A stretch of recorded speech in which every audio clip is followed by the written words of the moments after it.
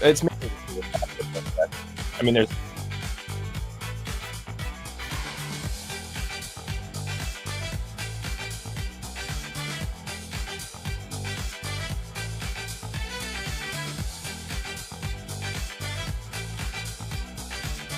Yeah, I really don't know. I think it's because it's like there's not a lot of good mortar miner decks, and so you're kind of reliant on like Skeleton King or Skeleton Barrel, and then like if you're playing against someone good, they can pretty much shut those things down pretty easily. God, I hate that card, dude. I hate that card so much.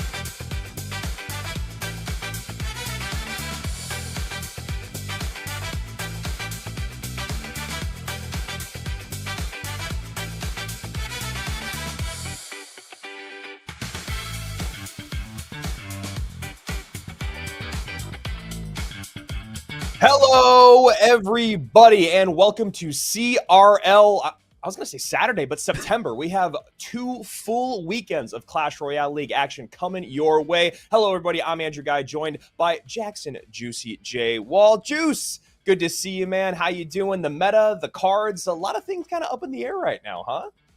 Yeah, I mean, I'm really excited for today. The meta is wild. I'm not a huge fan of it, but it's definitely gonna be fun to watch. You know, we got the vines, we got the goblin machine causing chaos, and so much more. It's gonna be really interesting to see how these players really adapt to this crazy meta. That's what Clash Royale is really becoming all about. It's about adapting to the new cards, the new evolutions, and I know these players have what it takes.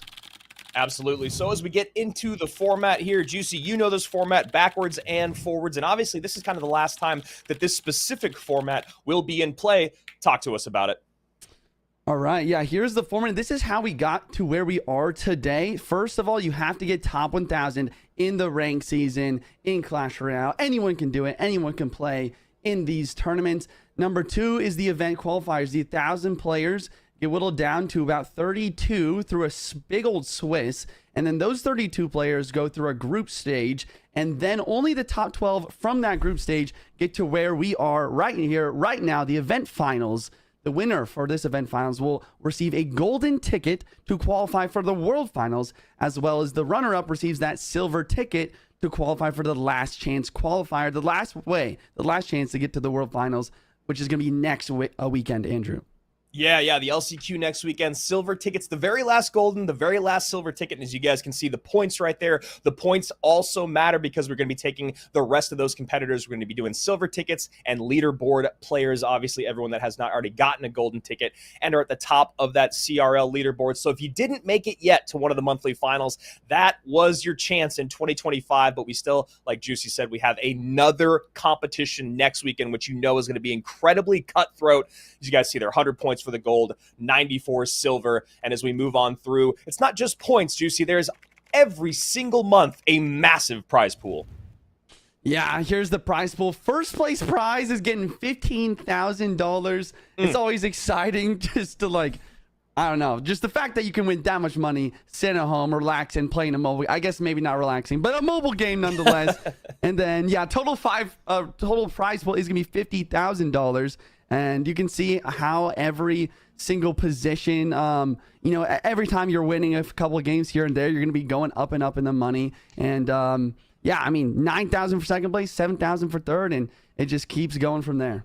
Yeah, you know, the pressure gets higher and higher every single one of those games, thinking about getting that golden ticket, and obviously games starting to cost thousands and thousands of more dollars, either in your pocket or left out there on the field. And, you know, in 2025, I really love the silver ticket idea. I also really love that when we've gotten to the monthly finals in the bracket, as you guys can see, the players in green here, they have a first round bye. That means they have to at most play, well, they could play twice today because we do get down to that elimination bracket, but they don't have to play in the very first round. So they're not going to be sent down to the lower bracket, of course, until they get to that second round. So we got Mo Light, Igor, Pedro, and Sam, all world finalists. We have a stacked lineup this month. Only 3 of the players here have not been to world finals before. We have world champions in Mo Light, Igor, Mugi, and we have very, very high finishers like in Riley, Sandbox, Pedro, of course. We'll get into that more in a little bit, but as you guys can see, absolutely stacked competition this month. And as we look at the bracket, there's some really, really cool stuff laid out in the bracket here, Juice. You were talking about, you know, Riley making it for the very first time this year, going up against another Canadian in sweep, someone that we haven't seen before. I know I'm stealing your words here, but I'm just saying that was something that was really cool. And then for me, I was looking at this very first matchup between Niuzi and Mugi. Niuzi really the only person here this month that we don't know. You know, he's a brand new player. He's living in Italy. He is going to be going up against the 2-time world champion in Mugi. And if Mugi does take that, we're going to get a great rematch between him and Mo Light. Another one. Anything else in this bracket that is jumping out to you? I mean, you called it the battle of Canada between Riley and Sweep. I mean, not only do both of these players live in Canada, but it's also, you know, both of these players are known players in the community, especially Riley. But they just haven't shown up this year. But this is the first time in the last monthly final of the year that they're showing up. So I'm definitely rooting for both of them. It sucks to have to play against each other in that first round. I know it is a bummer, but at least, you know, whoever does lose that best of 3 will be sent down to the lower bracket. Yeah. And we were talking a little bit about the coaching situation with Riley. Riley did not show up at all this year after getting second place last year. I think it was a big surprise, but Juice, he's working with a new coach now, and a coach that knows a lot of success in CRL. Yeah, Julesy coming back into the scene. He's been really busy, you know, doing a lot of stuff for the Clash Royale community in the background. But he's coming back into the coaching scene. He's working with Riley, and they've popped off. I think he was #1. I know he was #1 in after the Swiss. And he obviously did decent in the group stage to qualify here today as well. Really impressive stuff all around. Be interesting to see how they will perform against, like you said, this super stacked bracket. So obviously we're going to be getting into a lot of games here. We're going to be moving all the way through that first round of the lower bracket, eliminating 4 of our players. No one gets the silver ticket in that case, obviously, but they'll be able to take home a little bit of points that may or may not matter. Hopefully they should matter for some of those guys that have already made it earlier this year. But Juicy, the meta is kind of wild right now as we're waiting to get into our first match here. Let's talk about the meta just a little bit. It's changing radically. It's changing every single day. You know, obviously the introduction of the vines and then the emergency nerf. You know, you're talking about Goblin Machine. It's fascinating because we have a handful of players that are beat down or known for beat down, like Sam or Sandbox. Sweep is very good at beat down as well. But then we also have a stacked lineup of some of the best cycle players in the game. How do you feel like the meta suits either of those guys or either of those camps of players, the beatdown and, of course, the, all right, fine. You guys want to see the CRL leaderboard? We'll do that really quick before we talk about the meta. Juicy, this is where we are at. We know 7 through 14 are in the gray there. Those are people that are currently going to be in that LCQ. Any names that pop out here to you or anything that you want to discuss about these top 14 players? Well, the biggest thing that I noticed right away is that Mugi's at 125 points. He has guaranteed silver ticket here, but if he does well, if he even gets 1 win in this situation, I think he's going to be able to pass Hazard, aka Igor, and get into that golden area where you actually qualify for World Finals. So that's definitely a big one that pops out to me. Other than that, Viper is also in the running today. He is not quite in the silver ticket range. If he can bump up after maybe 1 or 2 wins, he's definitely going to at least be able to qualify for the LCQ next weekend. Yeah, I mean, and you talk about, you know, being on the line or you're maybe almost getting eliminated, maybe securing the spot. We got Sandbox and Sam right there, Pedro as well, but he's got that silver ticket. And like you were just talking about, Mugi and Igor or Kazardy, probably feeling somewhat safe about next month, but you know they want that guaranteed spot in World Finals. We know we're doing that at DreamHack Atlanta at the end of October. Super excited about that. Obviously, you and I will both be there along with a handful of these gentlemen that you see on the screen. So back to the conversation that we were having just a moment ago. Talk to me about this meta. Beatdown versus cycle. Who does it favor? Who do you think is going to maybe struggle or maybe benefit because of where we're at? Yeah, I mean, you broke it down earlier pretty well. I mean, Clash Royale League at its core has always been very control-based, very cycle-based, chipping away. But this meta, with the Evo Baby Drag speeding up big tanks towards the tower, the Goblin Machine behind a big tank to chip away throughout the game and help break through by taking out certain defenses, as well as, you know, just the vines, which is just basically a mix between like lightning and freeze, allowing for those breakthroughs with the big pushes. I think it definitely gives an advantage to, like you said, you know, Sandbox. Sam has done so well this year because of this beatdown meta that has kind of taken over the scene, and then Sweep as well, kind of get in the mix here. I love to see it. We'll see how those cycle players like Mohamed, like Riley, Ian can kind of, like we said, adapt. You know, Clash Royale League, esports in general, you know, the game of Clash Royale was not the same. It is not the same as what it was, you know, 5-6 years ago. You have to be able to adapt to any sort of meta at any sort of point. So, Juicy, do you think just if random player X versus random player Y, you think right now beatdown favors cycle? Yeah, I do think beatdown does favor cycle for sure. If there's any sort of control right now, there's definitely Graveyard. It's pretty strong at kind of controlling the beatdown, especially with the Evo Valkyrie variation. And I wouldn't be surprised if we saw maybe some like minor poison, drill poison or maybe even like minor rocket to kind of have those poison to slow, or the rocket to kind of do those big pushes. Shout out to our production team here who is just rolling on through. Glad to get reaction right away. You guys can see that World Championship trophy in the background there of Mugi, and then Niuzi, the only really unknown here this month. And Juicy, you called it right off the bat, going right into drill with Evo Snowball and Magic Archer. Magic Archer not super popular, but starting to show up just a little bit more, but kind of dude's been forgotten about over the last few months, it feels like. Yeah, for sure. Will he get the king activation? Wow, Mugi, really precise. Gets the king activation. Looks like Mugi's using some Roll Giant Monk Wizard. This is another deck that I've seen so much in the competitive scene. Like, you don't really see it at all on ladder, but this is another kind of common idea to deal with the beatdown.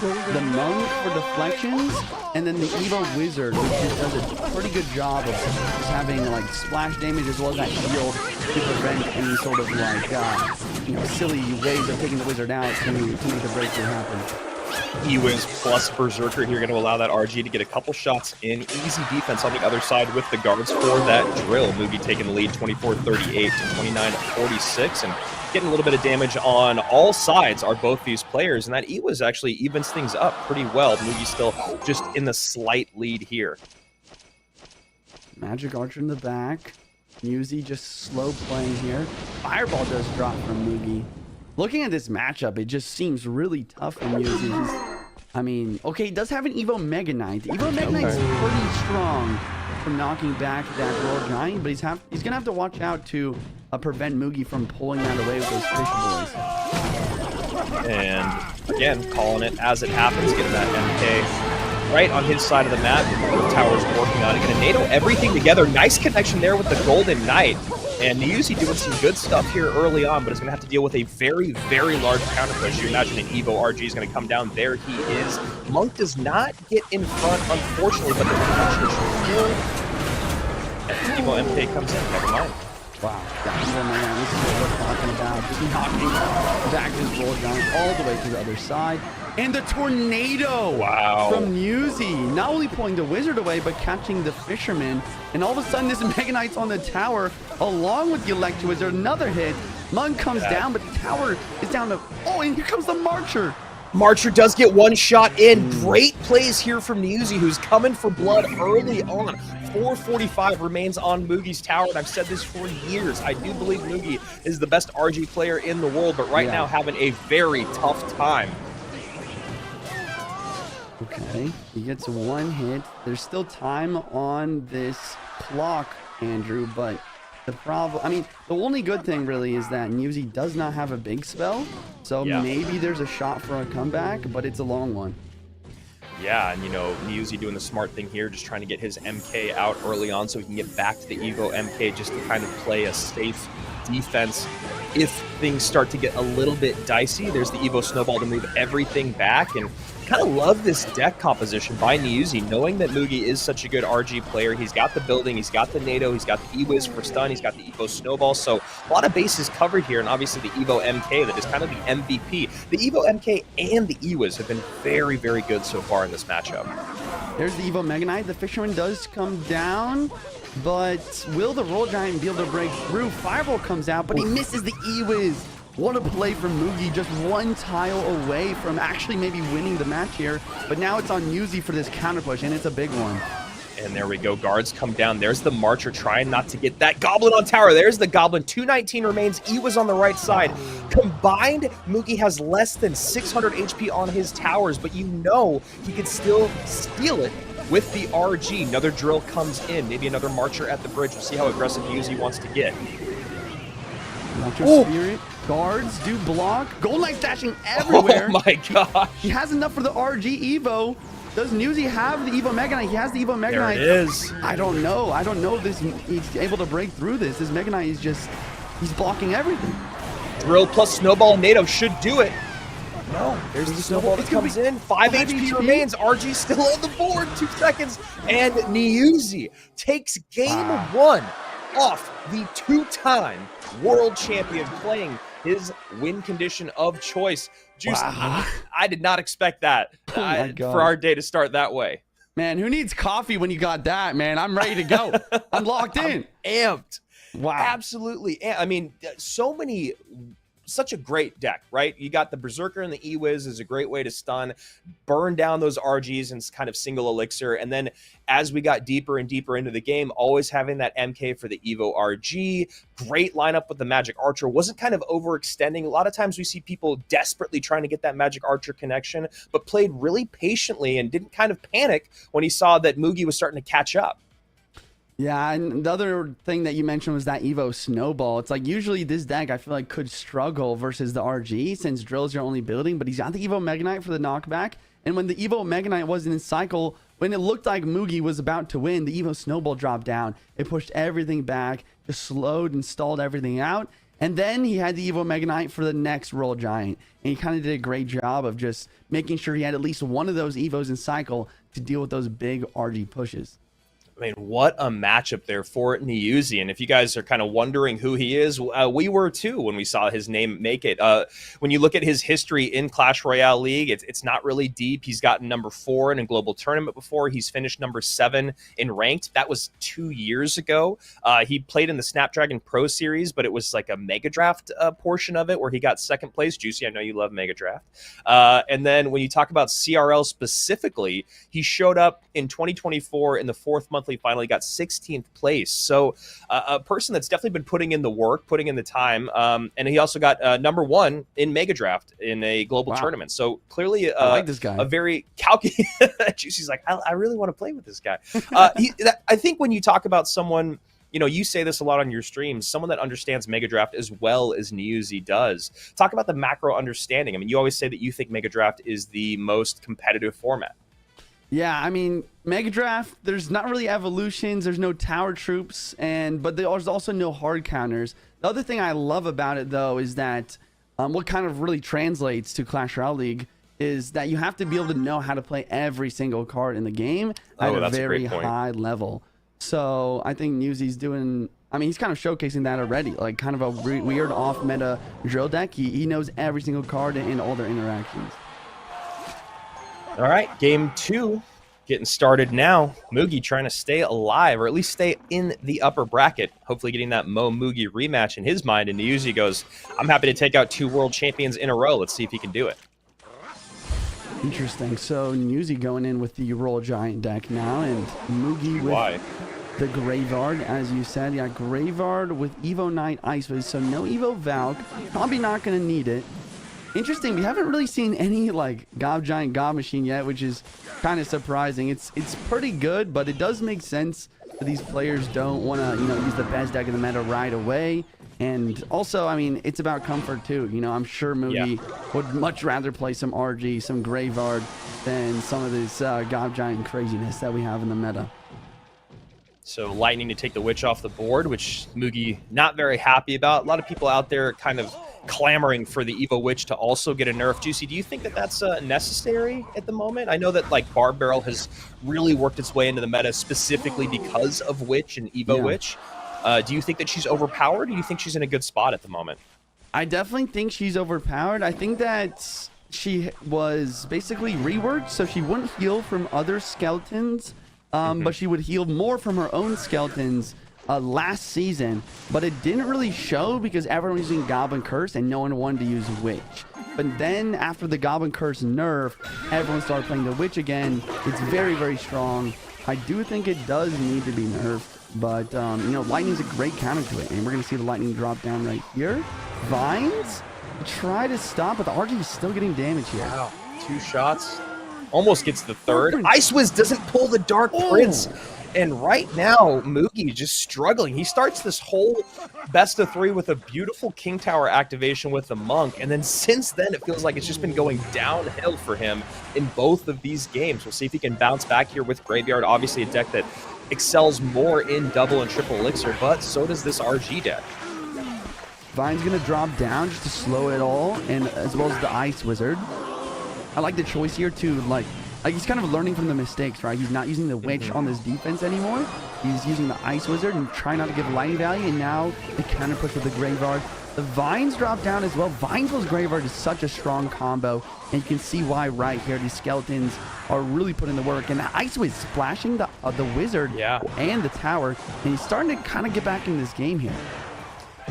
Yeah, and what I liked about that defense there from Niuzi is that Evo Wizard, even though it's under the Divine spell, can still put in some work when it's not working because of that shield popping when the Skeletons get on top of it. Yeah. So maybe mitigating a little bit more damage than he would have taken otherwise. 1865 to 2127 here, as we see another GY coming in. Nice block at the bridge here with the Monk.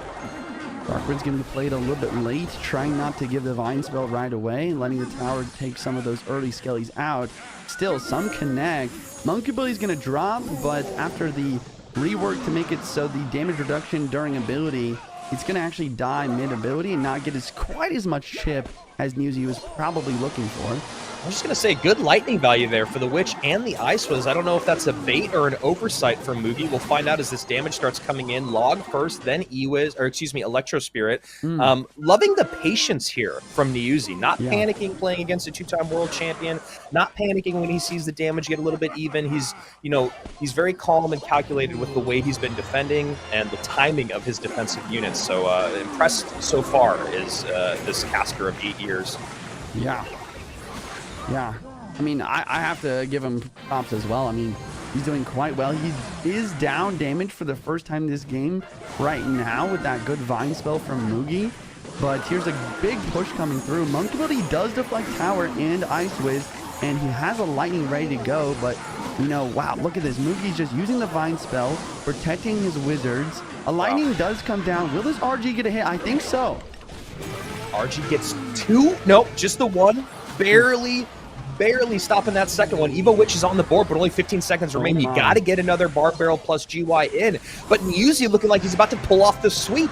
He needs another 700 damage here in 7 seconds. It's not going to happen, Juice. Oh my gosh. And ladies and gentlemen, we are starting today with a big upset.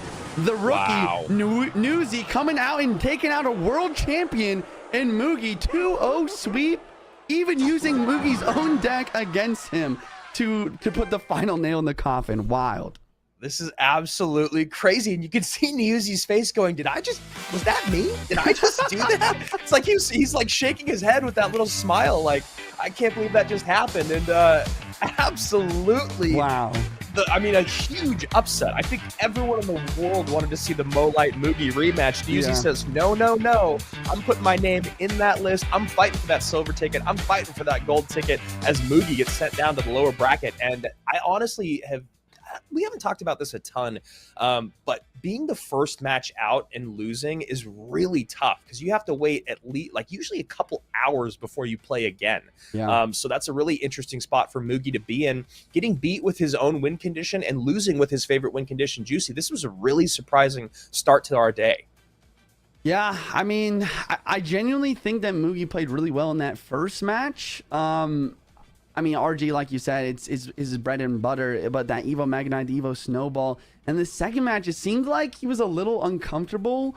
Just kind of gave a lot of lightning value. Even in that last Ice Wiz at the very end, if he would have played it one tile further up on the second Ice Wiz he played, he could have prevented the lightning from hitting the tower and both of his Ice Wiz.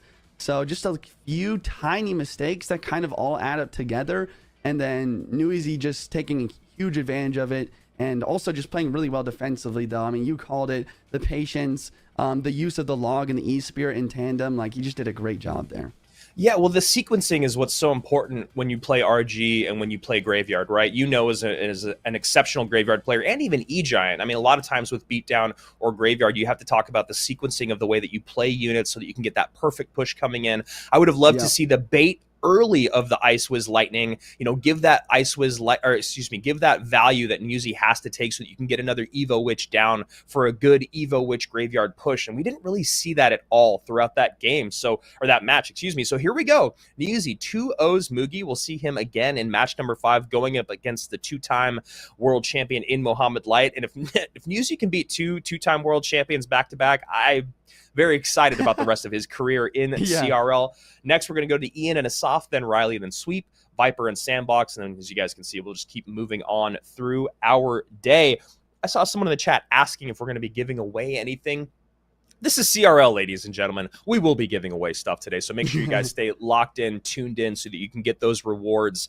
And yeah, I mean, that's a great part of our online broadcasts and giving away those stuff. I think there's some banners, there's some lucky drops. Yesterday, I got a book of books, Juice, from a 5-star. It was pretty. Yeah, it was the first book of books I've ever gotten from one of those lucky drops. So excited about that as we're moving on through our day to Ian and Assaf, which is a really exciting matchup. I actually feel like maybe, was it 2 years ago? I think 2 years ago, this felt like premier matchup. It felt like Assaf was on top of the world. I feel like drill was really, really popular then. He's obviously maybe the best drill player in the world. It's hard to say. Of course, Ian, a very good cycle player. He locked down that golden ticket early on this year, the very first golden ticket. How do you feel about this matchup, Juicy? It feels like on paper it probably leans towards Ian. I haven't seen as much or watched as much Assaf over the last maybe 12 months, but he's still here. He's been getting pretty far in CRL, at least points-wise, but hasn't been able to lock down that monthly final gold ticket or silver ticket.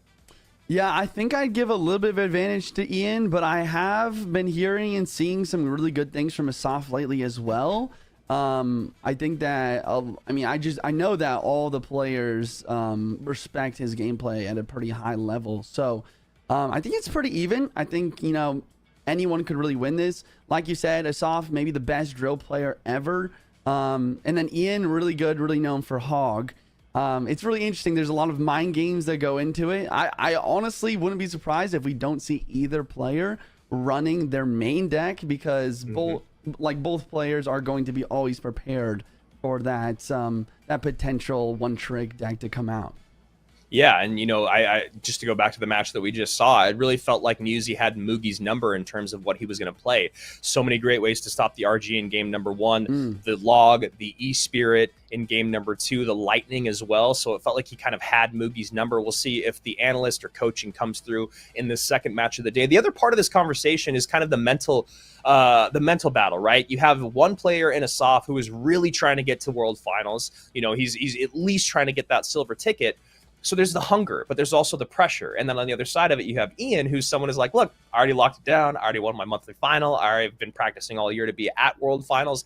This is kind of just icing on the cake. So while there might not be the pressure for Ian, there's also not quite that same hunger to get to World Finals. So we'll see if that ends up working in either of their favors here as we're about to hop in to match number 2. And remember, guys, as we said earlier, this is we got 4 days of action coming over the next couple weekends. So obviously we're here right now. We'll be back again tomorrow, same time, same place, to give away our final golden ticket and final silver ticket. And of course, those ever important leaderboard points.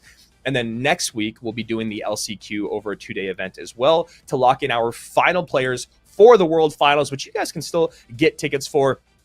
And while I did mention the rewards, those are coming tomorrow. So today it's more of like a, get ready to win those rewards tomorrow. So here we go, getting into match number 2 here in just a moment. I do believe that when you talk about the meta and Hog, how do you feel about Hog right now? I've been seeing a lot more 2.6. Yeah. I saw a Goblinstein Hog deck. I've seen Hog with Furnace. I've seen Hog Lightning, but mainly like Hog EQ is just not quite as popular as it has been.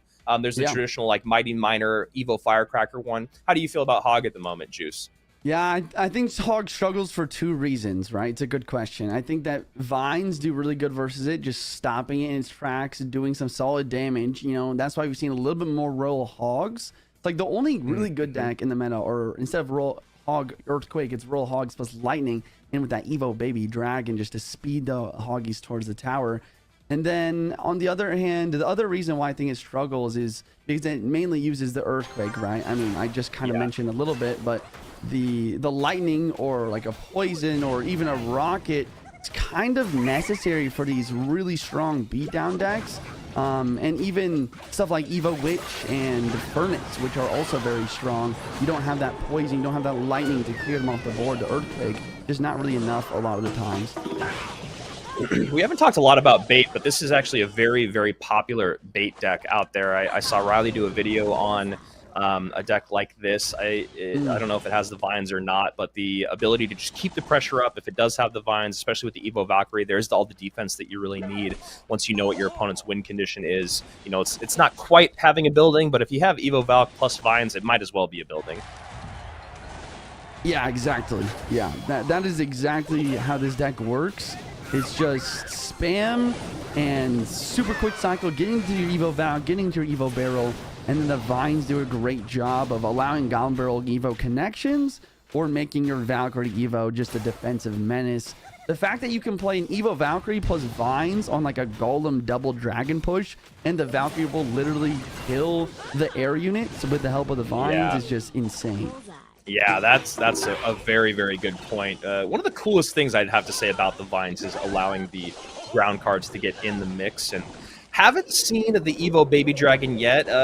Not the strongest evolution in the game, but definitely a frustrating evolution when you talk about just like, I've known this timing for 9 years to stop these cards, and then all of a sudden the Evo Dragon comes in, or Baby Dragon comes in and kind of throws that completely off. Nice catch there with the Berserker. I could not have said that better. Anyway, it's because yesterday I missed, like, I was playing this person and I missed the hog like almost every single time because the timing is just different and where I was playing my building. For sure. Yeah, so we do see the vines come out from Assaf, like you said, poison here from Ian. So just a pretty standard graveyard deck here. Not using the Ice Wiz in this version, but instead with the Vine spell. And then Assaf with the Cannoneer. That is the one thing about this bait deck that I don't completely understand. I guess without the building, you know, you do want to have a little extra DPS, a little bit extra defense versus those beatdown decks. So I guess that's why you have the Cannoneer, but it's really going to struggle versus the Graveyard now. Yeah, I was just going to ask you, Juice. You know, obviously the deck that Assaf is running can put a lot of damage on the board very quickly, but we're already basically, you know, we're in overtime now with 7 seconds remaining here in regulation. Not a lot of damage has come through, and this is where it feels like Graveyard, especially against Cannoneer, is going to excel. Do you think Assaf needed more damage in single, or do you think he's still in an okay spot at the moment? I think it's a good call. I think that more damage in single would have been helpful. He tries to go in with the Vine spell here with the barrel, but it doesn't work out with that Fire Spirit cleaning up quickly. And then here comes the Graveyard. This Princess is not in a great position. Yeah. The Evo Valkyrie drops down. There's a poison. And will we see the Vines? There's the Vines from Ian, stopping the Evo Valk in his tracks. And look at that Knight connection, Skelly connection, and even some Fire Spirits, and then a wasted Princess. Yeah, this is looking really dire here for Assaf. It felt like, honestly, it was two very, very poorly played princesses there. I would have loved to not give that poison value on the first one, and obviously the second one get taken off the board to stop the Evo Furnace. It's kind of a, you know, pick your poison situation, because that Evo Furnace can stack damage like none other. So we'll see if Assaf can kind of bounce back here, but things looking pretty tough at the moment as he finally gets some significant damage in on that left-hand side. Yeah, he goes for the Vines as well, and then Princess Bridge, but Ian is quick with the reaction time, stopping the Princess. Going to the other lane now, but a defensive Vines just to be simple with it. And then the God Putt. This is where Ian's like, I'm up damage. I'm just going to make sure I got this defense. And now it's time for me to attack. This Cannoneer is really going to struggle. The Dark Ops trying to hit the Graveyard from the other lane, but it's not working out either for Assaf there. And then another Fire Spirit connects. It's just looking to be more and more impossible for an Assaf win here. Yeah, and this is like not only is this a tough game, but this is a confidence like killer if you're Assaf. You know, you come out here and Ian just completely controls the game. All the damage that comes in kind of at an insignificant time. You can see Assaf pretty frustrated there with game number one. I mean, obviously just not going his way and a couple misplays, and you wonder how much of that is just, you know, Ian playing really, really well. You wonder how much of that is also nerves with some of the placement and some of the just the decision making there by Assaf. Juicy, obviously we spent the last 4 minutes talking about that game, but what could have really been done differently, do you think? Or did Ian just kind of have it locked down? Yeah, I mean, the Cannoneer definitely makes it difficult. I mean, if Assaf can do anything there, I think that he needs to be a little bit more like quick or predictive with the Vines and single elixir. Like you said, he didn't have much damage in the single, and once we get to double and especially triple, the Graveyard is just going to overrun you. So I think that he needed to apply a little bit more pressure with the bait deck in the early game. Maybe get the Vine spell onto a Furnace or something a little bit quicker with that Evo Barrel. And the other thing to mention, though, is usually this deck runs another Spirit instead of the Princess. Usually you just have Dargob. So maybe that's another thing that kind of held him back from being able to continually cycle those Evo Valkyries and get those Evo Barrels and cycle even quicker. Since the Princess is obviously a lot more expensive than another Spirit. Yeah, and one of the things I noticed early on in that game, you're still feeling out your opponent, but these decks were pretty standard. You kind of know what the rest of the cards are once you see the first few, other than what you were just talking about with the Princess and the Spirit. Assaf gave a lot of value early on, a lot of really poor elixir trades. There was one point when he went Goblin Gang, Dark Goblin, plus I think something else on the left-hand side that was all taken out with a barrel, basically. Yeah. And then on the right-hand side, there was wall breakers coming into an already on-the-board Furnace. So the Fire Spirit takes care of that. So I remember looking at the elixir, and Ian was up 4 elixir, I believe, with the Furnace on the board. So that's just some of that stuff that you can't really do when you're trying to get a lot of damage in single elixir, because it kind of handicaps you for the next 30 seconds or so you can kind of even things out. Yeah, it's actually a great call. I mean, that is exactly how that works. Like, a lot of the time with this deck, you want to cheaply defend, or at least defend with the Princess so that they have to respond to it. And especially in the single elixir, you always want to be applying the pressure, getting positive trades, and then applying even more pressure, getting the Evo Barrel, and then with that Evo Barrel, making a very precise moment where you have at least one of the barrels on one of the sides with the Vine spell to get you that guaranteed damage. But he really couldn't make that happen because of the things you mentioned. So we'll see which Royal Hogs deck this is. There's a very fast Royal Hogs Mighty Miner deck that is basically just cheap cards, a Lightning, a Mighty Miner, and Royal Hogs. We'll see with Baby Dragon. We'll see if that's the case. And there it is, the very first Evo Baby Dragon of the day, I believe. Yeah, there's the Evo Baby Dragon. This is the Piggies deck I was talking about. It really makes sense that Ian would be pretty comfortable with something like this. He just knows how to play Piggies and Hog Rider both. But yeah, the idea of this deck is just get the Evo Baby Dragon on a defense or to hit something on your side of the map, and then you go with the Royal Hogs, and they are speeding so fast to the tower. You need absurd reaction time with your buildings, but even then, sometimes it's just not enough. One piggy kind of just sneaking on through towards the tower. Wow, and a very interesting deck here at the top of the screen. We see another Evo Baby Dragon come out with the Giant Skeleton. Evo Zap. Juicy, what am I looking at here?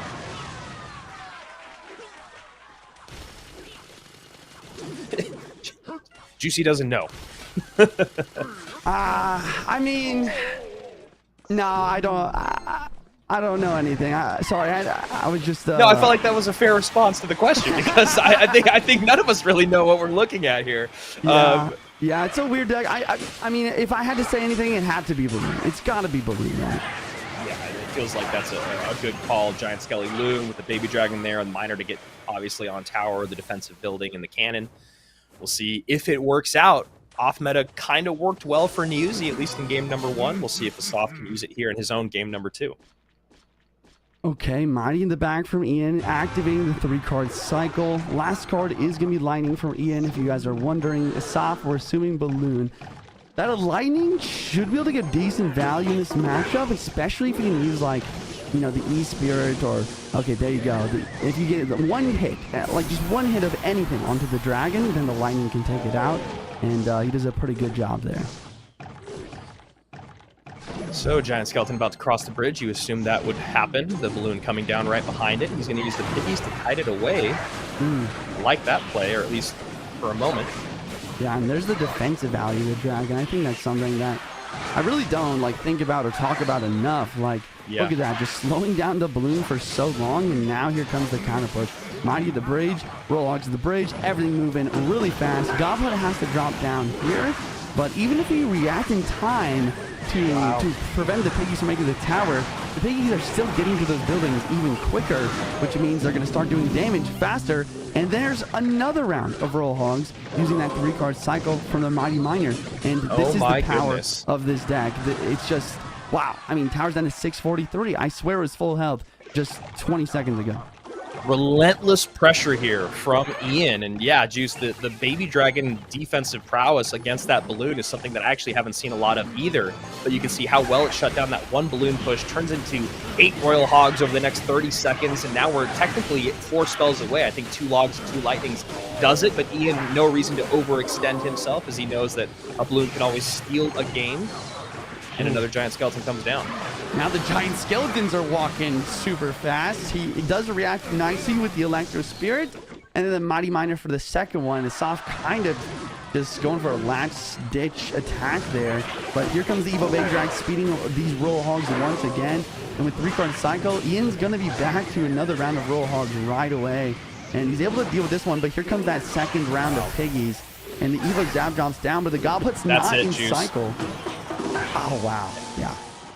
I mean, you can see Ian there just finally sits up here for the first time we're seeing today. He's, as he won his golden ticket, also just laying down, playing from the comfort of his bed, and it's definitely worked out a few times for him. Ian takes the 2-0 sweep, and Juicy, we have started our day with 4 games and no game number 3 in these best of 3s. It's just been rolling for Niuzi and Ian, and man, Assaf had a really tough time there. I mean, I like the idea of combining the Baby Dragon with the giant skeleton. It seems pretty fun, but you know, I don't think Ian's the type of person to really let that happen or let that giant skeleton bomb get on tower unless he's really feeling a ton of pressure, usually in like both lanes when we've seen that happen in before in CRLs. You have to be really overwhelmed to not get that giant skeleton kite. So Ian is taking down Assaf, sending him down to the lower bracket. He will be playing against Pedro in the quarterfinals. But our next match is the Battle of Canada, as I said before. Riley versus Sweep. Neither of these players have made it to monthly finals so far this year, which means they're not going to be able to qualify via points, guys. Both of these players are looking to get at least first or second for that golden ticket to qualify for World Finals, or second for that silver ticket to play in the last chance qualifier next weekend. Yeah, I mean, that is a lot of pressure here when you talk about, you know, 2 players where Riley feels like he should have already kind of locked down World Finals this year after having such a great year last year. Yeah. And then someone in Sweep who, you know, we've seen him at World Finals before. He actually had a really good run at World Finals. I believe it was 2 years ago, but haven't seen him much at all this year. The meta does seem to favor players like Sweep. We haven't seen the deck yet, Juice. We haven't seen the Goblin Giant. We haven't seen the Goblin Machine. We haven't seen any P.E.K.K.A. Does it work in dual mode? I mean, it feels like it should. Do you think there's any reason why the players are straying away? Do you think maybe this is where we finally see it with Sweep? Maybe all of the players in the tournament just all agreed, guys, no one play Gob Giant. No one play Pancake Tower. We're just going to pretend it doesn't exist. No, I'm just kidding. I think that it does work. I mean, I casted a little bit of the Clash Royale tournament that happened not too long ago, and all the best players, they were running it almost every single set. Maybe the only reason we haven't seen it so far today is just because we've seen those 2-0 sweeps. You know, maybe players kind of saving it for a little bit later in the match. I mean, the other thing to mention is the vines, right? You know, this is duels formatting. I think that the Gob Giant deck does specifically work really well with vines. I don't know if there is really other options. I guess lightning could work as well. So that might be another thing. Maybe players thinking the vines is more important to use in like a Graver deck or this, or something else to kind of get that value to try and get that win. Yeah, and I think this is kind of a dangerous place for Sweep if he did want to play that deck, because, you know, Riley working with Julesy, one of the best coaches in the game, you know, they're going to kind of be looking for the ability to defend against that no matter what deck they're running, right? We've seen that a lot in the past when you're going up someone that's going up against someone that's not necessarily a one trick, but maybe favors a certain style of play or certain win conditions. You'll see, you know, like a Hog Earthquake deck, for instance, and they'll work in something different in there to specifically defend against what that might be. So, well, if I'm Sweep, I would stay away from it at least in game 1. Maybe bust it out in game number 2. I wouldn't wait till game number 3 if you are planning to run it, because then it looks like you're kind of painted into a corner. So we'll see if that's the case. And then with Riley, you know, talking about working with Julesy and moving coaches, we're finally seeing him at a monthly final. And like you said earlier, man, he's got to put it all together and put it all together really quickly over the next 48 hours, excuse me, the next 24 hours, because this is basically his last chance to make it to World Finals. And I'm just really excited to see how he's playing, because it's, you know, when you have someone as skilled as Riley and you see them switch a coach and immediately make a monthly final, it makes me feel like a lot has changed in such a short window. Yeah, I think that, I mean, Riley, we all know he's got the skill. I think that the meta definitely isn't kind of like what he's known for, what he's good at. But I think that, you know, he's obviously been practicing. He's obviously got a good coach who knows specifically what he's good at. I think that's like the really important thing that no one really talks about with the coaches. Like, you can have a coach that's really good at analysis, really good at trying to figure out like what a good deck will be for an upcoming duel, but if that coach doesn't know what you are good at, what you kind of lean towards with your comfort, then you just don't have that synergy there. So here we go, the Battle of Canada, as you called it, Juicy. Love that. Probably the most polite battle there ever was in history. And we see the Pancake Tower early on. So Sweep goes, I'm not going to give you time to think about defending against this deck. I'm just going to run it in game number 1. We'll see if you did or did not cover your bases, which I assume Riley did. We'll find out. Level 12 Berserker, the most menacing card I've ever seen. Walking down the lane. Baby Drag setting up. I think he might get 3 crowned. Oh my gosh. Level 12 Berserker. Hilarious. I love that card, man. One hit. Definitely one of my favorite additions to the game. Yeah, no, it's really good. I mean, just the fact, honestly, I think the coolest thing that I've learned about Berserker is the fact that you can lightning block for a furnace with a Berserker, because Berserker has more health at 2 elixir than a furnace does. I mean, that's just one example, though, of like the versatility of the card. And lightning is in this equation, at least. Not super excited to see that as Sweep with the Evo Witch. Yeah, I mean, it's a great call. I think this Lightning's gonna have a field day versus the Witch, the Cannon card, but the Goblin Giant, the Gob Machine, definitely pretty tanky cards. We'll see if Riley can deal with those as well. He does have the Mighty Miner, which will probably do pretty good versus the Goblin Giant. Usually Sweep won't have a reset, but he will probably have the Vines, though. So I wouldn't be surprised to see some Vines dropping right now, actually. There you go. And seeing this deck once again that we just saw Ian run. Really, really popular Piggy's deck at the moment. Basically the only viable one. And here we go. Cannon Cart plus Gob Giant at the bridge. Mighty Miner is back in cycle. Rage going to drop down just to try and speed up this Gob Giant. And then the Cannon Cart getting taken out as well. Riley does have enough for Royal Hogs if he wants to go for it, but a Witch here is going to prevent that from happening. And this is the placement. You know, one tile away from the bridge, high up in the middle area. You're not able to hit the lightning on the Witch and the tower at the same time. So Riley not going to go for the lightning. Instead, going to set up his Baby Drag, and wouldn't be surprised to see some Royal Hogs speed up as well. And a perfect call there. The only thing I'd add on is just that it's also in range of that Pancake Tower, so absolutely perfect placement there by Sweep. Not a lot of damage comes in, but obviously some damage here, which is really all you want with a deck that cycles this quickly. And now we get a Goblin Giant kite to opposite lane, making that Mighty Miner very, very effective. Okay, Riley surgically taking out this Cannon Cart first, and then getting a double Baby Dragon on the board. I'm not gonna lie, Sweep is looking pretty, I mean, it's just not looking great for him here, because these dragons are very menacing. He doesn't have a good way of taking them out, especially with how Riley's spreading them out. And then here comes that counter push once again. Goblin Machine does get a shot there on Riley's tower, but look at that, completely overwhelmed. And that is an insane amount of damage in the lane that Sweep is working towards, which is not really what you want when you talk about being able to stack these baby dragons. So we'll see if Sweep is able to bounce back here, but Riley just completely controlling the game. I always love when someone holds their win condition till late into the game. Obviously, we're very deep into overtime already, and that first set of piggies does an insane amount of damage for Riley.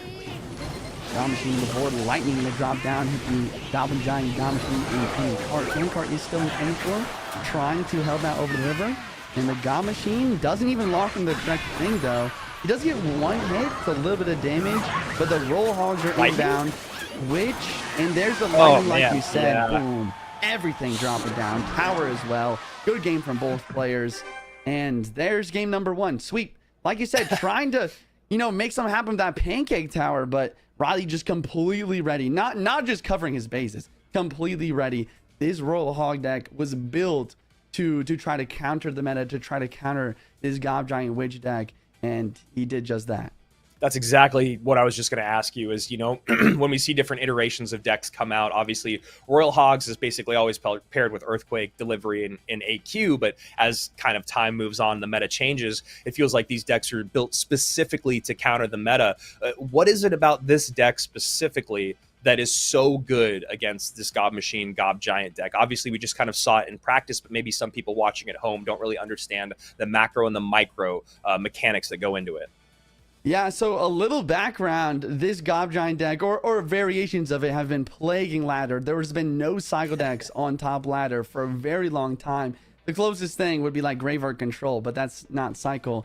But I don't know who put this deck together, but the Evo Baby Dragon with the Royal Hogs combo is a great offense to try to basically take advantage of the fact that this Gob Giant deck can't really defend very well. And then also the Lightning to deal with the Evo Witch. Evo Witch is everywhere. And then the cannon with the quick cycle, and specifically the Electro Spirit for a quick cycle to deal with the witch skeletons, to stun everything. And then finally that Baby Drag Evo, like we've talked about, it's not just good on offense, it's super good on defense to slow down those pushes, to give a little bit extra time to deal with everything. And, the health of the Baby Dragon is something that you've mentioned a couple times today already, and I think a lot of people forget about. Baby Dragon, very, very tanky card. If you don't have a great way to target it, and you start seeing 2 or 3 of them on the board, as we saw with Riley and with Ian, it becomes incredibly menacing. Then you throw in the Evo Baby Dragon in the mix. You got dragons flying super fast with the Royal Hogs down below. You don't have a great way to get on top of those Baby Dragons, and they just kind of overwhelm your opponent. So really, really well played there by Riley and Ian, with that same deck. If you guys are struggling against this Gob Giant, Gob Machine deck, that's a great way to go.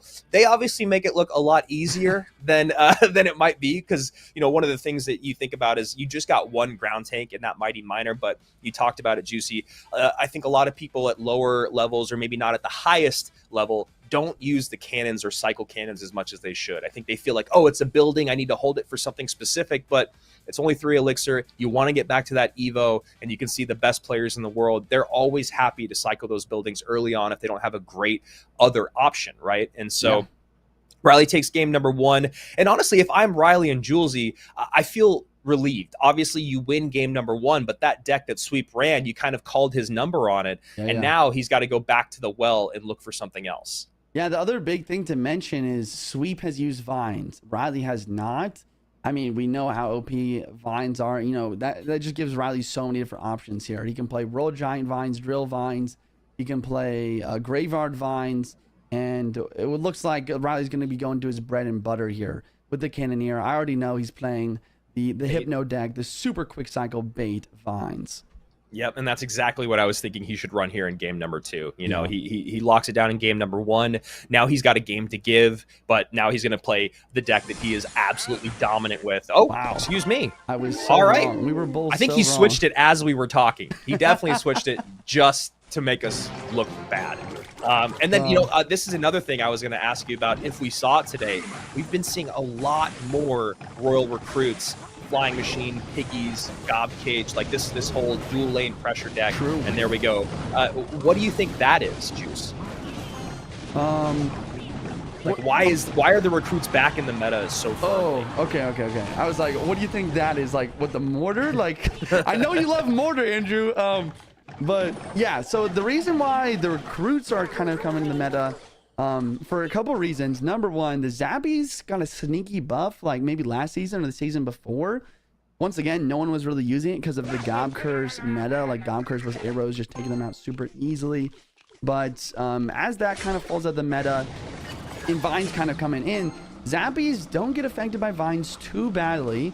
They also have that first attack speed buff, so they're going to hit a lot quicker and stun. And then Zappies historically are really known for doing versus beatdown decks really well. So that's number one. Number two is the Evo Cage. Evo Cage synergizes in this deck really well, which also does great versus the beatdown meta with the Golem and the Goblin Giant decks. Oh yeah, Golem, super popular right now. We haven't seen any of it yet today.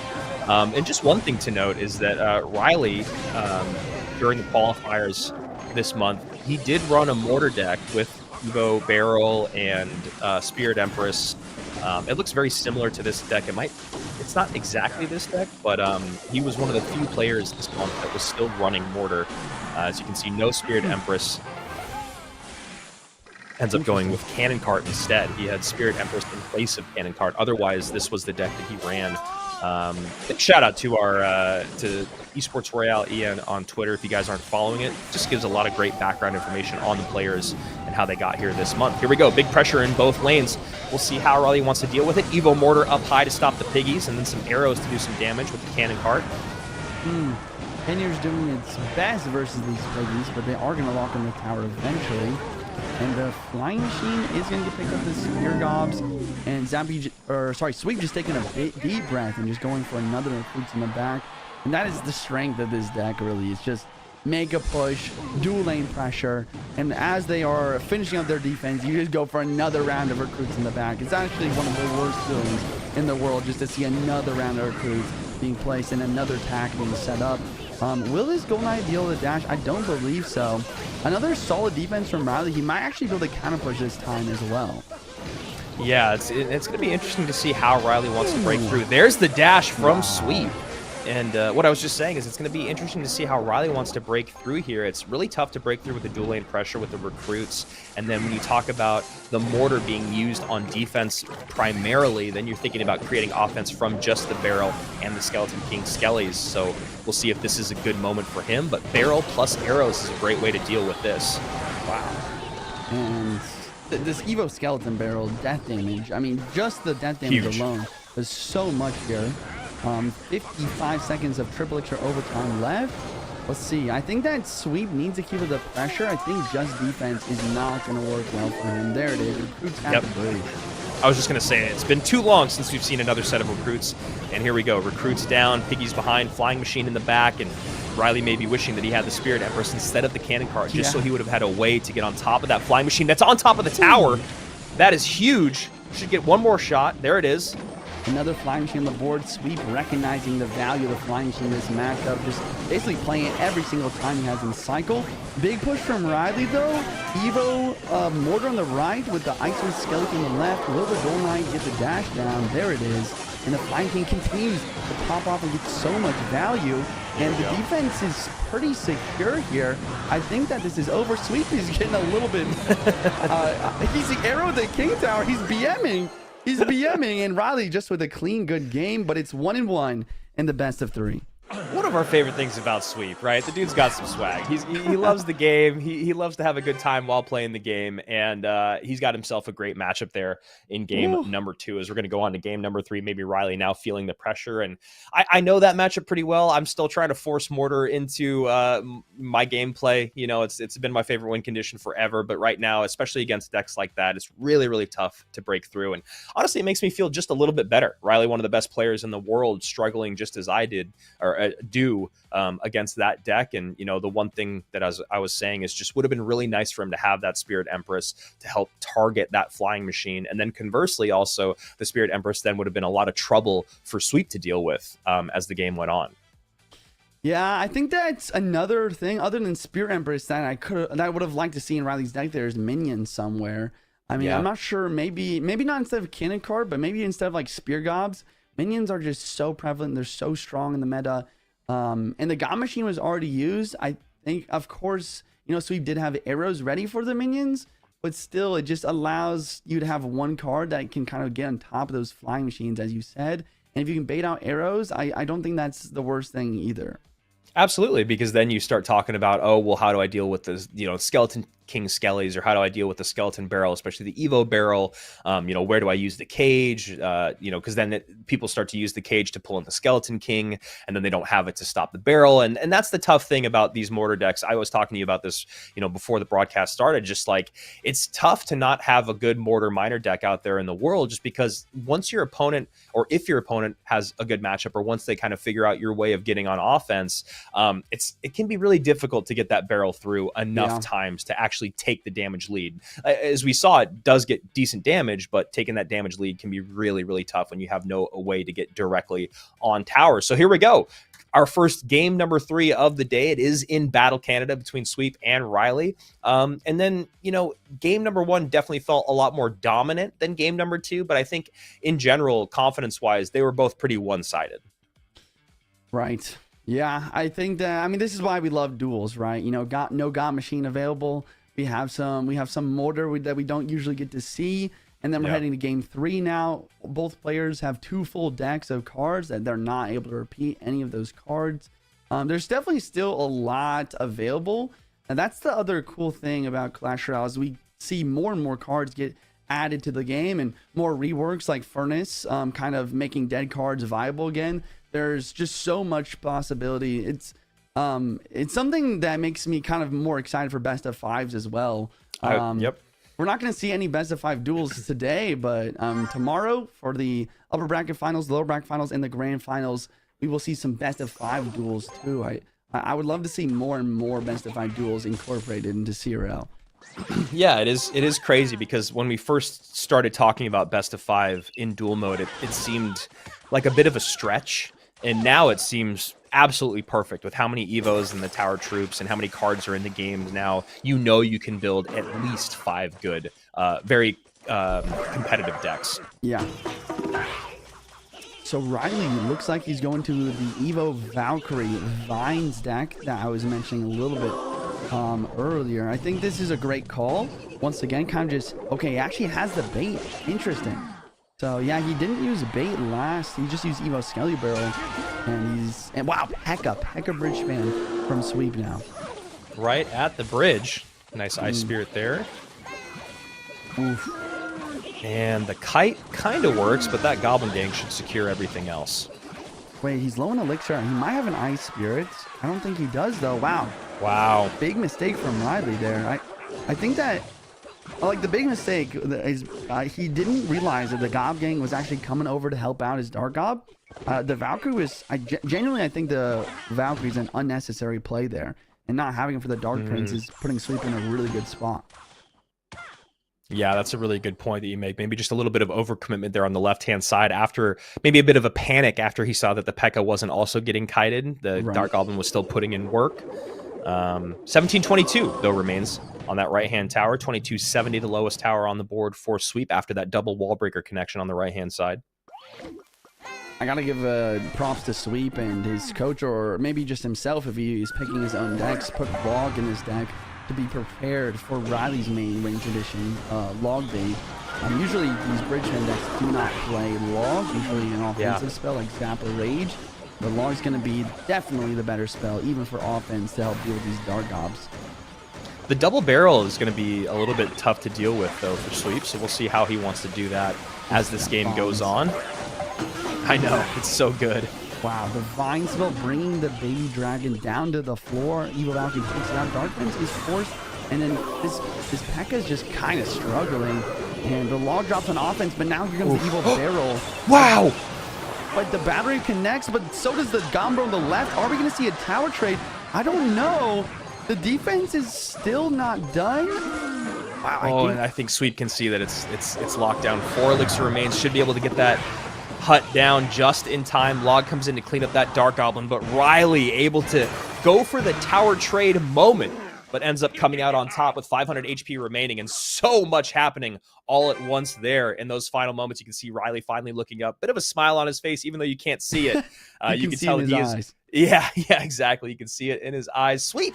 Doing a really good job there. I mean, I really love this set that we saw. Not only was it our first best of 3, we kind of saw exactly what you'd think out of Sweet, going a lot heavier throughout the entire best of 3 and barely just missing at least a 2-tower situation in game number 3 as Riley moves on in the upper bracket, winning the Battle of Canada. Sweep sent down below. And what a fascinating set there, Juicy. That was really cool because we really did see the best of both worlds in what the meta is at the moment. It's true. Yeah, I mean, Sweet brought the beat down, but, you know, Riley brought the one cycle deck that counters that beat down game 1. Yeah, game 2, I mean, it was well played by Sweep there. You know, just playing some solid recruit spam, abusing the flying machine, Riley not really having a way to deal with that flying machine. I think that was really what secured him the win. Game 3, I mean, I'd like Sweep's idea to bring the log to try to deal with the bait. I'm curious to see what his last card was. He never played his last card, which was probably a big spell. Probably Lightning, since he had already used Vines. Lightning not helping him much at all in this matchup. I almost wonder if you just have to bring a poison here, expecting the log bait, right? You know, like a poison or a fireball, something to help out. A poison would have been actually amazing to deal with the Goblin Hut, but I mean, you have to cover your bases too. Like, who knows? Like, if let's say he brought poison, but then Riley brought Inferno Tower, you know, I would be saying, oh, I wish I had lightning. If he had lightning, they would have been way easier. You know, it's hindsight's always 2020. Yeah, you know, and you took the words right out of my mouth with hindsight is 2020. Because in my mind, the other conversation that's going on, and you were right, it was Lightning was his 8th card. And I'll get back to that thought in just a moment. As we see our bracket here, it's getting pretty flushed out in the top and the bottom. One more match here in our round number 1 in the upper bracket between Viper and Sandbox, 2 former world finalists. Sam sitting back wondering who he's going to be playing against, as Mugi, Assaf, and Sweep will be fighting for their lives here in just a little bit. But what I was going to say, back to the conversation of hindsight is 2020, is, you know, I was saying that I don't know if coming out of the gates with that deck is the right idea. We'll see if he's going to do it or not. And Riley just directly counters it. Had he switched decks 1 and 3 and he came out with what we just saw in game number 1, he would have been able to deal with those piggies so much better with the Dark Prince and the Baby Dragon, the log, all that. And then in game number 3, that Gob Giant deck, I think, would have done just a little bit better than this one did. But again, yes, hindsight's 2020. Very easy for me to say sitting here, you know, not having to pick in the moment. And that's one of the things, you know, you said it just a second ago or a few moments ago, where we're talking about we don't know who Sweep's coach is or if he is his own coach. That's the value, I think, of Julesy there. You know, it's just really finding himself in good matchups. Game number 2 is a different conversation, but again, Julesy proving his worth, earning those coaching bucks as we get into our final matchup in the upper bracket between Sandbox and Viper. Juicy, you had some really positive words to say about Sandbox as we were getting into this month's monthly final. Yeah, I mean, I really liked what I saw from Sandbox in the Clash Royale tournament. I'm pretty sure I ended up getting 2nd place to Mohamed Light. I did a little tweet a few days ago once we were able to see like the full bracket, and I did pick Sandbox for the person that I thought could grab the golden ticket today. And I don't know, I just really like his gameplay. I think that this meta definitely fits to what he's good at, what his comfort is, whether it be Graveyard being really strong or Royal Giant isn't terrible, but also, I mean, I think he's just really good at beatdown. I've seen him play E-Giant and Golem and other beatdown decks really, really well.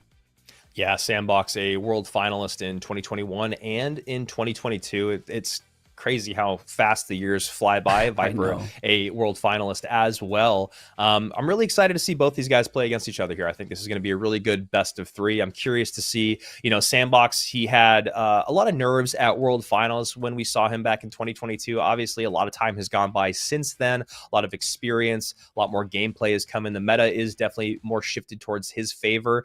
Viper has been known as the, you know, hog, Rocket, Xe, NATO one trick, but I think things have changed a lot over the last couple of years. We've seen him kind of diversify his deck pool.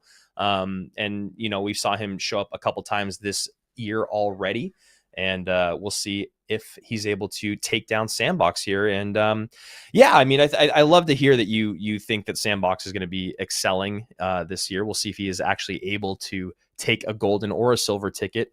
And yeah, I mean, you can see both these guys. They look pretty dialed in at the moment. Yeah. Yeah, I did play against Viper on ladder the other day, and I was like really expecting the hog rocket. And then he was just playing like some meta. I think it was like either meta Graveyard or maybe just bait. I was like, wow, I think this is the first time I've ever played against Viper, and he wasn't just one-tricking hog rocket. I think he's really starting to take Clash Royale League seriously and branch out when it comes to, you know, playing every single deck. I think that for the first time in my life, I look at the name Viper and I don't just think Hog Exe. I think this is a CRL level player who can play anything. I'm talking about CRL World Finals. Viper was eliminated in that round of 32 back in 2021. That was a brutal gauntlet of single elimination back in 2021, something that a lot of the pros weren't super happy about. But, you know, the best still came out on top, and That was when Mugi won a world championship. And Juicy, as you said, I mean, I know we weren't expecting Hog Rocket, but, you know, just seeing Viper run something different here, obviously in game number 1. Seeing Tombstone come out with RG. So a little interesting mix here for the Frenchman. Yeah, I actually played this deck yesterday as well for like a deck request in my stream, and it's honestly really solid. It's just basically the canyon for some extra damage, and then you cover your bases really well with the Furnace and the Mother Witch. Probably Viper's looking for Sandbox's best deck, which is Graveyard for sure, but he doesn't get the snipe. Looking at the matchup overall, I mean, maybe I'll give it to Sandbox. I feel like Sandbox could get some really good lightning value, but Viper are just doing a fantastic job already, getting some damage in and getting that elixir advantage and trying to press even further here with the Fisherman at the bridge. Yeah, I like that Fisherman at the bridge, already recognizing what deck he's going up against, knowing that the Mighty Miner isn't in cycle, just getting pressure right on the ground as fast as possible. Takes a huge damage lead, already up by 700 HP. So nice heads-up play there from Viper, and he's going to have a decent way to deal with these piggies. You know, the Furnace, the Bar Barrel, and obviously the Skeleton King, Tombstone, of course, to pull them to the middle of the map, and that's exactly what Sandbox was thinking with the Baby Dragon over the river. Yeah, Mother Witch dropping down. Mother Witch is just the MVP already. You know, not doing anything crazy like versus a Graveyard, but still doing a fantastic job. And now the Roll Giant, the Blade with the Skeleton King behind. I haven't seen this, but it's going to work out pretty well for him. But the Roll Giant just doing a good job of flanking. Mighty Miner does get pulled. The double cannon actually defends pretty well. Will Sandbox get some piggies? The thing is, he spends so much elixir on defense, he doesn't have the opportunity to attack, and Viper just continues to press the advantage. Yeah, and this is one of those things about when you run a deck that is so meta, is that your opponent, you know, has played against it a ton already on ladders, so you start to be able to pick things apart, like that Fisherman at the bridge. You know, if this deck weren't as popular, I don't think that's a play he would have made, but knowing that the Mighty Miner is the only way, and then you saw kind of Sandbox have to furiously cycle back to something on the ground. So really great stuff here from Viper so far. The early Skeleton King ability. Interesting. No Mighty ability. He goes Evo Cannon and the Esports instead to try and keep the Mighty alive. A Fireball dropped down onto one of the Dragons, but another one's going to drop down. And here comes the Lightning from Sandbox. Finally. Will he go for the piggies? I think he do. Yeah, he goes for the piggies. Mother Witch is getting splashed by the Dragons for a second, and that means the log takes it out. Yeah. Wow, big shift in momentum here as Sandbox finally has a good defense plus counter push, and he's just 200 damage away from getting even here with Viper. And I love that Sandbox used the regular Baby Dragon late to protect the Evo Baby Dragon, which we saw created a lot of damage there, and obviously a lot of discomfort defensively, as we saw that Mother Witch get taken off the board a lot earlier than Viper would have liked. And then also, at the same time, he gets the Evo Baby Dragon back in cycle for another defense. So, I mean, that's really just the power of a 2-cycle Evo, or a 1-cycle Evo, sorry. He just, it seems like he always has that Evo Baby Dragon cycle. RG at the bridge here. There's the Mighty Miner trying to take the cannon off the board right away. Ooh. Great late skeletons there to block. Yeah. Now RG does get one shot, but and there's the big counter push though. Double dragons. Evo Furnace does get taken out. Lightning dropping down just for damage. Only 30 seconds left. I don't know if that's the right play. Viper drops down. Ooh. He's ready for the piggies. One of them breaks through. It is getting some damage. This is close, wow. Andrew. It's still there. And obviously Sandbox has the advantage with the lightning if he needs. We'll see if this RG is able to break through. Fishboy gets reset. Wow. Fishboy gets reset. That was a perfect spirit from Sandbox. 7 seconds left. It's still close. Lightning drops down. Viper with the fireball, but it's not enough. He needs something else. Wow. And Sandbox wins the game. Big celebration from Sandbox. That's why I love this guy. Oh, love to see it. He is hyped on himself, and you love to see that from Sandbox. Yeah. And Viper, I mean, that was such a well-played game by both of these guys, and you love to see the patience there from Sandbox, kind of recognizing the trouble he ran into early on in the game, then recognizing what he needed to do to change up that conversation. There was one thing that Viper kept doing, which I know he's kind of forced to do it, which was he was playing the Mother Witches and the Furnaces right up at the river. The whole point of that is to avoid the lightning, but the problem is that then you give that cannon or even Evo Cannon so much value every single time, being able to snipe off those units that are there to take out the baby dragons. Yeah, true.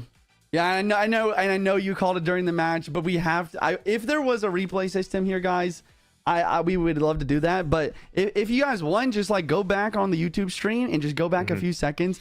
That last Electro Spirit from Sandbox was just so pivotal. That's the only reason he really won, because the Mighty Miner was going to get pulled by the Fisherman, and the Royal Giant was probably going to at least get some damage, or at least apply enough pressure to be able to get more fireballs and prevent Sandbox from lightning cycling. But the E-Spirits chained through the Royal Giant to a Roll Hog to the Fisherman, which reset the Fisherman from pulling the Mighty, and then Sandbox with the good skeletons as well to distract the Fisherman. So the Mighty melted the whole RG.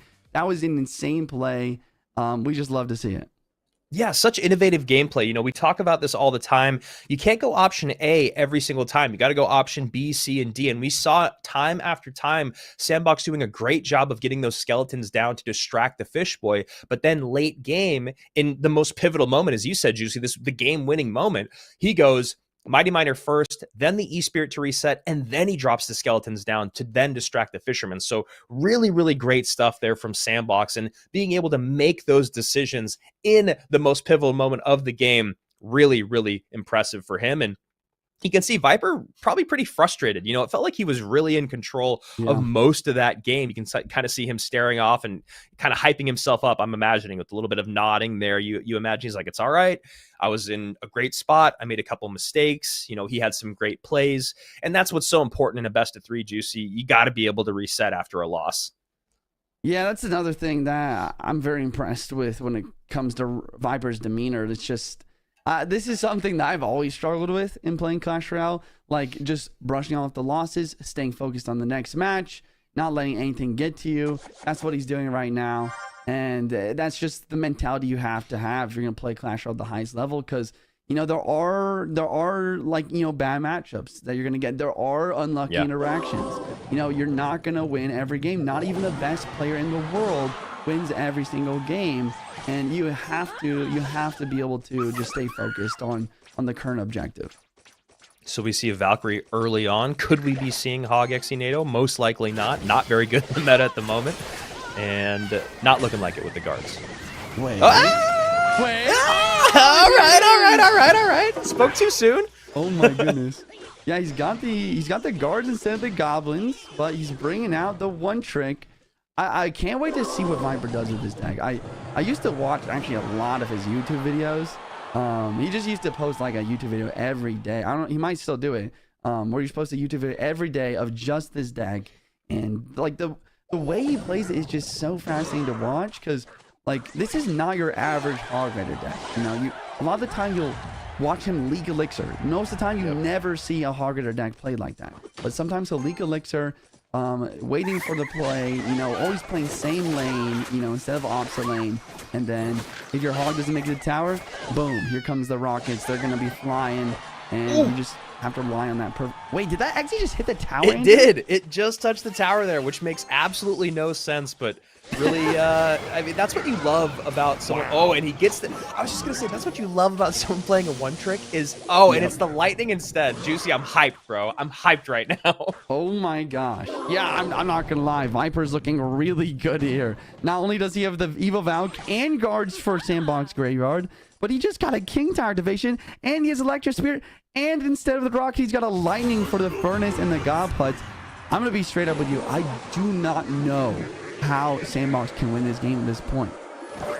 I love it. I love that, like, no one's playing this deck right now, but no matter when, no matter what the meta, no matter who it is, whenever Viper is running this deck, you gotta feel the pressure.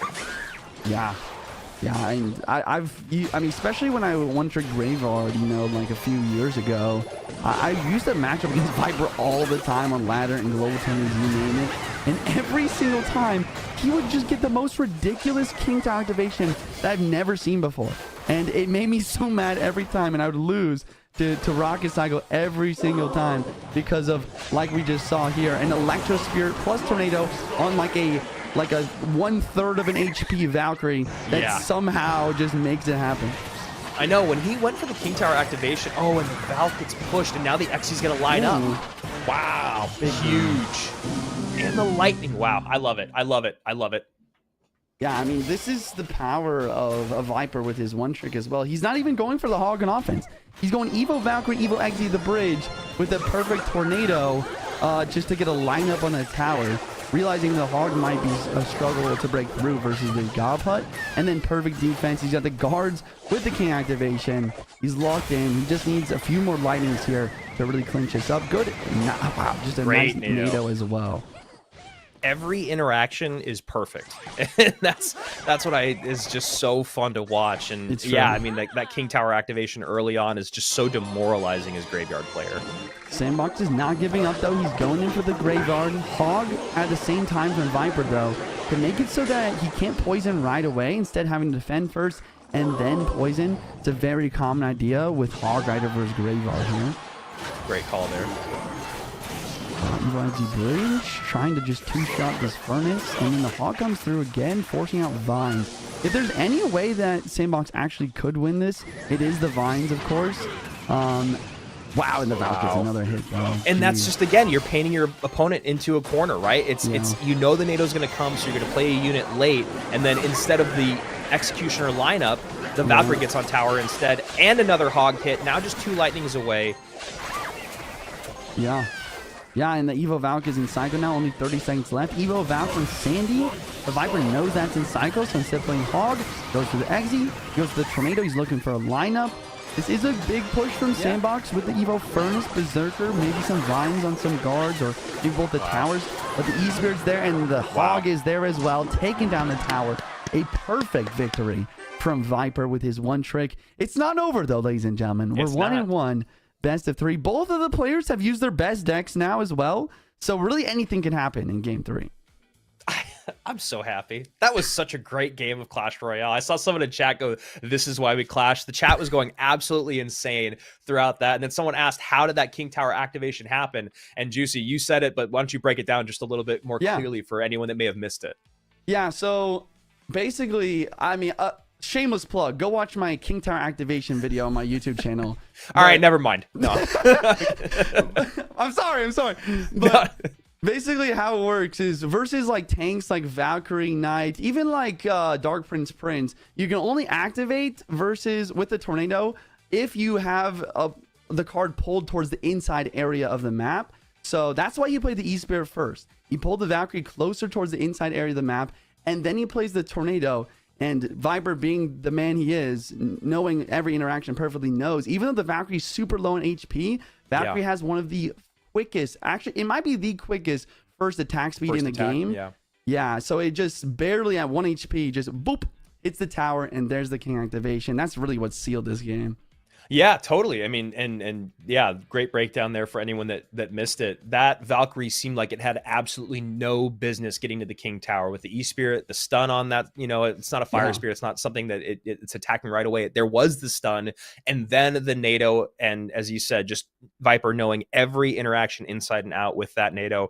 And also, like you were talking about earlier, when you were tricking Graveyard, how demoralizing that is when the King Tower gets activated, and then where you have to start using your vines, right? Where you have to start using your spell power is you cannot do or place the vines where you would normally want to place them on a graveyard. You have to hit the King Tower every single time. And the way that vines works, if you're hitting the King Tower and the Princess Tower, all of a sudden the units that it's going to lock down, you know, exponentially drops, right? So really, really well played there. As you said, one tricks are out the window, you know, their deck of choice. So now here in game number 3, I'm really, really excited to see what they're going to bring out. And also when you talk about the confidence, right? You saw how hyped Sandbox was after game 1. Viper tried to stay calm and collected. He bounces into game number 2 with, you know, some of the best Hog, Exi, NATO, Lightning gameplay we've ever seen. So you have to imagine both these guys feeling kind of reset, maybe even Viper in the lead when you're talking confidence. Okay, Viper with the Drill Evo Snowball, Sandbox with a Gold Knight, a Berry, and then the Pancake Tower, maybe E-Giant? Is this E-Giant? Yeah, I mean, it feels like those are all the pieces of E-Giant. No, there's the Goblin Giant. I was too hopeful. You could dream, Juice. You could dream, yeah. Yeah, good Mighty Miner here from Viper as well. Going to give the Goblin Giant decent. Does retarget. Goblin Giant getting some damage. Decent counter push, though. see what Sandbox does here. And that's a demolisher on tower. Yeah. And the ability with the late. No. Yes, there we go. Yeah. Got a good call there. A lot of damage. Taking it down to 2049 already. God Machine in the back. That leveled up on the God Machine is just such a menace, making every rocket ability just so much stronger. Wouldn't be surprised if I see a God Giant Bridge here either. With 3-card cycle, he might have it back. But after seeing the Inferno, just resetting the P.E.K.K.A here. Makes sense. Yeah, and a slight head tilt there from Sandbox after seeing the Inferno, which is a pretty great counter, not having a lot of ways to reset. Obviously, the Vines is usually there, but Vines already used. Yeah, and Lightning already used too, so I'm really wondering if these last 2 cards are. Maybe we're going to see like a Curse and a Zap. I mean, it's possible. I wouldn't be surprised to see some arrows either. He does have the Electro Wizard. Good versus the Mighty, not great versus Inferno, but it's pretty good versus Inferno in this situation where he doesn't have enough Elixir to play Inferno plus to block Ewiz. And there's the Curse, like I mentioned, and it's just making this push so menacing. Evo Snowball full on defense. God Demolisher goes wall breaker mode though, and it doesn't help on defense further. And then more Elixir having to be spent here on defense. Now down to only 3 Elixir, where Sandbox is at 9 now, so ahead by 4 it looks like. And how do you feel about the Demolisher in general and in this deck, Juicy? It's obviously a card that's not used a ton right now. Yeah, it's honestly pretty solid, and I kind of like in this situation, knowing that the Lightning, the Vines are out, even the Poison's out. But overall, it's really only good in Drill. It's getting decent value here, as well as with the Inferno, though. So, I mean, I actually do like it in this specific deck. Okay. Yeah, just curious, because we don't see it a lot. And nice Vines there. Wow. I would have loved to see Viper just kind of hold a little bit more so that he was able to get into double Elixir before he got super aggressive offensively, just because then he would be able to get Infernos out on defense. Probably something that he kind of learned from his mistake earlier on, as we see the damage kind of evening out. 1645 to 1425. Sandbox currently in the lead as another Inferno comes down. There's just no way to get on top of that Inferno tower.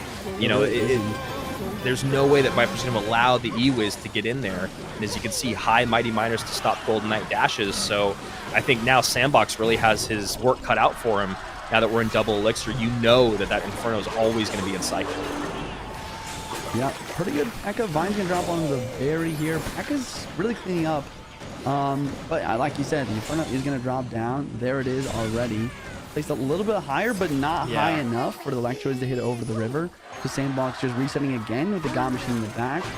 It's going to be tough. It's really going to be tough for Sandbox to connect. He's going to need a big breakthrough with like a dual lane pressure or maybe like a lucky Golden Knight dash. I think if Sandbox wins this game, it's going to become a good Golden Knight dash. There's one right there. And there's one right there, Juicy, as you call it. He goes opposite lane with the Goblin Giant, as you were saying, and then gets the Golden Knight dash in. Still within reach, though. We know how quickly that drill damage can stack up. Drill to the front, bomber to the back. There's the Vine, so you imagine you should see maybe a Goblin get on? Nope. 1149 as the Golden Knight comes down as well. Goblin Giant's probably going to drop here. Obviously dealing with some Goblins. Okay, Drill, though. Heck on defense from Sandy now. He's just fine to just keep defending, and then here comes the Golden Knight, and we're probably just going to see the monstrous push drop here. Yep, and there it is, Juice. Wow. Oh Goblin Giant behind, P.E.K.K.A. up front. That's a level 12 P.E.K.K.A. that is completely unscathed. Yeah, Evo Snowball trying to buy some time to keep him alive. Vines as well. God Demolisher is going to run in here to try to deal with everything, but this push continues to stack up, and that Golden Knight is there. Will we see the dash? The patience on the dash here from Sandbox is really smart, and he doesn't even need it. Big celebration from Sandbox. Yeah. Oh my gosh, let's go. 2-1. Taking Viper down.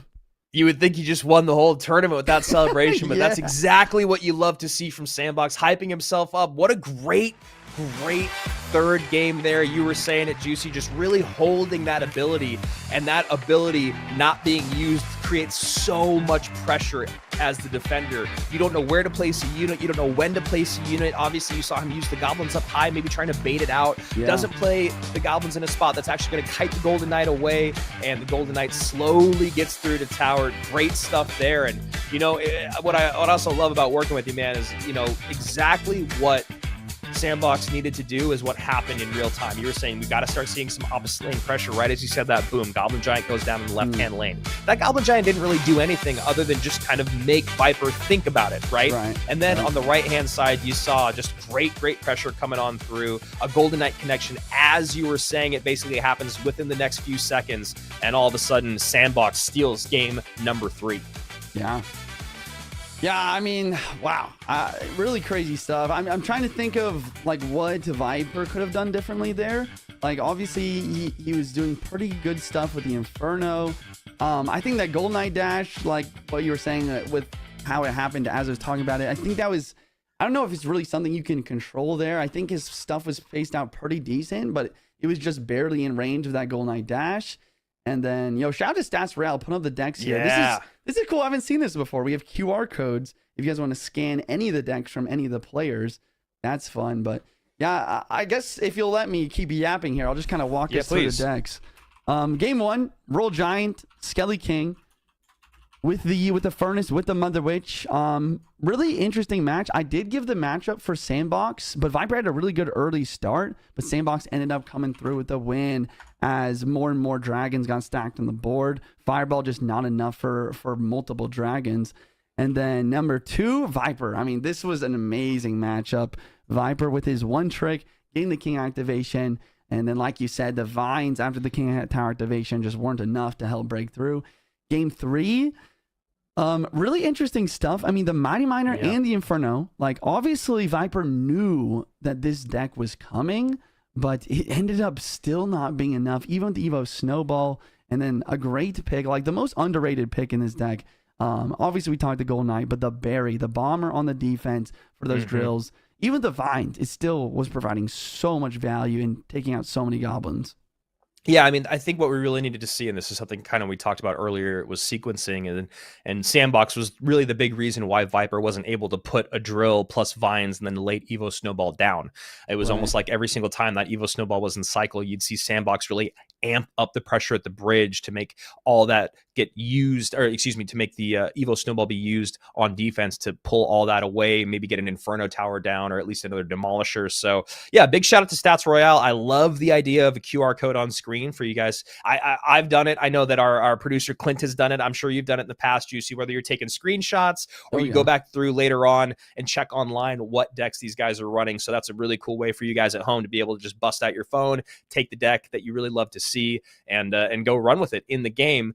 Here we go. We're finally on to our second round here as Mugi, Assaf, Sweep, and Viper wait down in the wings in that elimination bracket.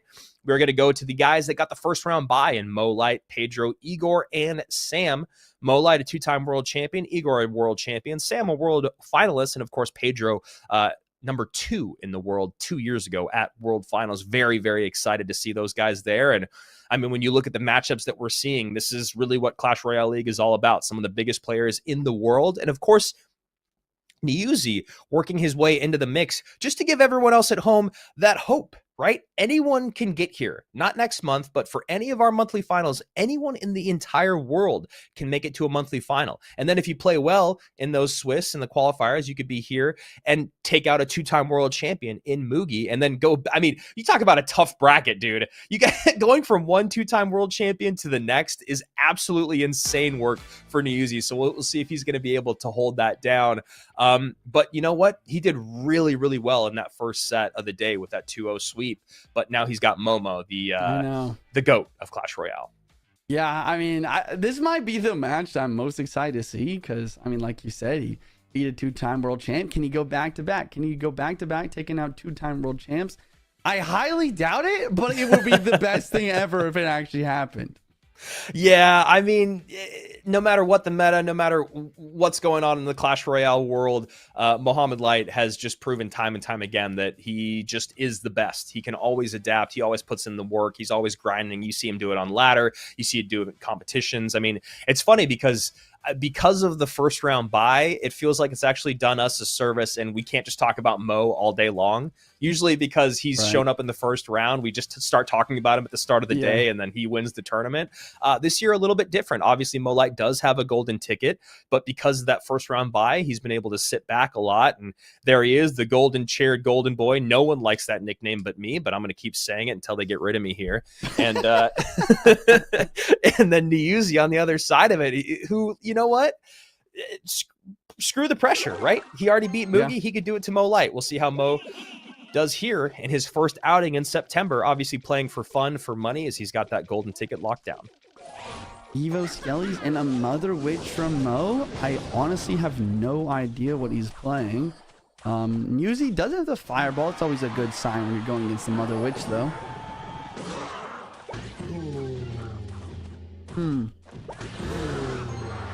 Let's see. Mother Witch is the most annoying card in the game for me. I love her and I hate her. I might have to agree with you. As a former Graveyard player, I mean, she was literally one of the main reasons I stopped one-tricking Graveyard. Yeah, she destroyed Mortar Bait for me, so. True. So Mo looking like he's going RG with, right? Yeah, both RG maybe. Interesting. This will be fun. And great ability there. Wow. That's a lot already. And you see skeletons behind the Mother Witch. Great play there, looking for whatever was going to be dropped on top. Now the minions, no elixir in the tank as he ticks to 3. What's he going to do? Wait till 4 to get the Ewiz down? No, Ewiz is not in cycle. That's a late fireball and tower down. And as quickly as Molite showed up on screen, did a tower fall, and he hasn't even played his win condition yet. I like after the tower drop, he looked at the camera real quick. He's like, let's go. Yeah, you're like, bro, come on. You've been absolutely dominating the minute and a half of this game. Give him a chance, Mo. Give him a chance. Oh my gosh. The Mother Witch. Wow. I mean, she has just done so much work this game. Yeah. No, yeah. Like Mother Witch is literally, I don't know how, but it's literally just winning the game. He tries to go for a barbell to strike the king to get the Evo Larrys on tower. Now that would have been truly brutal. And the chat obviously just losing their mind over Mohamed Light. I mean, I don't care. I don't know why, but for the past 4+ years, people are saying Mo Light's washed. You know, there's always that person. It's not this year. Not going to happen. He's lost his touch. You know, he's taken some damage. He's not the Mo Light he used to be, and there's just levels to this game. That's exactly what I've been thinking for the last 2 minutes. After seeing that tower drop within like the first like 30 seconds or whatever, I was literally just like, there was simply levels to this game. Niuzi did a great job first round. He's playing against another 2-time world champion, Mugi. He did a great job. He won. He goes into play against Mo and loses tower in 1 minute and 30 seconds to a Mother Witch Monk combination. And whether it's like Mo is just that much better, or you know, also we also talk about something we call the Mohamed Light effect. You know, he is so good at the game and his win rates are always so high. I genuinely do think that a lot of players do get nervous and play like a little bit lower than their peak gameplay versus him, just because there's just so much pressure, man. There's so much aura coming like from the other side of the map. Yeah, and then I think there's the other side of that when you try to be like, nah, he's just another person. He's just another guy with a phone, and you get a little over aggressive, as we saw, or maybe you don't pay as much respect as you need to, because you know, Mo, he's always gonna, I mean, you saw almost every single time that Niuzi did something, Mo was like a step ahead of him, whether it was the fish boy at the end of the game there to catch the other fish boy, you know, what we saw at the bridge with the Mother Witch, the baby dragon battle, and then those late skellies. The fisherman's up high. Some, you know, there's two sides to that conversation. There's one where it's like, oh, well, the skellies and the Mother Witch maybe will take out the fisherman, but really it's about baiting out elixir in the wrong spot. That fisherman came up high at the bridge. He's not down there to help the piggies on the tower, right? And now he has absolutely no elixir. Then you get the late minions. Mo knows Ewiz is out of cycle. It was just played 2 cards ago. So as he's ticking to 2 and 3 elixir, you know he can only fireball. Tower goes down after the fire. Like, it's just all so perfectly orchestrated by Mohamed Light. And I mean, it doesn't get cleaner than that. I mean, we did end up seeing a lot of damage come in on that left-hand tower, but that was really kind of negligible because I think Mo started to overextend himself create more offense so that Niuzi couldn't get back on offense himself, like with the skellies and the bar barrel in the pocket. Yeah, that was that's how you knew Mo was just like it looked Vibing. like he was just he looked like he was pub stomping. Like he was like, I already took a full tower in a minute 30. I'm gonna go Evo Skelly's bar barrel in the pocket and just try to 3-crown you immediately. That would have been really wild. But I mean, Niuzi, he defended, he went on the counter push. Well, the real question is, like, he bounced back a little bit in that game. Can he bounce back in the second match? I think that's gonna be I don't know. I feel like it's just hard to do. No, I mean, not only versus Mo, but like losing that quickly is just just hard to come back from, I think. Yeah, totally. Because, confidence-wise, that game was over. And I think not to say that Mo doesn't respect Niuzi, but maybe there's other competitors in the world that he's played more, that he knows better, that he might have a little bit more respect for. I can't imagine he would have gone for that bar barrel in the pocket, like if he had thought there was even a chance that he would be losing a tower. So let's see what Niuzi can do here in game number 2 with the dominant Demolisher Evo Witch deck with Gob Giant, I'm sure. Yeah, this is another common thing that you see versus Mo. It's like, okay, you can't outskill him. Let's just play the super meta, super OP, no brain Goblin Giant Evo Witch deck. But then every single time, Mo is ready for that. He knows that that's going to happen. He knows that's what everyone's thinking. So he brings Evo Valkyrie, super quick cycle, Vines. This is one of the only other cycle decks that can counter this deck. We have the Piggies deck, and then we have this Hypno bait deck with the Evo Valk. And even this time, usually like we talked about, this deck doesn't have a building. He just brought the cannon, just in case. Makes it even better for him. Just in case, why not? Why not? And, got to shout out Alan, right? Not only does Alan get so hyped for Mo at World Finals, but doing such a great job, the two of them working together. And, like you said, Juicy, this deck does not usually have a building. And obviously that cannon plus the Evo Valk is going to make it very hard to break through. And then the other part of that conversation is the Dart Goblin. How do you deal with the Dart Goblin? Yeah, I mean, most likely he has Vines. Vines is pretty good versus the Dart, but if you're gonna Vine the Dart Gob every time, then you can't Vine the Evo Valk or the cannon for that matter. So it really is a pick your poison type of situation. And I love the Fire Spirit at the bridge. Get that fireball worth the damage on the tower. With a deck like this, that again, you have to kind of perfectly sequence and put together a huge push. You just gotta always eat that Fire Spirit damage. So great stuff there. And there's the Vines on the Dart Goblin, but as we were just talking about, now you don't have it for the cannon. And there's the Evo Valk up high. Yeah, maybe this is an opportunity for Niuzi here. I think that with the Evo Valk out of cycle and the Evo Witch in cycle, I mean, he sees it. He's going for it. He's going to drop the Gob Giant bridge here. We'll see if this is enough to break through. Will we see the Vines drop down in the Dart? That's the next question.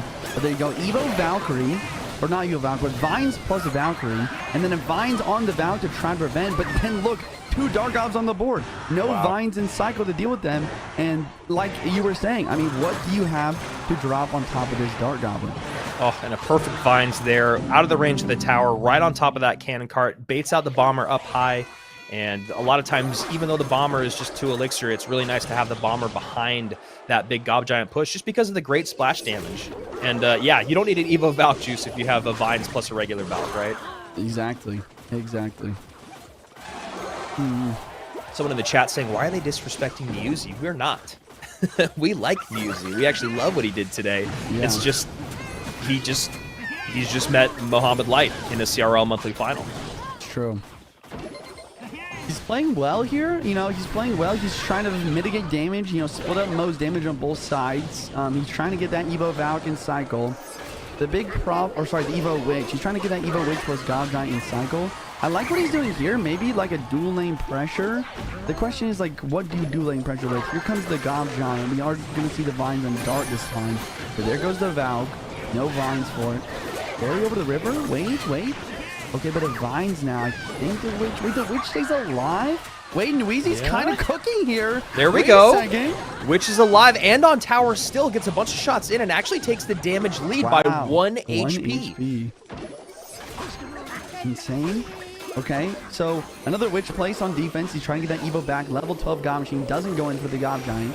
Vines plus Evo Barrel here. Gob Giant to defend one side and a Barb on the other. 2 Dark Ops is kind of scary, but a cannon card does drop down. This is getting close, Andrew. Yeah, I mean, getting close, but Mo, with 25 seconds left, keeping up the pressure on that left-hand side, has the Evo Valk to pull back that Gob Giant, and I think that's the nail in the coffin right there. 19 seconds, not enough time, especially with the Vine spell in Mo's deck. So Dark Goblin plus Berserker, there's the high Valk. It's a big push. It's a big push, though. Wait, 6, 7 seconds. Skeleton's on. Nope. Wait, Witch is still alive. Mo's just trying to stall out, gets another Valk down, and there it is. Mo with a 2-0 sweep versus Niuzi, just taking him down and saying, you're not beating two-time world champions today. Yeah, and then Mo with that menacing smile. One of the most terrifying sweet smiles you'll ever see in your life if you're playing Clash Royale against him. When he looks up at the camera and he gives that smile, knowing he just did exactly what he does and has been doing for almost half a decade now. When you talk about dominating the sport, the esport, I should say, of Clash Royale. And Mo wins like he always does. Big time win there. Dominant in game number 1. In game number 2, Niuzi, I mean, I'm excited because I could really see Niuzi go for at least a short, maybe even long lower bracket run, because he did some good stuff there in a game that felt like it was completely out of reach. Juicy, I mean, you say this all the time on your stream. You guys, you'll never see me give up. I will play till the final second, and that's exactly what Niuzi did, and he definitely put the pressure on Mohamed Light. Look in the decks here on game number 1, RG from both players. Honestly, I think after the stream, I'm just gonna have to go back and like rewatch this. Like, this was just a masterclass from Mo. It's like a fairly similar matchup, but you could even argue that Mo has worse Evos. But he made that Mother Witch look like an Evo, because using the Mother Witch paired with the Monk to prevent any spells to drop on top of her, he just overran his opponent, and then using the Fisherman to snag the opponent's Fisherman, like you said as well. It just wow, it was wild. And then game 2 here, we saw Mo just prepared, right? Like I said, prepared for this Gob Giant deck. The Evo Valkyrie, the Cannon, the Quick Cycle. This deck is really just built to try to deal with this. And then not to mention the Evo Barrel plus Vines. Like, as we saw, like Mo going for the Evo Barrel and then almost just prediction Vines. Every time he had the Evo Barrel, he went prediction Vines for a Bomber or for really anything. On whichever side he believed that Niuzi would not use the Barbarian Barrel, and he got it right every time. So just a masterclass both matches from Mo here. Yeah, and you know, the Vines just really showing its synergy with so many cards, whether it's the Vines plus the regular Valk or the Vines plus the Evo Valk if you're dealing with units in the air. We saw the Vines coupled with the Dark Goblin to take out a cannon cart, the Vines coupled with the Barrel, as you're talking about, but also the Vines with the Wall Breakers. I mean, it just really opens up the way that, you know, a lot of times when you play Wall Breakers late game, they're kind of just to pull out spells or cards from your opponent. They're not actually really that offensive anymore, which is why you've, you know, historically seen it with another win condition like Minor and stuff like that. But it's really cool to see the Vines make cards like Barrels late game, like Wall Breakers late game, still really effective. So here we go. Mohamed Light using that first round bye, picking up those 2 games very quickly as we've rolled through the day. We've had 3 sweeps and we've had 2 games go to game number 5. We'll see what happens here with Pedro and Ian. And this is where the pedal really hits the metal for these guys. Obviously, Mo Light is in a whole nother level, right? He just has been for a very, very long time. But if you're any of these next 6 players in Pedro, Ian, Igor, Riley, Sam, or Sandbox, this is the caliber of player that you're going to get at World Finals. These are the type of games that you need to go to the game 3. You need to dig deep. You got to really put your coach and analyst to the test. This is where stuff really, really has to come together for you if you want to have a chance at beating someone like Mohamed Light at World Finals. Then you add the stage, then you add the crowd and the noise and all that, and all of a sudden it becomes exponentially more difficult. Yeah, I'm excited for these next matches. You know, we talk about like what does a bye like do to your mental. I mean, obviously Mo doesn't affect him here. You know, you're not really in the mix of things when you have that bye, but you're able to kind of like see and prepare for like kind of the ideas that your opponent is running. Next up, we have this Pedro versus Ian. You know, Ian already qualified. Pedro, he does have a silver ticket.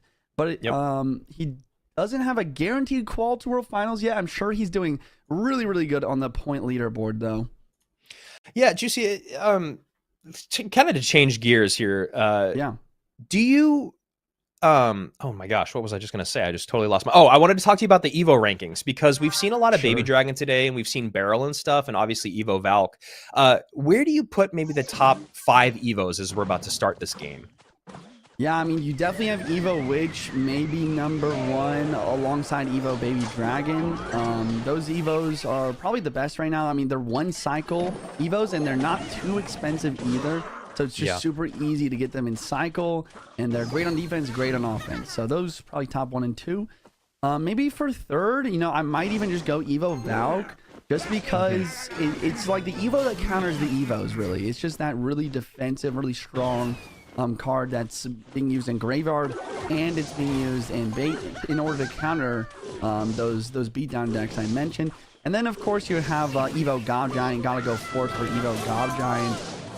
Even after the emergency nerf, it's still so strong, especially when paired with a Pancake Tower. Getting the upgrade on the Gob Giant makes it so that the Evo Gob Giant, when it spawns those goblins, it makes it so the tower has to attack 3 times to take out 1 goblin, which is just so ridiculous. And then, so here we go. Oh, sorry. Sorry, and then I'll just say 5th, maybe, I don't know, like a P.E.K.K.A or something. Okay. Just curious, you know, I always like to hear your thoughts on where the Evos rank, especially because, you know, month to month, the ranking really changes with the meta. And here we go. This game, obviously, between Pedro and Ian, we see that Pedro has some good responses to the Hog deck that Ian's running. You know, he's got the NATO, which we already saw a good King Tower activation early on. And, of course, the Goblin Cage, going to be frustrating. Evo Goblin Cage actually pretty good right now in the meta as well, I'd say. Yeah, I agree with that. It's very strong versus the beatdown, and just in general, just another really strong 1 cycle Evo that's not too expensive, you know? Oh, and the Golden Knight dash kind of does Pedro dirty there, going backwards at the end, lining up that Firecracker. Huh. So an Electro Giant at the bottom from Pedro, and then Ian with the Hog. I would say historically, Hog Rider should always win this, but you know, Pedro has the Tornado, he has the Cage as well, and that Evo Baby Drag really just changes everything. You know, we talk about the strong Evos. That Evo Baby Drag is going to be boosting the E-Giant forward at lightning speeds, but you know, he's going to have to continue to defend as well. Another Hog Rider push. Correct me if I'm wrong with this, Juicy, but it felt like maybe the first announcement of the Baby Dragon and maybe the first couple days of the Evo Baby Dragon being out, people thought it was going to be super underwhelming, and as you just said, maybe the second best Evo in the game. Yeah, I think you're right about that. Yeah, even me, it was like I couldn't tell if it was good or bad or what the deal was, but I think that it just took people a little bit to figure out like what cards synergize well with it. And I mean, as we see right here, I mean, it's just speeding the Brawler to the tower. It's one-shotting the Firecracker, and then just gets on tower as well. And he just calls the good game. And I wouldn't say like Ian made a crazy big mistake here. It's just this Brawler just moving at unheard of speeds. It's just insane. Yeah, it's like what I was talking about earlier, is just the interactions that you've come to know and love so well in Clash Royale just get changed up by quite a bit with that speed boost. And yeah, I couldn't agree more. I think it just took people a second to kind of figure out what cards play best with it or synergize best with it. And right now, you got to be at least a little bit happy. E-Giant has not been super popular for quite some time. And, you know, I saw you run it when the Baby Dragon first came out, and you had some fun with it. Do you think it's still viable on ladder, or do you think it's just more of a dual mode situation matchup-wise? I do think it is actually viable. I've played against it a few times and even lost versus it with the Evo Baby Dragon. I actually really specifically like Pedro's variation though. The Evo Cage is great, and then the Mother Witch. I think that E-Giant can struggle versus Graveyard, but the Mother Witch really just covering the bases here. High Mighty Miner here gets retargeted on top of the Golden Knight. Then there's the dash. And the Mother Witch at the bridge to help take things out. Ian going for EQ cycle. 1758 to 1479. Ian is in the lead as we see an aggressive E-Giant at the bridge. Evo Tesla helps take out that Mother Witch with just a little bit of HP remaining. And we'll see if Pedro can break through again or not. There's the lightning. Ian's defense is really solid here. The Firecracker Evo slow is kind of negating or helping versus the Baby Giant's speed. And then, wow, this is getting close here. It's 10 seconds. It's lightning versus EQ. one lightning gonna drop down. Can Ian get back to another earthquake? I don't think he can. And Barbaro can't hit. Oh wait, he's in the lead. Oh, and there's the NATO, 2 HP. Oh, the firecracker almost shot. Oh Wow. The 2 HP game. Oh my gosh. Pedro's You all love smiles. to see it. Wow. Wow. I don't know what I've just watched, Andrew. What did we just witness? I mean, you've got one of the arguably top 3 Hog EQ players in the world, and Pedro's able to out edge him just by 2 HP. 2 HP, and you know, a lot of that comes with the Baby Dragon, right? The Baby Dragon Evo with that brawler early on. That's the really big difference here. Otherwise, as you were saying, Juicy, I mean, Ian had such a great showing of his defense as that game went on. I mean, that was absolutely incredible. And also, you said earlier, and you know, as an E-Giant player, Hog should win that matchup most of the time, but that Evo Baby Dragon changes the equation. Yeah, just still trying to think back of what just happened. I mean, it was a great offense, great pressure from Pedro. Ian really controlled it, though, with the Evo Firecracker. I really liked him placing the other lane, preventing lightning value. Yeah. And then the dust settled. No one was really attacking because both players realized they couldn't break through. And then it was a lightning from Pedro, an earthquake from Ian. I honestly thought Pedro had it with just the lightning. And then the Barbaro came through. If Ian had the log, he would have won. But the Barbaro doesn't reach the tower, and then the tornado just barely doing enough. That's crazy. I know, because it was like, oh, it looks like it's just going to be a spell cycle race here at the end, and Pedro has a little bit of an advantage. And then all of a sudden I look again, and somehow Ian's in the lead with an earthquake coming down. And yeah, wow. I mean, that's as good as that's exactly what I was saying as we were about to start this game, right? Is that like when you're at this level, when, you know, the tickets on the line, the golden tickets on the line, obviously Ian already has one, but this is the caliber of gameplay that we want to see at the World Finals. In a 2 HP game, we love to see it. And Pedro with a big smile on his face. He's kind of historically been known as a guy that plays his emotions, or keeps his emotions pretty close to his chest.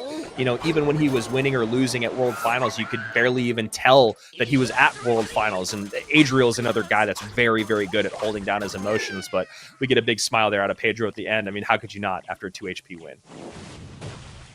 Yeah, I'm having a couple of people in my chat kind of school me on what makes this matchup a little bit more difficult for Ian here. So there's an Electro Spirit. It's true, like Electro Spirit is not good as Ice Spirit versus Electro Giant because it doesn't stun it for as long. Obviously E-Giant cannot reflect when it is frozen or stunned, so the E-Spirit makes this a little bit difficult. And then the Barbarian Barrel, really, I mean, we saw it do pretty well versus the Mother Witch, but not having the log to knock it back to E-Giant definitely makes defending that pretty difficult as well. Even despite that, though, I think I was really impressed with how Ian defended the E-Giant. I think the E-Giant made the tower the whole game. It was really just that brawler sped up by the Baby Dragon Evo that we mentioned a few times. Well, Juice, if there's one thing I've learned about commentating is if you're ever feeling good about yourself, just go read the chat. Yeah. 8 years of being humbled by the chat, and we love you, chat. Absolutely. Here we go. Game number 2, 2 HP, the separator in game number 1, and we're going a lot heavier here in game number 2, at least on one side of the board.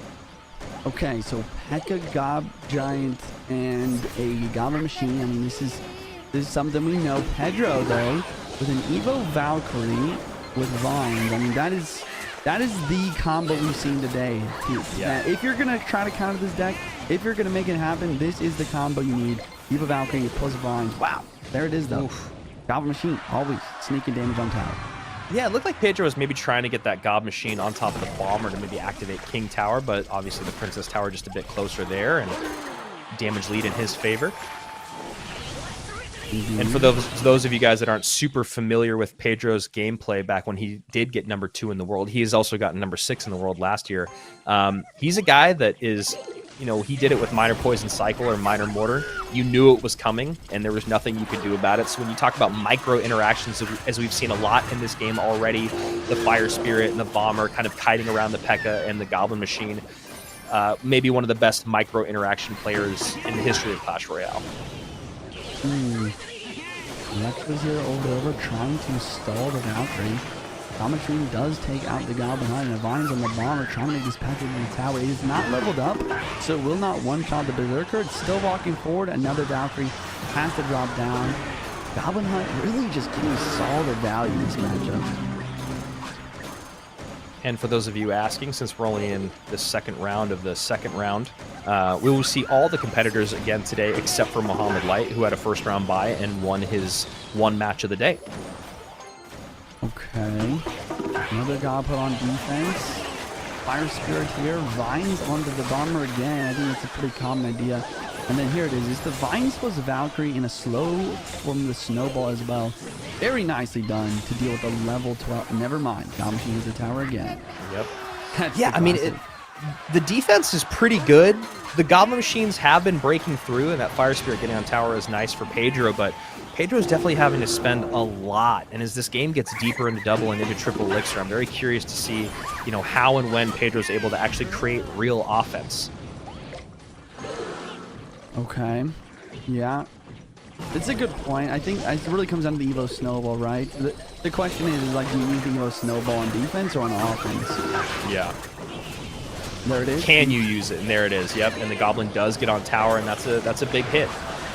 Yeah, it's a good point. Can you use it? It's definitely not. It will use it. Can you? Because now you've used it on defense, and here comes a level 12 God Machine with a P.E.K.K.A. and an Evo God Giant. I mean, this is an insane push. Yeah, I'm sure he's wishing he had the Evo Snowball for defense right now. And that's a great arrows there too. Fire Spirit, I don't think even jump, takes out the Bomber just in time. Valkyrie is going to come down. There's the Vine, so that Goblin Machine very, very healthy. Bomber distracts for just a moment, but the Spear is getting on top of tower as well. 1605, 1912. Goblin Giant at the bridge. There's the Evo Valkyrie. Evo Valk is really stopping this God Giant in his tracks. He's trying to push forward. Only 10 seconds left. Another drills and cycle. Does he have the Evo Snowball? He has a nice Vine to protect. He has the Evo Snowball. There it is. He does have the Evo Snowball? Is it enough? And it hits. The arrows are early. The arrows are early. Oh my gosh. And wow. Pedro, he just 2-0 sweeps Ian by a matter of 2 HP in the first game and only 100 in the second. Ian, I mean, he's smiling. He's happy for Pedro. That's the sportsmanship we love to see. Yeah, I mean, I do love that about both these guys. And you know, I don't know if I could have that smile on my face after losing a game by 2 HP and then by 106 HP. I mean, we're talking about 2 games that are separated by less than 110 HP. Pedro coming out on top, gets the great defense over and over. He did such a good job of using the regular Snowball on defense and having the Evo Snowball for offense. And I think that's really what you have to do. You just have to force that situation. And if that means that you spend an arm and a leg defensively just so you can get that Snowball down, the Evo Snowball on offense, that's exactly what you have to do. Great stuff there from the Brazilian. Wow. Looking at the deck, E-Giant from Pedro. We love to see it. Taking a 2 HP win versus Ian. Ian played this really, really well. Just wasn't quite enough after that brawler connection. Game 2, I mean, I think that once again, I've said it probably a million times, but the Vines was Valk on defense. Able to stop the P.E.K.K.A. from just like 2-shotting your Valkyrie just a little bit longer. And then always getting the Evos in cycle. He just seemed like he was playing a Snowball or a Valkyrie every single time he had cycle to get that Evo back. And it's just so important. Yeah, I mean, you say it all the time on your stream. Juicy streams every single day of the week, guys, except for Sundays. Thanks, bro. But that's just what you have to do sometimes, right? I mean, that's literally how this game has evolved, is with the evolutions. So what do you do if there's an evolution? You have to abuse those cards. You have to make sure that they're in cycle. You have to know that there's only one way to win this game, and that's what you do. So every single time you're playing defense, you got to get a Valkyrie down, you got to get a Snowball down. Every single time you're on offense, you've basically got to have that Evo Snowball for the times when you're actually thinking of getting damage on the board. Yes, you're going to send in a drill here and there to see what you can, see what you can do. And there's a random Fire Spirit connection here, maybe some Bomber Splash there. But really, it's just about, I need those Evos defensively. I need those Evos offensively. And he did such a good job of doing that. And there we go. The World Championship rematch from just a couple years ago, Mohamed Light and Pedro, but we will not get to see that until tomorrow, as right now the boys with the buys are showing why they got them. Mohamed Light going 2-0, Pedro going 2-0 for their one match of the day. Now we go on to Igor and Riley. A lot of people in the chat have been asking about, where's Riley? Where's Riley? Well, here's Riley coming out for his second match of the day. and a potentially third if things do not go well for him. Igor, of course, a world champion with Team Liquid, the Mortar God himself. Mortar not very good in the meta right now, so we'll see what Igor wants to come out with. And then we have a really fun one between Sam and Sandbox, two of my absolute favorite people and players in the game. And we got a lot more Clash Royale coming your way, juicy. But next up, Igor and Riley. It's hard for me to say this because I am such an Igor stan. I was there at the Shrine. I was there for his, coming out party, his debut. But I feel like the meta right now kind of suits Riley more than Igor.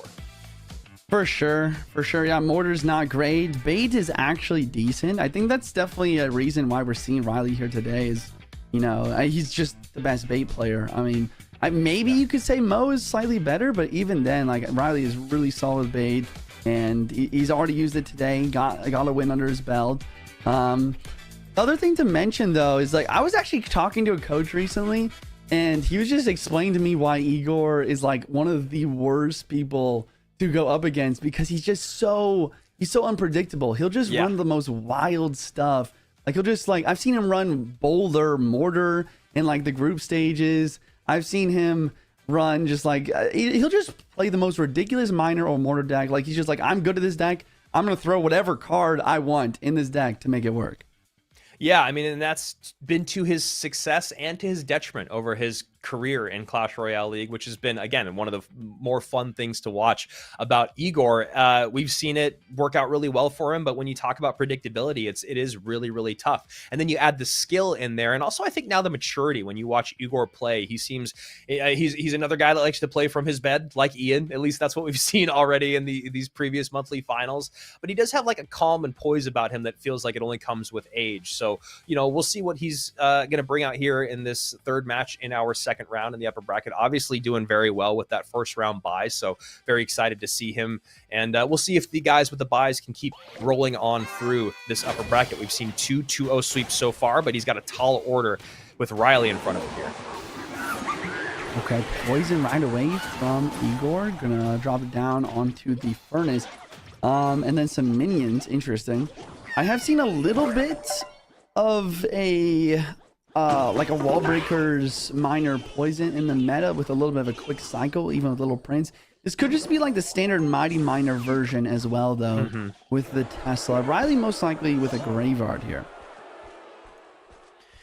Yeah, and the minions, the poison, good responses. Golden Knight, also a great response for the graveyard. Yeah, I honestly have played this matchup, or a similar matchup anyways. I especially with the Golden Knight, though, I think this matchup is really, really bad for Riley, because the poison and minions for graveyard, like you said, and then, well, the Golden Knight is so good versus the Furnace Evo, as well as the God Hut. It's going to be interesting. It's going to be tough. Yeah, and the graveyard, all three of those things. So yeah, that's a good point you make about the furnace. I mean, that was one of the reasons why we saw the Golden Knight get back in the meta, was when the furnace was just so dominant. It felt like a lot of the other champions didn't really have any good response to the Evo furnace. And then the Golden Knight came with his beautiful flowing hair to remind everyone he existed. Yeah, Golden Knight is on the board here. We'll see if he's able to make something crazy happen. It's really, I don't know. Golden Knight just seems like one of those cards. It's like, oh my god, yeah. Wow. Yep. Wow! And on tower, and stays on tower. I was literally about to say it either does nothing or it literally wins you the entire game. It's literally what I was about to say. And this thing is dashing from the Gob Hut to the Fire Spirits, to the Furnace, to the Tower, and now there's another counter push as well. I mean, this card is a menace. Nothing for the miner yet. Has to play the Knight up high first and the poison to deal with all the swarm units. Then the Berserker comes down late. Great use of the Evo wall breakers by Igor as well at the bridge to kind of stop everything from coming across. Not a good tank there for that last graveyard that came in. High Tesla to snipe. And right now, the world champion is looking pretty dang good. Yeah, another Golden Knight here. Wow, yeah, in guards for Graveyard 2 is wild. I'm okay, so I'm just trying to think of like what Riley needs to do to win this if he's gonna make it happen. I mean, there is vines, like anything's possible with vines, I guess. I just don't know. I really don't. Oh, that wall breaker. Nope. Okay. Berserker comes around just in time. Minor damage, though, has been very tough to deal with, and Riley pretty much opting to only use the Berserker to pick up the minors. Makes sense, and there we go once again. I like the Vine play there to keep the Tesla underground for a second to try and get the Furnace on tower. But Igor's ready to rumble, as always. Poison on defense. Barbara will clean up everything. Does he get the Berserker down? No, he has the Vines. Oh, I hate that. That is not what you want to see. I mean, that's been a big part of this game plan for Igor, is to make those Vines be used everywhere other than on top of the tower, primarily on the minions, but we saw right there to catch that minor. And Riley's still trying to innovate late in the game here, and Igor just happy to poison that Evo Furnace off the board, knowing he has such a huge damage lead and has such so many options to deal with the graveyard. Yeah, we are heading to triple elixir. If there's any time to attack, it's now for Riley. Here comes the graveyard and the poison. Vines on the minions, keep them down to the ground, but there's the Evo Tesla. Yep. Evo Tesla also just a great card to deal with the skeleton. Just devastating. the amount of responses to graveyard. Really? Okay, Perfect ability there to take the Fire Spirit out so that the minions can take out the Furnace. Another Tesla comes down. We have 2 Teslas on the board. We get Evo Wall Breakers at the bridge. Now the guards, now the Golden Knight. And Riley has just found himself in an absolutely atrocious matchup in game number 1. Yeah, another Tesla the bridge. I mean, I really like what Igor's doing with these Teslas. He realizes that, and this is the strength of Tesla, really. You can stack them on the board because while they're underground, only Vines and Earthquake are able to hit them. Skeletons are getting some damage, but then the Wall Breaker connect. Yeah. Yeah, wow, that was a really good game for both of these guys, in the sense of, you know, Igor obviously just dominating that game, but for Riley to recognize, like, all right, these are the types of people that win world championships, or guys like Igor. Even if it was years and years ago, he's still a guy that keeps showing up. He's a guy that keeps showing up month after month, year after year, and being able to do stuff like that. We love to see the control play from Igor. He's always been a guy that's been great at playing control. He's always been a guy that's also been playing, he's always been good at control, but he stays hyper aggressive with it. And I think what's happened is he's gotten a little bit older, as he's been a little bit more focused on defense and less on trying to make big swings.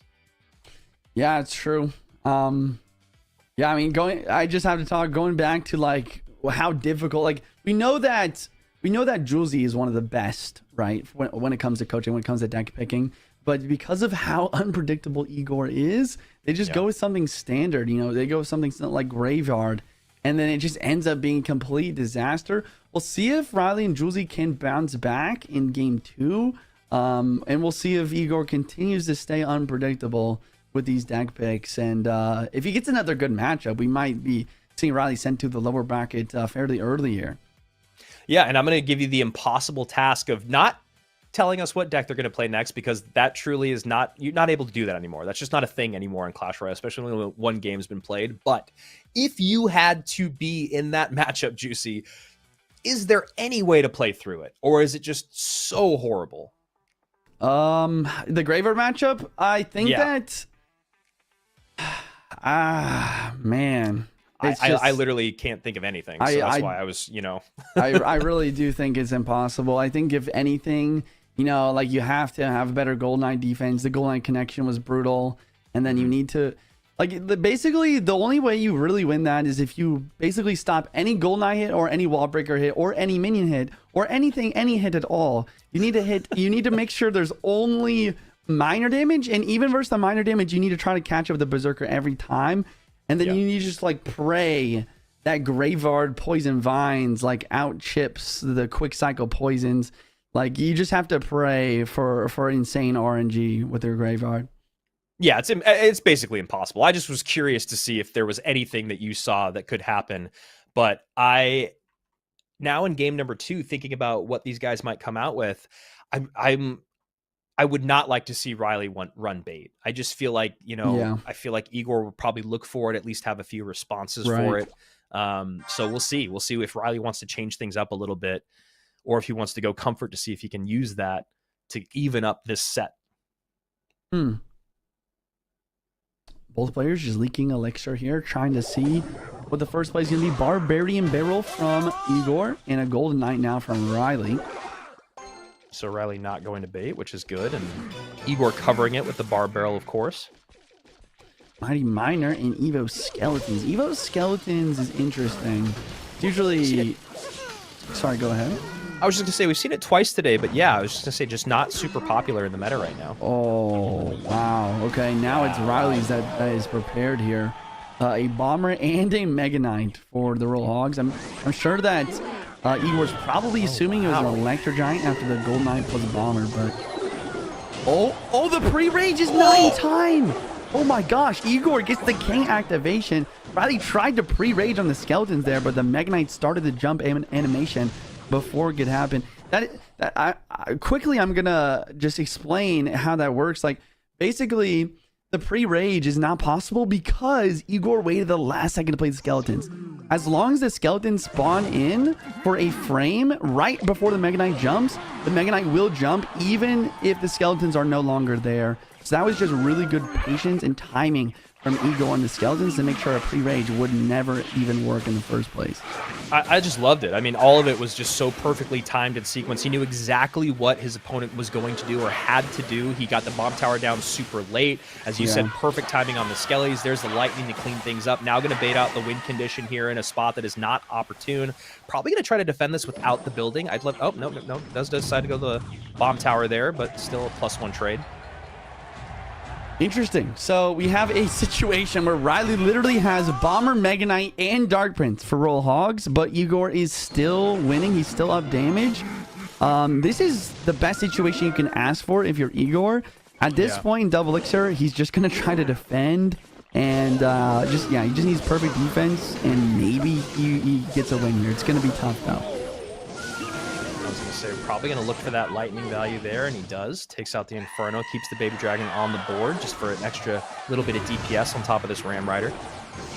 Yeah, another thing is it's really going to come down to like what Riley's last card is. If it's Lightning, it's going to be really tough. Lightning definitely doesn't do as much tower damage as it used to, but still, you're going to have perfect defense, and you're going to have to prevent lightning value. See if there is a Lightning, he's going to play now. There it is. Oof. And now getting the bomb tower out of cycle. Yeah. Gonna need something here to deal with that Mega Knight. Now he has nothing for the Ram Rider other than E-Spirit. Yeah, this is definitely going to be connecting here for a charge. Yeah. Wow. This is, I don't know. I guess he's assuming, or he's going to try and make a counter push. The problem is, like, can you counter push? There's just so many counters.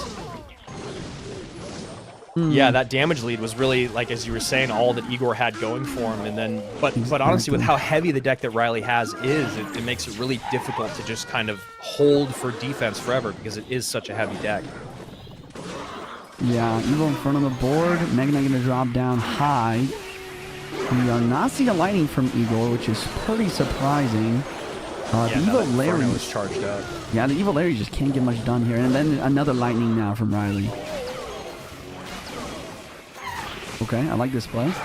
Yep, and you would think going to go in on offense. There's the Piggies. Mega Knight is out of cycle. Wow. Wait. Wow.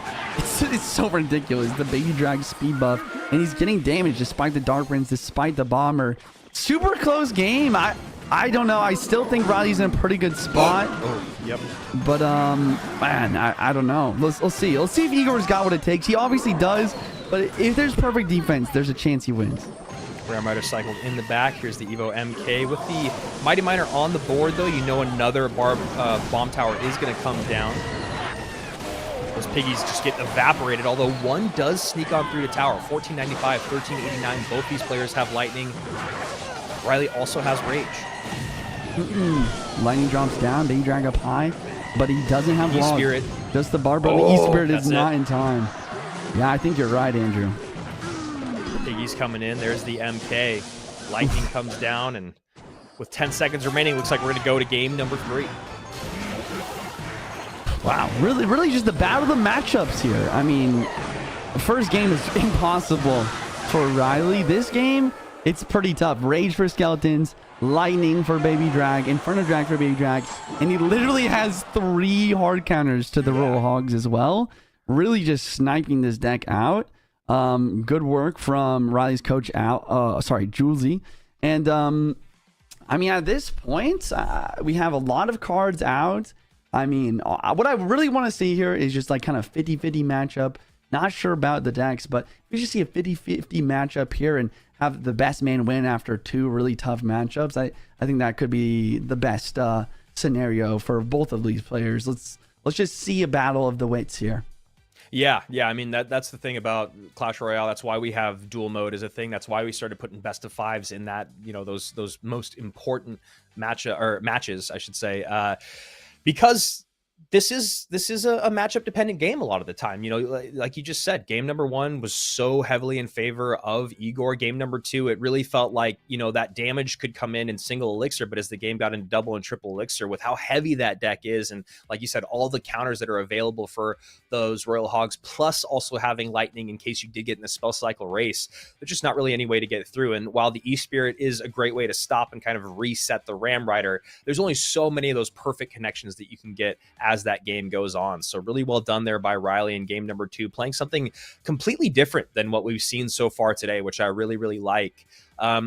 Since we got a little bit of time here before game number 3, I mean, probably not too much time, do you think that we're going to see any golem? We see this a lot on top ladder where they just never, like the decks that are dominating top ladder just never show up in CRL. Do you think that golem is too much of sit back and hope that things go your way? There doesn't give that outplay ability. Is that maybe why we're not seeing it at all? And instead we're seeing the baby dragon with the goblin giant instead of the baby dragon golem combination?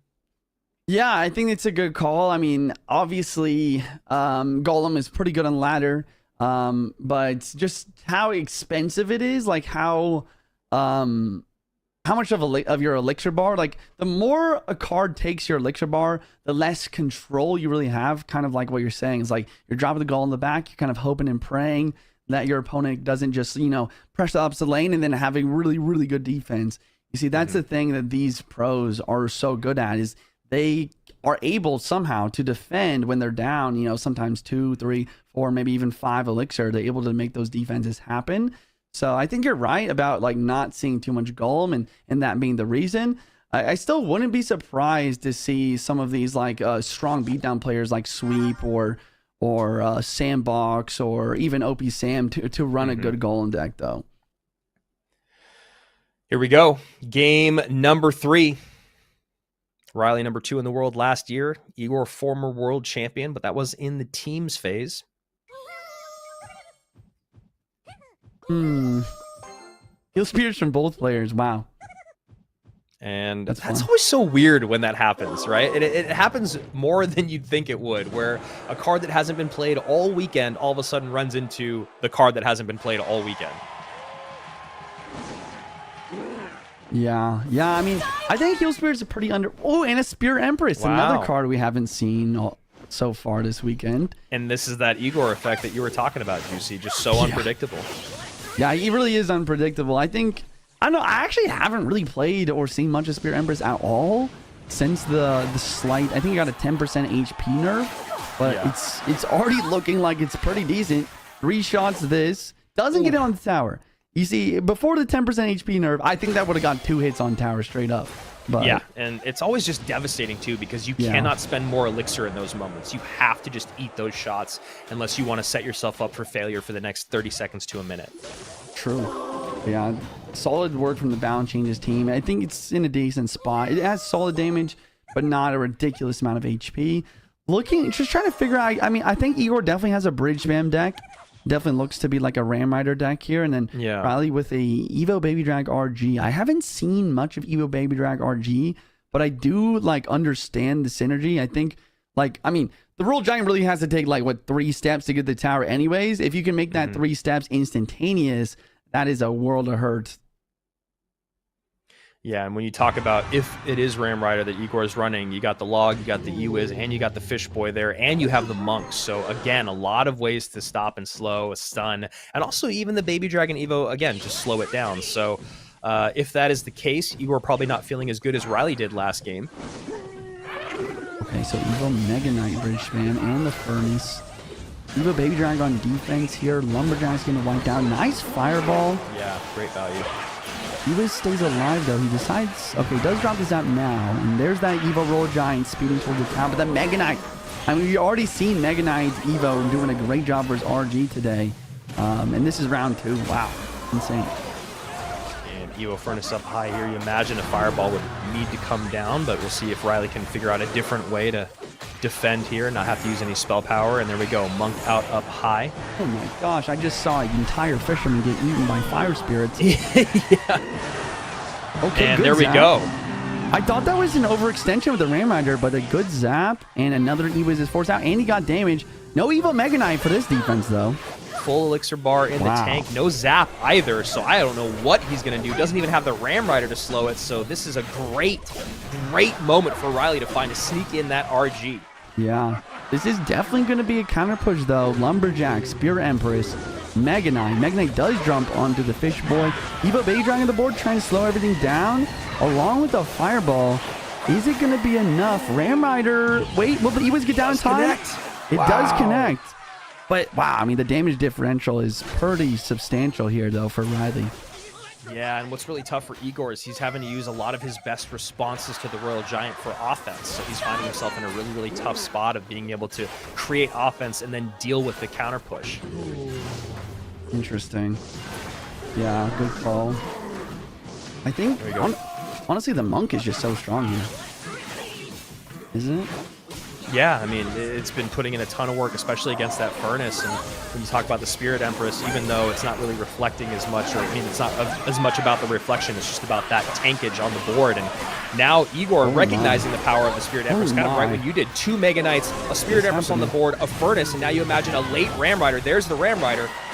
Okay, Monk ability with Fireball on defense. It's slowing the Ram Rider, deflecting the Spirit Empress. Wow, the Monk really clutching. The defense is not over. Still 30 seconds left. Lumberjack, Evo Furnace on board. Another Fireball. These Fireballs have been really solid on defense. I was just going to say, it's insane how quick he's been getting back to the Fireball. And now we all know MK pretty easy to control. Here's the Heal Spirit plus the Ram Rider. Nice Heal Spirit there. Fireball's in. Ram Rider should be able to get to tower. Ooh. It does! It does! Oh my gosh! And Igor is going to take it!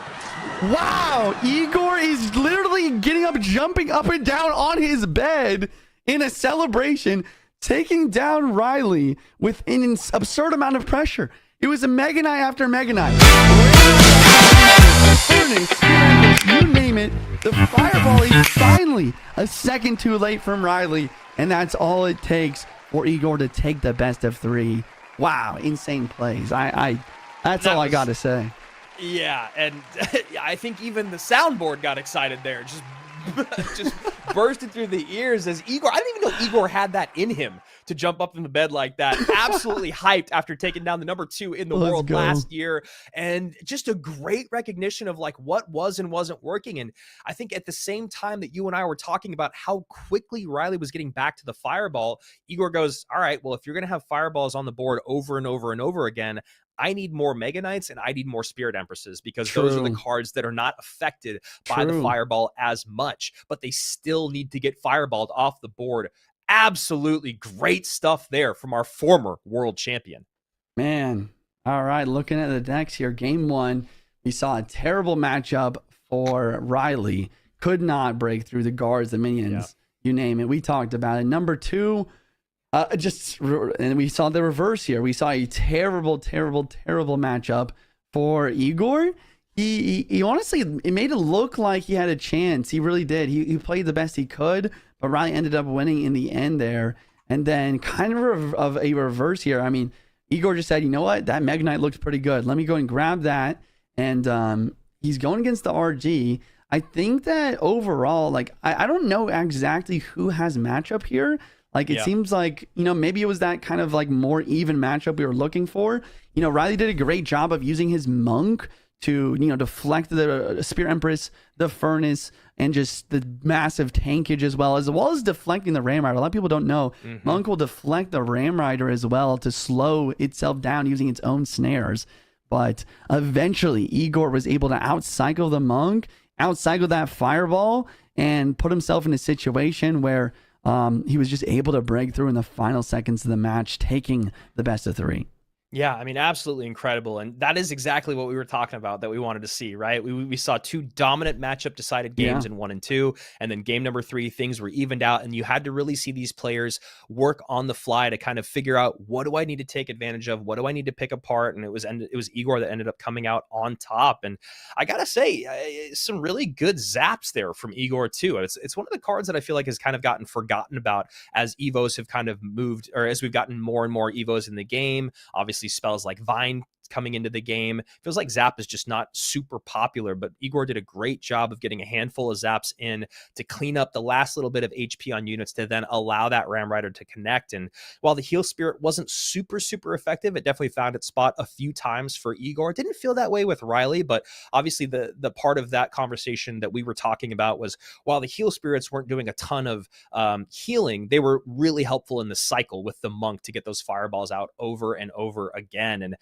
my goodness, that was just two absolutely incredible sets between Pedro, Ian, Igor, and Riley. And obviously Pedro and Ian's was one-sided on paper. If you watch those matchups, they were incredibly close games. And then we go to our matchup number 7 between Igor and Riley. That is just a great best of 3. So right now, in our upper bracket semifinals, we have a world champion in Mo Light, 2-time world champion. You have a world champion in Igor, and then you have Pedro, who was runner-up just a couple years ago. So, yeah, it gets really tough here in CRL as you get closer and closer to that championship spot. One thing to note, obviously, is that Mo Light already has a golden ticket and that Pedro already has a silver ticket. Igor pretty much securing a spot in the LCQ at this point. Juicy, I think, after we were talking about early on in the day, points-wise, getting this far into the semifinals, it feels like we will definitely be seeing him next weekend. And of course, we have that last matchup, the one that I've been really excited about, seeing OP Sam in a monthly final, especially in a beatdown meta. Going to be great to see him back. Great to commentate his matches. I really am a big fan of Sam as a person and as a player. And similarly with Sandbox, we saw Sandbox get super hyped up, winning earlier on against Viper after that beautiful Hog EQ lightning game from Viper. Sandbox was able to lock it down in game number 3. So this is really interesting. I would definitely have to give Sandbox the edge on paper, just because over the last handful of years, he really has been the guy that's showed up more than Sam. But I got to say, Sam has really been grinding this year. You've been seeing him more and more. He's streaming a ton. He's getting really high on top ladder. Obviously, one of the best 2v2 players in the world in CRL and on 2v2 ladder with Morton, Goten. This is going to be a really interesting matchup. It could go either way for me. No, yeah, I agree. I think that Sam, like, this is just his meta, you know, not only for like him being good at beatdown, but I mean, his nickname that you guys have given him for so many years, the Mad Scientist, like, it really seems like this meta is so conducive to that, because there's just, I mean, we've been talking about, there's so many options. There's so many options for cards to play, you know, with the Furnace, the Witch. I mean, there's just so many super strong cards, and Sam does a great job of just making these decks that just kind of like take all the OP cards, smash them perfectly together to just make an absurd like deck that is just almost impossible to stop. So I'm sure we're gonna see a lot of that from Sam. It's really on Sandbox to see if he can, you know, kind of I don't know if he can outplay Sam's game there. I mean, he might have to switch to more of that control that he's known for with like E-Giant and Graveheart, to see if he can try to control and slow down those big pushes. That's a great point that you make, and that's actually something that I was maybe thinking about. And you know what? The question will get answered right now is, you know, if you're Sandbox, is that what you do? Do you go for something that is control? Already we're seeing Sam with the Pancake Tower, but just because it's the Pancake Tower doesn't mean it's going to be the traditional Gob Giant deck that we're used to seeing. It's true. Furnace. Yeah, exactly. This is what I'm saying. You know, like, oh my, like, this is exactly what I'm saying. Sam has a Pancake Tower, but he doesn't have a Pekka or a Goblin Giant Evo. He brings the Evo Furnace and Evo Baby Drag. I don't think I've ever seen. Okay, wait, I was lying. I was so focused on the fact that we haven't seen Golem today. I didn't even think of it as an option, but of course, Sam is the one to bring it out with the Evo Furnace, Evo Baby Drag Golem. Very solid. Well, this is exactly what we were saying earlier, right? We were just talking about, you know, why haven't we seen Golem yet? Is it going to be good in CRL? And then we were like, well, if anyone could run it, it might be someone like Sam or Sweep. And here we go. Sam coming out with it in game number 1. Also, Mini Pekka. Mini Pekka is maybe the most popular it's ever been in the meta as of late. So true. Yeah, It did get a like slight HP buff not too long ago, maybe a few months ago. And once again, it kind of just like flew under the radar. It's very similar to like Witch Evo and other cards, but just kind of flew under the radar for a long time. And then boom, Baby Dragon Evo enters the arena, and Baby Dragon Evo speeding up the mini package to the tower. It just makes it so strong. You gotta watch out for that guy. And, you know, Sandbox does have a lot of great options to deal with a deck like this. Obviously, probably thinking about beatdown. So he's got the Cannoneer, obviously going to be good. Higher DPS. You've got the Ice Wiz to slow things down. The Skeleton Barrel is always going to create just a little bit of pressure no matter where it's played. And then, of course, the Guards. One of the best cards in the game when you talk about playing against beatdown because, you know, just a lot of HP, not being able to get spelled off the board easily. High DPS. Yeah. Sorry, I'm just like so focused on what's going on here. I really liked how Sam just waited to double elixir. He was leaking elixir, waited to double elixir, then dropped the golem. That allowed him to have enough people to defend this this ops lane pressure. But wow, Sandbox with the lightning variation of the mortar just gonna clean his defense up pretty nicely. It's not gonna stop Sam from dropping another golem in the back, and there's the chip damage. It's just golemite chip damage, really. And decides to let this mortar lock on the right-hand side after a little bit of tankage on the left-hand side. And then here we go, Evo Barrel, just like we were talking about with an Ice Wizard behind. Needs to stop the bleeding now, though, as that mortar shot comes in with the Ice Wizard. That's spellable. He goes arrows on the left side, though. Yeah. Instead of arrows lightning on the right, Sandbox could have just won the game. True. I mean, this is Sam's last chance here. Mini P.E.K.K.A level 12 at the bridge. Guards already using the right side. Wait, the right Oh my side. gosh, Juicy, he could have won the game. Juicy, he could have won the game. Oh my gosh. He could have won the game, but he didn't. Sam takes advantage of the arrows played on the left-hand lane. He goes all in, and he ends up taking almost both towers. Sandbox, I don't know. Maybe just a little bit of nerves. Wow. Brutal. That one hurts. I mean, I think he just goes, wow, I got so much damage on the right-hand side. I'm in the lead. As we say so often and have said for years, is you see the light at the end of the tunnel and you reach for it and then you're like, oh, I just sold. Yeah. This is kind of the opposite situation where Sandbox didn't recognize that he had already had the win locked up. The time was ticking down to 0. It didn't matter that there was a big push on the left-hand side. You lightning arrows that, and that's game over. We're on to game number 2. Sam comes out in game number 1 with Golem for the first time today and somehow steals it in the final moments. And my goodness, that is not how I thought that game was going to go. Gun to my head with 20 seconds left. That's not how I thought that game was going to end. Yeah, I honestly, I do wonder about the defense too. Like, even with the arrows on defense, like I would have thought that he wouldn't have like too big of a problem defending this push. Like, he had perfect defenses all game. It just really seemed like playing the arrows there made and Sandbox maybe realizing himself that he could have arrows lightning the tower. Like, it just kind of everything just fell apart. It was insane. I don't know. Maybe I have to rewatch that. Yeah, and obviously when you talk about being demoralized, it's really tough when you lose a game like that because it's all on you, right? It's not on your opponent in that moment. I mean, obviously Sam still creates that pressure and creates the confusion. But if you're Sandbox, that's one that, like we were talking about before, Juice, you got to just swallow that pill, move on, and try to not think about what just happened for the last 5 minutes, which is really difficult to do, especially with all this money on the line, with those tickets on the line. And you can see Sam also, I didn't really see him that excited about what went down. I think he knows he got away with one there. Right.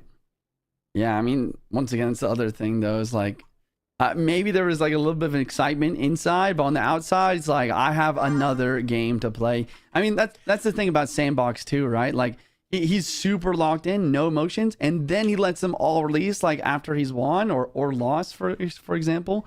But yeah, good luck to both these players. Double Pancake Tower to start this game. Here we go, game number 2. No HP advantage for the player with the Pancake Tower, as Juicy just said. As an Evo Witch comes out for Sam and for Sandbox. So at least riding the same wave are these two. And yeah, I mean, I think we're going to just see a straight up mirror match here, which honestly, if I'm Sam, I feel pretty good about.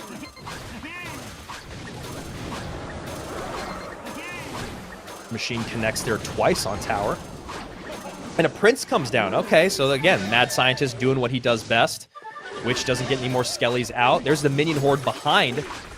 And Minion Horde not going to be able to get cleaned off the board with those vines. There's the bar barrel, and now you wonder if Sam's going to be able to create more pressure right now. Or, no, probably just happening with... No, he does. I was going to say, Sandbox really low in Elixir. Those minions are not going to get taken out. Mini P.E.K.K.A. does come down, but will still allow the Goblin Giant to get a couple stabs on the tower. Just one. 1809, 25-29. Sam doing a great job of recognizing the Elixir disadvantage there, and also seeing Minion Horde for the first time, and this is why we started calling him the Mad Scientist back in, I think it was 2019. Yeah, the Mad Scientist. And this is what I'm saying. It's like, there's just so many OP cards now after the Minion buff. I mean, the Minion buff affected Minions and Minion Horde. So, of course, Sam, he already used Minions in the Golem. Okay, I'm just going to use Gob Giant now. I'm going to use Goblin Giant. I don't have Vines. I don't care. I'm just going to go Gob Giant Prince with a Minion Horde, and then his last two cards are probably going to end up being like a Rage plus Curse, or Rage plus even Lightning, maybe.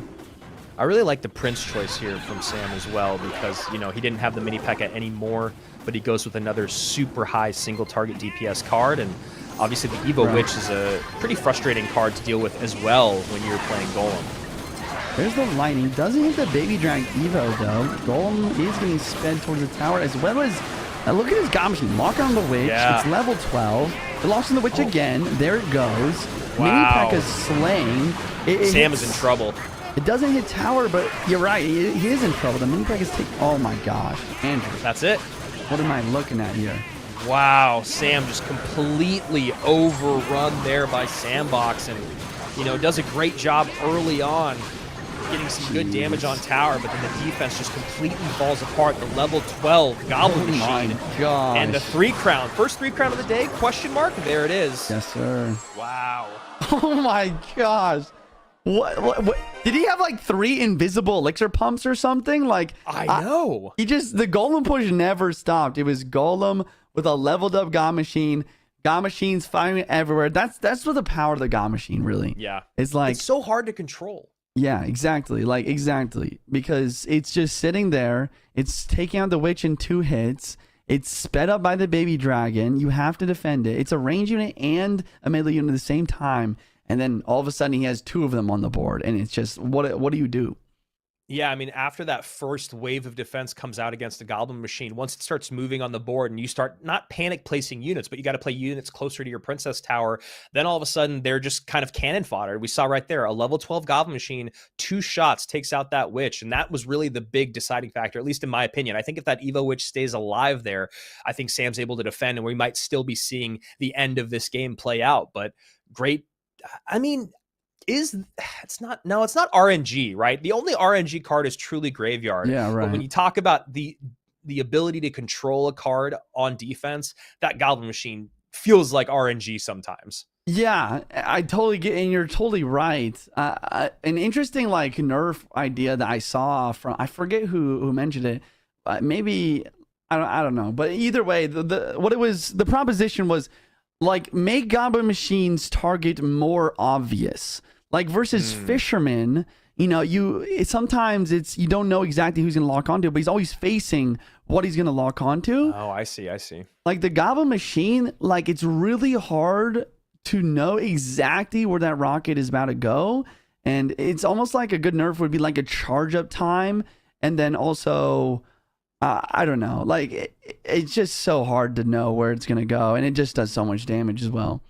I know. I mean, you talk about how well the balance team has done for the game over the last year or two, and it's just one of those things where that is a card that is so difficult to figure out what exactly needs to be changed about it. I don't know if it's less damage from the rocket, or like you said, maybe a charge up time, or like maybe it's about a targeting and then the shot, as opposed to just like it's close and it's on your tower, it's on your defensive unit, whatever it is. And, you know, that I think at least the one thing that Sam can hold on to is that had it not been for that Goblin Machine getting on the Witch, that game would not have been as dominant as it was. So you've got 2 massive confidence swings here. And Sandbox, again, I've said this so many times. Sandbox probably hates me saying it, but you know, the confidence was an issue on the live stage. What I think I really love about his way to kind of adjust to it is the over celebration now when he wins, right? It seems like that's almost his own way of hyping himself up and staying super confident.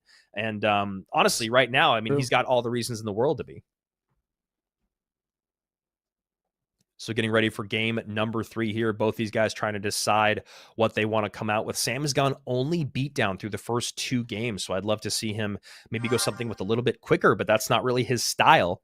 Don't want him to play out of comfort just to try to make something happen. But as you guys can see, the average elixir cycle for these 2 players is kind of exactly what you'd expect. They are known for playing heavier decks, 3.9, 4.5, 3.6, 4.1.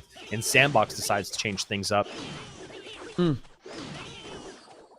Indeed, yeah. Sandbox going to some Hog. Sam with the Godput Ice Spirit. Really could be about anything. After seeing the Evo Knight, it's like almost always going to be Graveyard. Yeah. Evo Knight is just... It's just like the one Evo. It's like, wow, it just really goes well with the Graveyard, and it's not too crazy with other things. It's just because Evo Knight's his ability to tank for so long is just such a good synergy with Graveyard.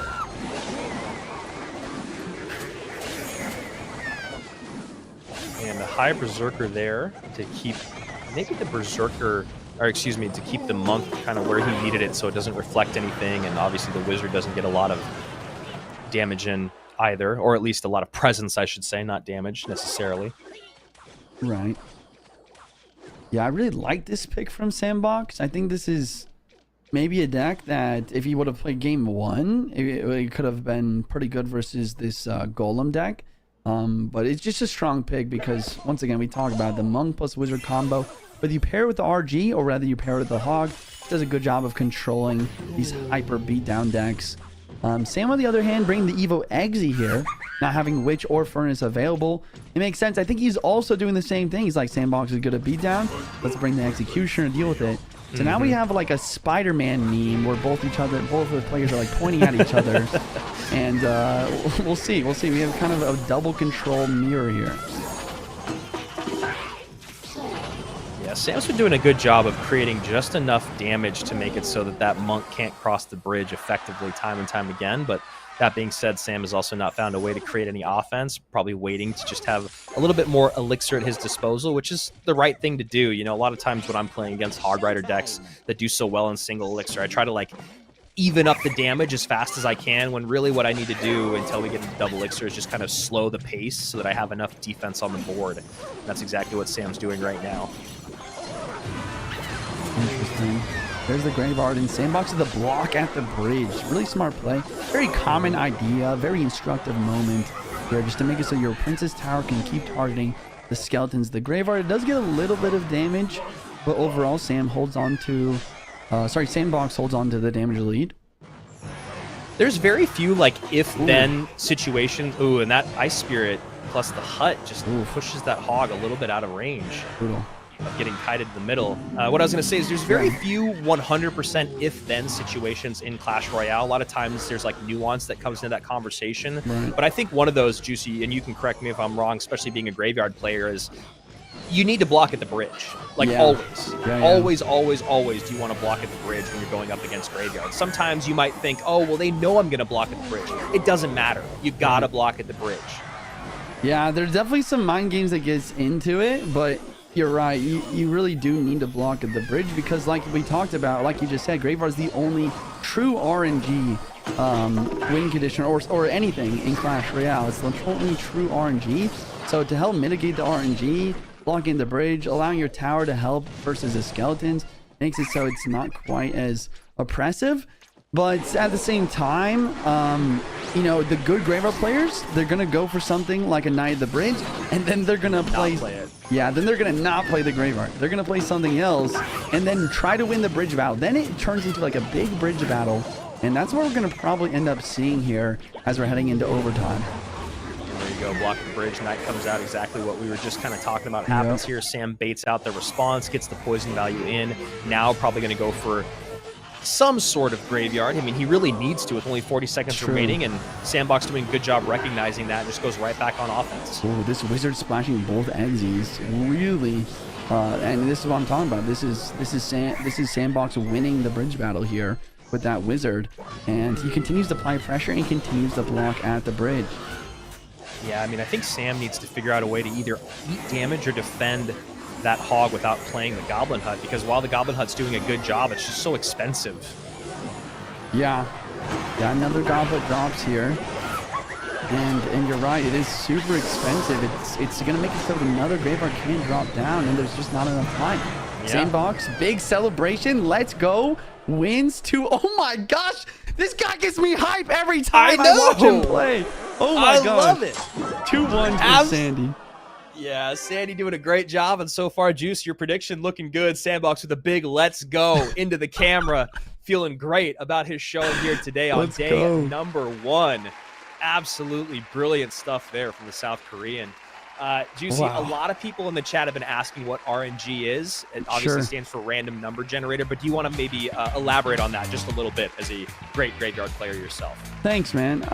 Yeah, I mean, RNG, it means random number generator. So when we talk about Graveyard being the only RNG card in the game, basically how it works is when you place the Graveyard, after a certain, I think it's like 1.5 or 2 seconds, the Graveyards are going to start spawning. But where the Graveyard spawns in, or where the skeletons spawn in the Graveyard radius is determined by a random number generator. So they could spawn anywhere. They could spawn right on your tower. They could spawn 3 tiles away from your tower. So yeah, Graveyard, basically the one card that has some luck kind of involved in it. And something that pro players have been asking for a while is to maybe have the Graveyard have a set spawn pattern that you can memorize to make defending the Graveyard more skillful rather than random or luck based. I'm going to add one thing onto that and say I like the idea of having a set pattern that changes every month. Because you know you would just memorize it. All the best players in the world would memorize exactly when and where they spawn. So if that just changed once a month, that made it like, oh, you're like, crap, is it this month or last month that it spawned on the left or the right first? Pretty cool. Yeah, right? It's not bad. Hey, Donald, hit me up, man. All right, Juicy. Let's talk about these decks really quick. Obviously, we talked about them a lot as they were playing, but is there anything else that you'd like to add to the conversation here? Yeah, I mean, game 1, it was Golem. I think that Sandbox could have won this game. I mean, we talked about it. It was an unfortunate ending here, but Sam taking that one. Number 2, Sandbox really showed up here. I mean, it was kind of like Sandbox just had this superior beatdown deck. Fairly similar decks, but the Lightning just not quite as good as the Vines. Vines is super strong. Game 3, I mean, this was a fun match to watch, but Sandbox, as a good Graveyard player, knew exactly what Sam needed to do, and because of that, he knew exactly what Sam was going to do. So he just won the bridge battles, blocked the bridge, had perfect defense, got the hogs through, and more importantly, just got those earthquakes on tower time after time. I'm so curious if changing his defense to a Berserker plus Ice Spirit plus Log instead of a Goblin Hut would have changed that conversation at all. I don't know if it would or would not have, but it just felt like the Goblin Huts were a little bit too expensive, and sometimes we'd see the Goblin Hut coupled with something else. But I'll tell you, go ahead. I just want to like interject one thing. If there's one thing that Sam should have done differently, you have to go same lane, right? I always say it, but I didn't say it. But same lane there would be huge. Yeah, I mean that's a great point. As great Hog Rider players will tell you, you can never get married to one lane. You always have to be willing to switch lanes. True. And as you're saying right now, as a great Graveyard player, you want to go same lane. You got to be able to get that value as those units are coming down the lane. You got to be able to get that poison value. So here we go, guys. Sandbox, the only one with the upset here from the first round bye. Sandbox versus Igor is match number 16. Mohamed Light versus Pedro, match number 15. Those guys will not see again until tomorrow. And now it gets into the gritty. 4 more matches left on the day. 1 player saying goodbye, 1 player moving on for each one of those matches. Sam versus Mugi, Riley versus Assaf, Ian versus Sweep, and we're going to start with Niuzi versus Viper, the unknown versus the Hog Xe NATO God. Not always with Rocket, sometimes with Lightning, as we saw. And this is going to be some really interesting stuff because now it's the pressure, right? There's some people here in the mix in Assaf, Riley, Sweep, and Sam who and obviously Niuzi and Viper, or Niuzi at least, maybe Viper could still make a run. But for the most part, these guys are in must-win situations, right? We're talking about they haven't shown up a lot in monthly finals. They don't have silver tickets. They don't have the points. So they really need to show up right now. Yeah. Yeah. I mean, you're absolutely right. I mean, both of these players kind of do or die situation. I think Viper might be getting a little bit close to maybe a silver ticket, but that's not a guarantee. That's just the LCQ qualification. So yeah, both these players really vying for that golden ticket here in the lower bracket. This is our first elimination match of the tournament. Whoever loses this is out of the tournament. Let's see what these players bring to put themselves in the best position as possible. 4 more best of 3s on the rest of our day. Obviously, we'll be back in the same place, same time tomorrow to award our final golden ticket, that silver ticket, and of course, the ever-important CRL leaderboard points that decide who's going to be there next week at our last chance qualifier. Very excited for the next 3 days of competition coming over the next 8 days of real life. Okay. Just looking at the decks here, we got a P.E.K.K.A, Evo, Baby Drag. Pretty another strong combo. Really just like any like expensive, like scary card, like Golden P.E.K.K.A, Balloon, Prince, anything like that paired with that Baby Dragon is just such a threat. And then the Evo Battery. Oh, this is actually one of my favorite combos. Yeah. I mean, actually, Andrew, it sounds like you like it as well. Maybe tell us about it.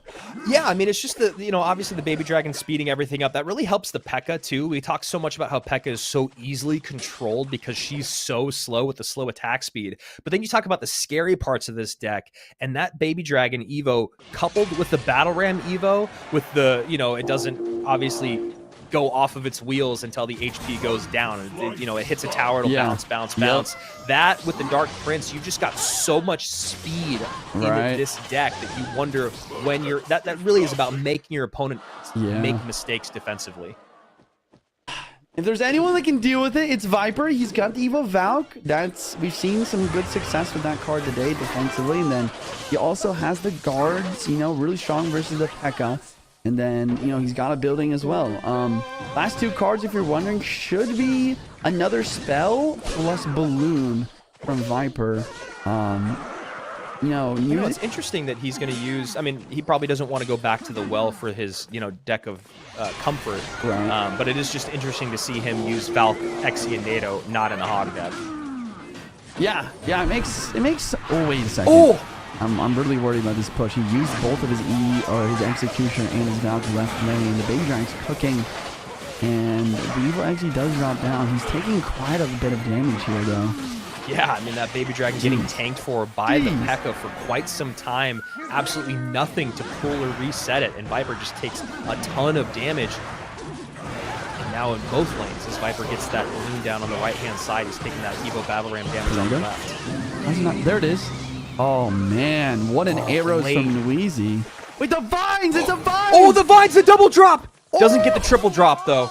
Oh, my gosh. The counter push, though. Can he deal with it? There's the Valkyrie. Yes, he can. Valkyrie guards. Oh, my gosh. I don't know why I was thinking Viper was definitely going to have Zap. Like, usually this deck has Zap in it. But the Vine spell. Wow. Really connecting for so much damage. And I really like the sequencing on that defense too. He goes Valkyrie up high, takes that Golden Knight charge, and then gets the guards down. Here's the P.E.K.K.A once again, Vines into play. There's the Evo Valk plus Vines combo we've talked about relentlessly, tirelessly today, and it works once again, cleaning everything up. 513, 1027. No spell power really for Viper though when you talk about NATO plus Vines, but a little bit. Electro is on the board. Did he use it? There's the Vines on the Ewiz. That's game. It's just game. And there's just no way to stop it. You saw it. As soon as that Ewiz comes down, that's just what Viper's waiting for. The poise, the calm, and honestly, you look at the screen, you don't know who won, you don't know who lost, but the crowns tell the story there. You just can't tell on the faces of the players. Viper just locked in, probably a little frustrated with how maybe out of control he felt that game, but was able to lock it down at the end. We saw that Vines come through a couple times, and it's crazy. Has Vines just made Freeze obsolete? Yeah, it's just a better freeze, really. I mean, sure, it only hits 3 units. It doesn't have that, area effect. You can't really take out like a skeleton army with it. But the fact that it's less elixir than freeze, it doesn't freeze for quite as long, but it does so much more damage, and it's just so effective. Yeah, it's so rare that you're dropping freeze and you're like, I need to get all 6 of these units. You're usually just dealing with like the building or the air targeting unit. So then, yeah, Vine's just basically doing that and then some. Great stuff there from Viper. And, you know, Niuzi's day started so well, 2-0ing Mugi. Then he runs into the force that is Mohamed Light. And then now he's running into Viper here in game number 1. One more life to give is Niuzi. But can he pull off the reverse sweep? Going to be tough against a guy like Viper. I know. Yeah, he's in a do or die. I mean, if he wasn't do or die situation before, he really is. I mean, this is the end of the tournament for him if he doesn't win this next match. We know he's got what it takes to win these games. I don't know. I'm not a huge fan of the deck pick with the P.E.K.K.A. The P.E.K.K.A. bridge spam. He's going to have to bring something a little bit more solid here if he wants to be Viper. I've said this for years now, and I want it at World Finals, so I'm putting it out in the universe right now. Because of how good these players are at masking their emotions, I want the heart rate monitor. I want to know. Are they amped right now? Is Viper completely emotionless with 175 beats per minute? I need to know. CRL, help me out here. Bro, imagine his heart rate is just like 55, and he's just like, he's just literally like a psychopath. All right, here we go. Game number 2. Niuzi life on the line. Viper feeling good, having a game in hand. Okay, Leak and Elixir, Bar Barrel from Viper. Kind of start us out. We see an E-Spirit. A lot of time E-Spirit's paired with RG, but after the Ice Spirit nerf, you know, it's starting to make its way into stuff like, you know, Hog Rider and even Log Weight and stuff like that. But after seeing the Monk, probably RG from Niuzi, and then Viper with an Electroiz plus a Furnace, maybe RG as well. Not sure. Yeah, looking like it. Monk immediately gets pulled across the board there. Okay, RG Bridge. Wizard on defense, like the splash here. And E-Wiz gets taken out by the Electro as well. Pretty well done here on the defensive. Doesn't have much Elixir for counter push either though, and the Barbell is fairly valuable. One little guard stab coming through, 2683, plus this Wizard shot, which Viper has to eat, as you guys can see. The Elixir is the exact same, and what I love about this is, you know, when you watch the best players in the world, they just absolutely know where their opponent is Elixir-wise, and that's why a lot of times you see them just have to eat that shot, because if he spends anything to defend it, not only will it not be effective on the counter push, but as I've said a couple times today, then it kind of sets you up for a tough next cycle, whether that takes 30 seconds or a minute. Considering the last time Niuzi played a Royal Giant mirror matchup, he lost within the first minute 30 seconds. He's got to be feeling pretty good right now. He's up damage, and he's doing pretty well to control Viper with the Fireball. I think the Fireball is going to be really good, considering he's got a double glass cannon here.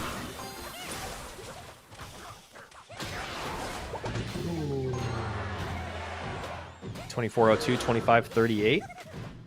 45 seconds remaining in regulation here, as that Fire Spirit does just miss the tower this time. Man, this is quite the push. Yeah, this is tough to defend against for Niuzi. And great protection there. Yeah, that Evo Furnace staying alive is going to be a lot of trouble. Now all of a sudden those guards are kind of useless. Yeah. He goes for the RG anyways, but look at his Barbell plus Fireball not only taking out the Fisherman, but even the Evo of Wizard there. Gonna wipe out. He still gets solid damage. I'm actually so confused how Viper's gonna get more.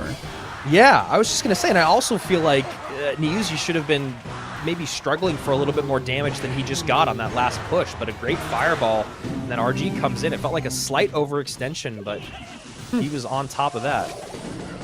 Well done, well done. Barbara coming through. Does not hit the Furnace. He will hit the...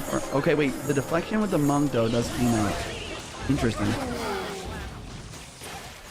Some Fishboy on Fishboy action here. Oh, Fireball does into the E-Wiz. Great Fireball value for Niuzi throughout this game. Yeah, definitely. Okay, the Fisherman ends up pulling the E-Wiz, though, so there's not... The Fireball not hitting the E-Wiz is not as big of a deal as I would have thought, potentially. It's really interesting. It's just bridge battle after bridge battle, vying for the right to go for the RG. Viper is going to force it through right now, though. There's the ability, and should get on the wizard. No, it's Oh my actually the gosh, wizard's on I top just of the RG. realized what's happening, Andrew. What's that? The monk in the middle from Niuzi is deflecting the RG shots back to the RG. That's why it's not doing damage. Oh my gosh. Great placements time and time again from Niuzi with that Oh monk. my- And whereas on the other side of that conversation, I feel like Viper has just not been able to make his monk be effective. And there we go, going to What? game number 3. Okay, how did this man... Is this guy like copy ninja Kakashi or something? He literally just like absorbed all the information from losing against Mohamed Light in the mirror matchup, and then all of a sudden became the best RG mirror matchup player I've ever seen. This man just deflected. He literally sent the roll giant hits to the Shadow Realm on his side of the map, and then just had the craziest counter push ever, every time. I know. I kept watching, and I guess I was too busy focusing on what was happening right in front of the tower over and over again. But yeah, every time it was like, how is Viper not getting any damage? Yeah. He's never getting any damage, and there's always this massive counter push. And then it's just RG plus Fireball did such a great job against the Ewiz Fishboy combo, also hitting the Princess Tower. And I mean, that's what's been really impressive about Niuzi today is, you know, he's a relative unknown. When you look at his success, it's been mainly in Mega Draft throughout his career. And again, does a great job against Mugi, runs into Mo, but the whole time he's been incredibly poised. And even in that game number 2 against Mo, he almost came back and stole it in the final moment. So I'm really impressed by this guy, and I love saying that about new players that we haven't seen before. He's really shown up today. So yeah, if there's anyone in chat that's confused about the interaction, please break it down, Juicy. Yeah, so basically how Monk works is he'll always deflect any projectile, right?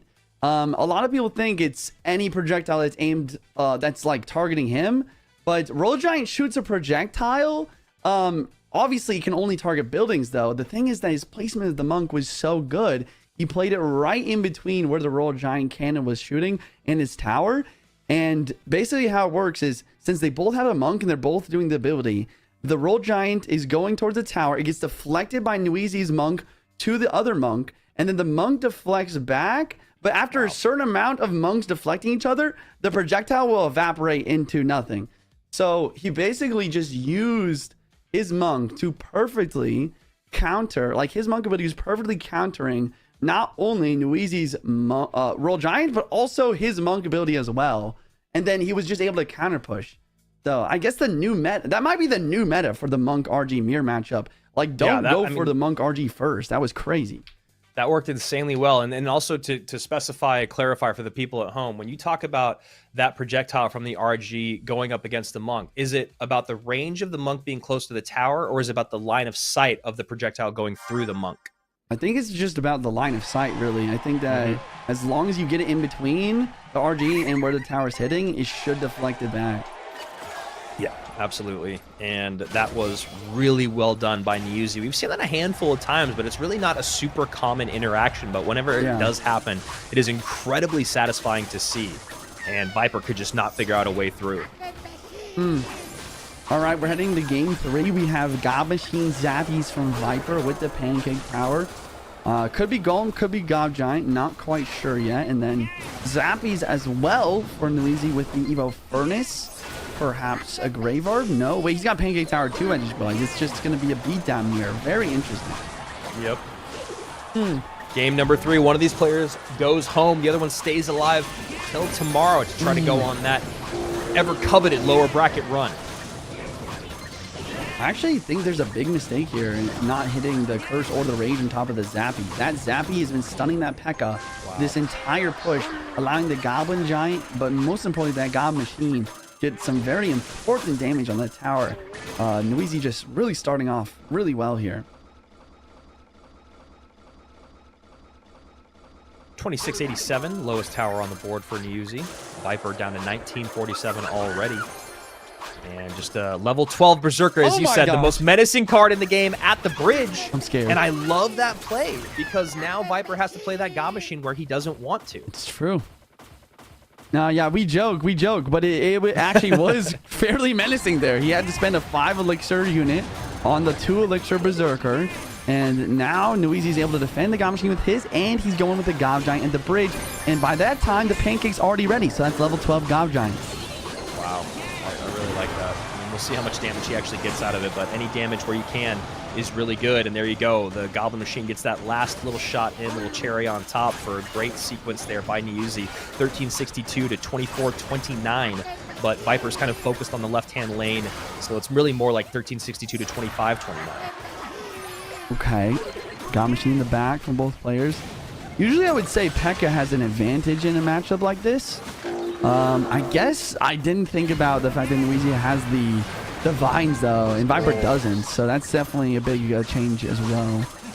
Hyper aggressive at the bridge. Gob Giant plus Mini P.E.K.K.A. Going to use the Gob Giant of his own, does Viper, to kite the Mini P.E.K.K.A away. Pretty good play there, but still, when you talk about how much damage he's getting, it's not anything super substantial, but it is about making it so that Viper cannot put a good push together on the left-hand side. Man, I'm just looking at everything here. Yes, Niuzi's winning, but I genuinely think that Viper's going to end up winning this because of the P.E.K.K.A Evo, as well as the arrows for the Zappies in this matchup.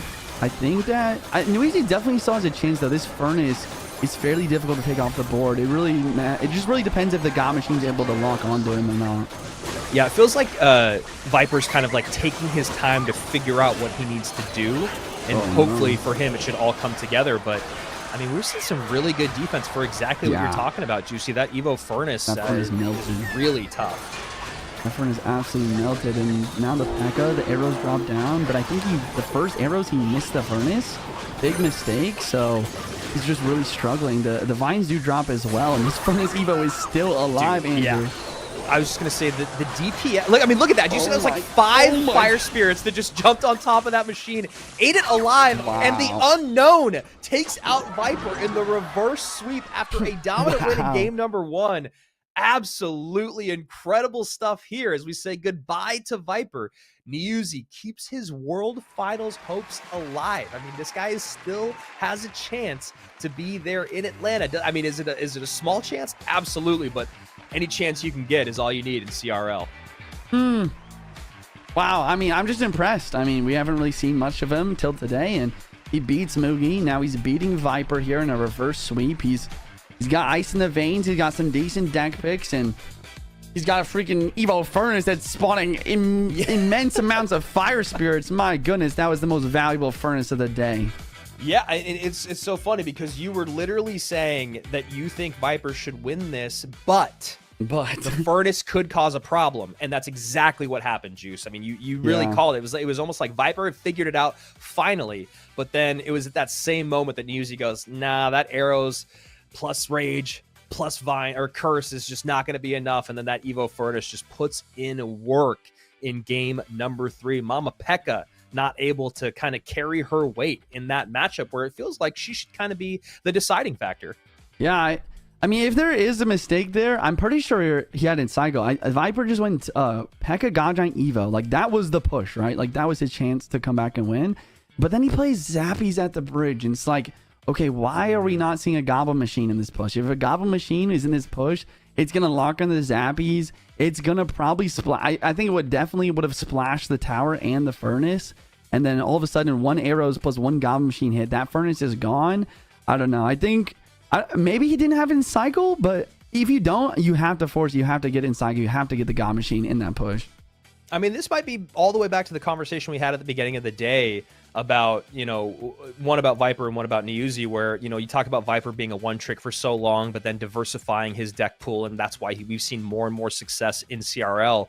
The other side of it is Niuzi, a guy that's so good at Mega Draft. Juicy, you, a person that has played and won more Mega Drafts than maybe anyone in the world, talking about, yeah, but then you learn the interactions of every single card basically perfectly. If you're going to be that good, you have to know absolutely every single card inside and out and their interactions with the other cards inside and out. And I feel like that's one of the things that we've seen about Niuzi today that has made him excel. Yeah, he knows the interactions. He can play seemingly anything. He's got the beatdown. He's got the cycle. Taking a look at the bracket here. Well, first, before we talk about the bracket, we do have to mention Viper did get enough points today to secure a spot for the last chance qualifier next weekend. So he's not completely out of the running when it comes to qualifying for World Finals. He has another chance. But yeah, looking at the bracket here, Andrew, you want to walk us through kind of what we have left on today?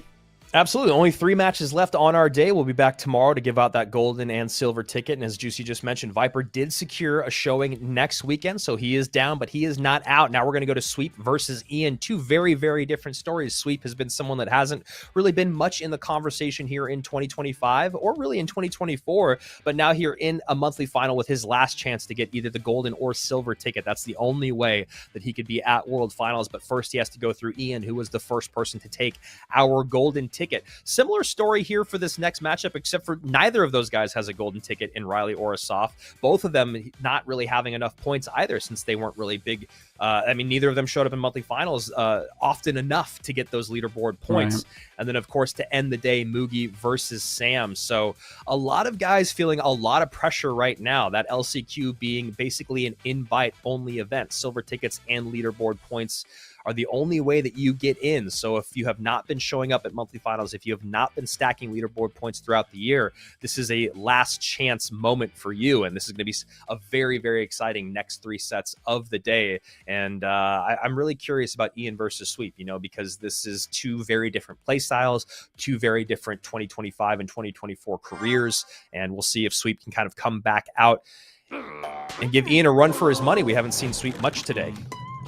All right, guys, we're heading into our game number 1, Ian versus Sweep, second elimination match of the day. Sweep with the Evo Snowball and some Zappies. Interesting.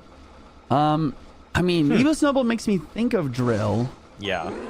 But Zappies makes you not think of Drill. Yeah. We'll see. I mean, Sweep's another kind of mad scientist type of guy. You never really know. And there you go. Yeah. And you see both of them, Ian with the immediate oops and Sweep with almost like a sigh of relief going, all right, great. I've got the Snowball, I've got the Zappies, and of course that MK to deal with those piggies. Wow. Skeletons almost do Ian a little dirty there. Had they been dropped just a second earlier, I think that MK would have turned and hit them and then been taken off the board. Okay, so it is a drill. So we have a Mega Knight drill deck. And with the Evo Snowball, and you're right, he does have the piggies ready to go, defense for the piggies ready.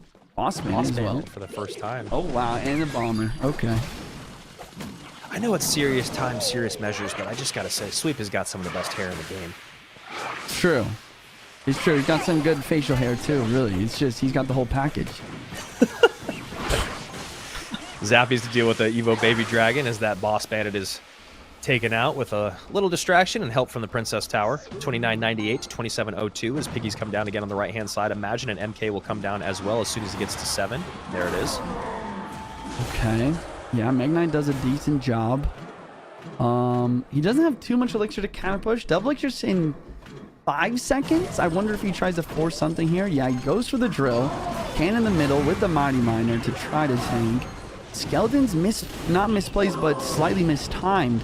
Allow the Goblin just to get a few hits, but that's the first damage for Sweep of the game, and Trey's gonna be looking for more to come.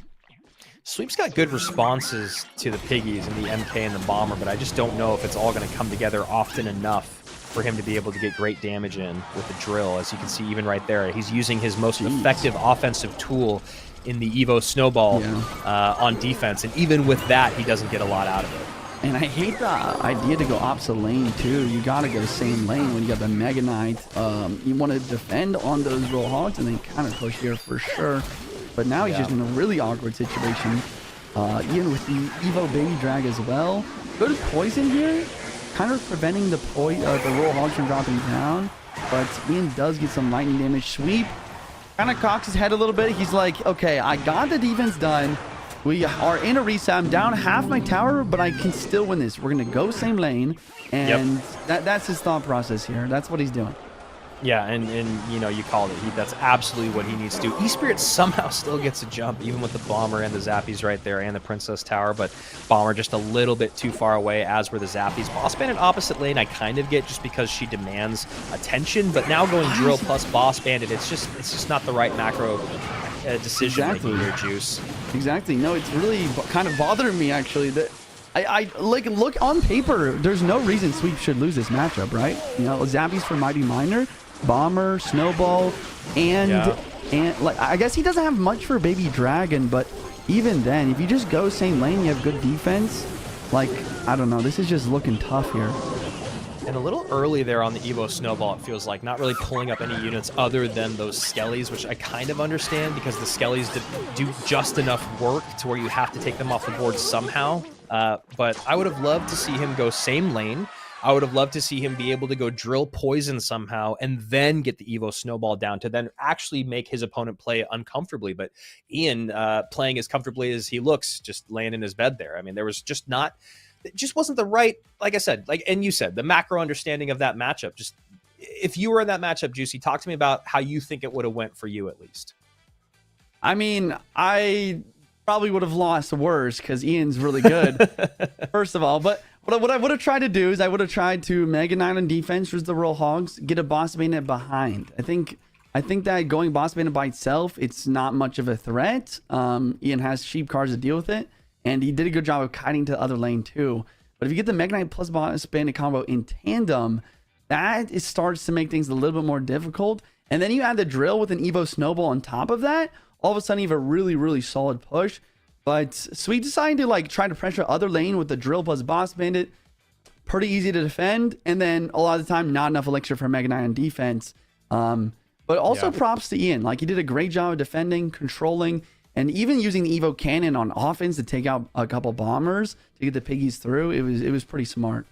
I mean, even thinking about the way that you would defend if a boss bandit's going down the left lane and a Mega Knight's going down the right lane is you're going to play that cannon in the middle. You're going to play Skellies to distract. You're going to go high Mighty Miner on the right-hand side so the Mega Knight doesn't jump but is still targeted by the cannon. And then all of a sudden the boss bandit going backwards across the bridge is going to just go right into that Mighty Miner that's already dealing with the Mega Knight, and the cannon is still there on the board. So even just like in the most binary situation of just like what's going to happen with inputting this situation, it feels like there's not really a good way for Sweep to break through by splitting his attention. So you know that's part of maybe not having a coach, and that's part of maybe just trying to make a lot happen with you know, a little bit of off meta deck. All right, the players are preparing for game 2. Ian, you know, just comfortable, looking good. He's already won a very difficult matchup. On paper anyways. I mean, once again, the Baby Dragon is, I gotta say, I gotta give a little credit to Sweep of like the Baby Dragon being difficult to take out. The Zappies don't like do great versus it, but still, I mean, Ian's definitely feeling good after that win. Game 2, I mean, at the very least, Sweep, you know, he has the option, he has the ability to play one of these really strong beatdown decks now with Ian using that strong counter. Yeah, when you talk about that Baby Dragon, there's just poison and zappies, so that's really tough. Right. All right, guys, we're hopping into game 1. Battle Ram Bridge at the bridge, just first play from Sweep. He's trying to get aggressive, maybe a little tilted, or, you know, just trying to get the Evo and cycle, really. Bad boss bandit. Sweep knows that. A little bit of a concern from him here. He just, you know, slightly better. Could have dashed. Gaba does a good job on defense. Sweep with a Dark Prince now. I mean, I don't know. Just looking at this matchup already, it's going to be Graveyard with Evo Furnace from Ian, and then Sweep with a P.E.K.K.A deck. Dark Prince does connect. Like, okay, wait. There's one thing that could change everything here, though. If Sweep has a Mother Witch, this matchup gets flipped. If Sweep doesn't have the Mother Witch, guys, it's going to be a big problem. It's going to be really tough for him to break through, and it's going to be pretty tough for him to defend as well. Ian just going in with a Ice Spirit to tank for the Barbarian Barrel. Does get some damage. Sweep taking the damage. He wants to be able to push. I don't know if I love this play. I mean, a Bandit on the left lane there would have probably been all right. Okay, Baby Drag over the river, trying to get the Evo and cycle, and then the Battle Ram. Arrows dropping down, the God Put and everything, trying to break through. This Knight is playing double duty, though. He's tanking the Baby Drag, tanking the Bard. Pretty smart stuff. Bandit the bridge. Bard Barrel from Ian. He does get a connection. Pretty solid. Okay. Sweep with the damage lead. And I still think that last card could be Mother Witch for Sweep. If he's holding the Mother Witch for the Graveyard, Sweep is actually in a fantastic situation, especially since he has both Evos in cycle, Andrew. Yeah, 1764, 1937. Sweep in a good spot. 1 elixir in the lead, and obviously a couple hundred damage in his pocket. What do you think, Andrew? Do you think last card for sweep is going to be Mother Witch to counter the Graveyard? I think that's the one thing that really gives him the edge here. Yeah, I mean, it feels like he might just be holding on that. He's already got his 2 spells out. You see his win condition, and that's going to be something that Ian's going to have to sit there and play that game with himself of going, man, when do I pull the trigger on the Graveyard? Do I want to find out the hard way or the easy way if that's a Mother Witch? Yeah. Right. So I do like what he's doing right now. It feels like he's doing the smart way, right? He's just going to do as much as he can to not give the advantage if that is the last card. And this Furnace so much. God. I mean, that was so good by Ian. That was such a great play. He's demanding elixir from sweep, controlling both lanes, and just cleaning up everything there at the bridge. A lot more to deal with here. Bandits dropping down. Will we see Darklands as well? No. But here comes Graveyard from Ian. Will we see the Mother Witch? There it is. There it is. There it is. That's why they pay the big bucks, Juice. Thanks, Andrew. The Vines, though, kind of, wow. I mean, that just did so much more damage than I would have ever thought. The Vines just freezing it up. I think that sweep, I always say this, but if you're going with Mother Witch, you have to, ooh. Okay, wait, a lot of moving parts here, but if you're going with Mother Witch, you have to play behind your King Tower, but that's why Ian played the Graveyard further towards him, towards his side of the map, because the Mother Witch was not available, and the Skeletons continue to connect. Ian with some big outplays here. I mean, and that's exactly what Ian has to do. He has to recognize that the Mother Witch is hard. He waits for a sweep to make a slight mistake there, and he just absolutely takes advantage of it. Such great patience from him as well. And this Evo Battle Ram just completely cleaned up with those Vines. And it trying to create a little bit of pressure, but I think you could tell with the body language from Sweep, he knows that this is pretty much sewn up. Yeah, Bandit does not get the last dash either. Battle Ram Bridge. Yes, yeah, you're right. He sweeps just like, I'm trying, like, we need to go in. I'm going to keep playing cards at the bridge to apply pressure because I can't take another Graveyard. But the Mother Witch here, the bridge, I think that just gives Ian the go-ahead to drop that Graveyard as soon as possible. And Sweep is going to miss the Vines here. Kind of falling apart here, unfortunately, on the last couple seconds of his Clash Royale season. And I have to admit, I really like the idea that the Fire Spirit, there's the flex from Ian again. We love the trademark flex, Ian. Don't stop doing it. Never. I was going to say, though, the one thing about the Furnace and the Fire Spirits and the Mother Witch kind of working with each other is that, like, I do like that the Mother Witch curse on the Fire Spirit doesn't work if the Fire Spirit jumps. It doesn't still spawn a piggy. I know that that's just kind of like this is a part of the game, but I think that that's a really good choice there by the balance team. Ian, dominant 2-game sweep there, and honestly, that's kind of what you needed to see here for Ian. I mean, obviously, if you're a Sweep fan or if you're a Sweep, you want to see him do well. I mean, we all like Sweep. We want to see him do well also. But, you know, Ian being our very first golden ticket holder, someone that's going to be at World Finals, and Sweep someone who it feels like is maybe, you know, obviously he's still one of the best players in the world, but the meta really suits him right now. Ian needs to take that game because just of what's expected of him and how much he's done in 2025 versus Sweeps. So 2 games, you know, pretty easy in and out in the sense of, you know, Ian in game number 1, it felt like was almost given a favor by Sweep, not putting the offensive sequences together like he needed. A big thing that you're talking about, Juicy, is you need to go same lane. You need that MK up front after dealing with the piggies with the boss bandit behind.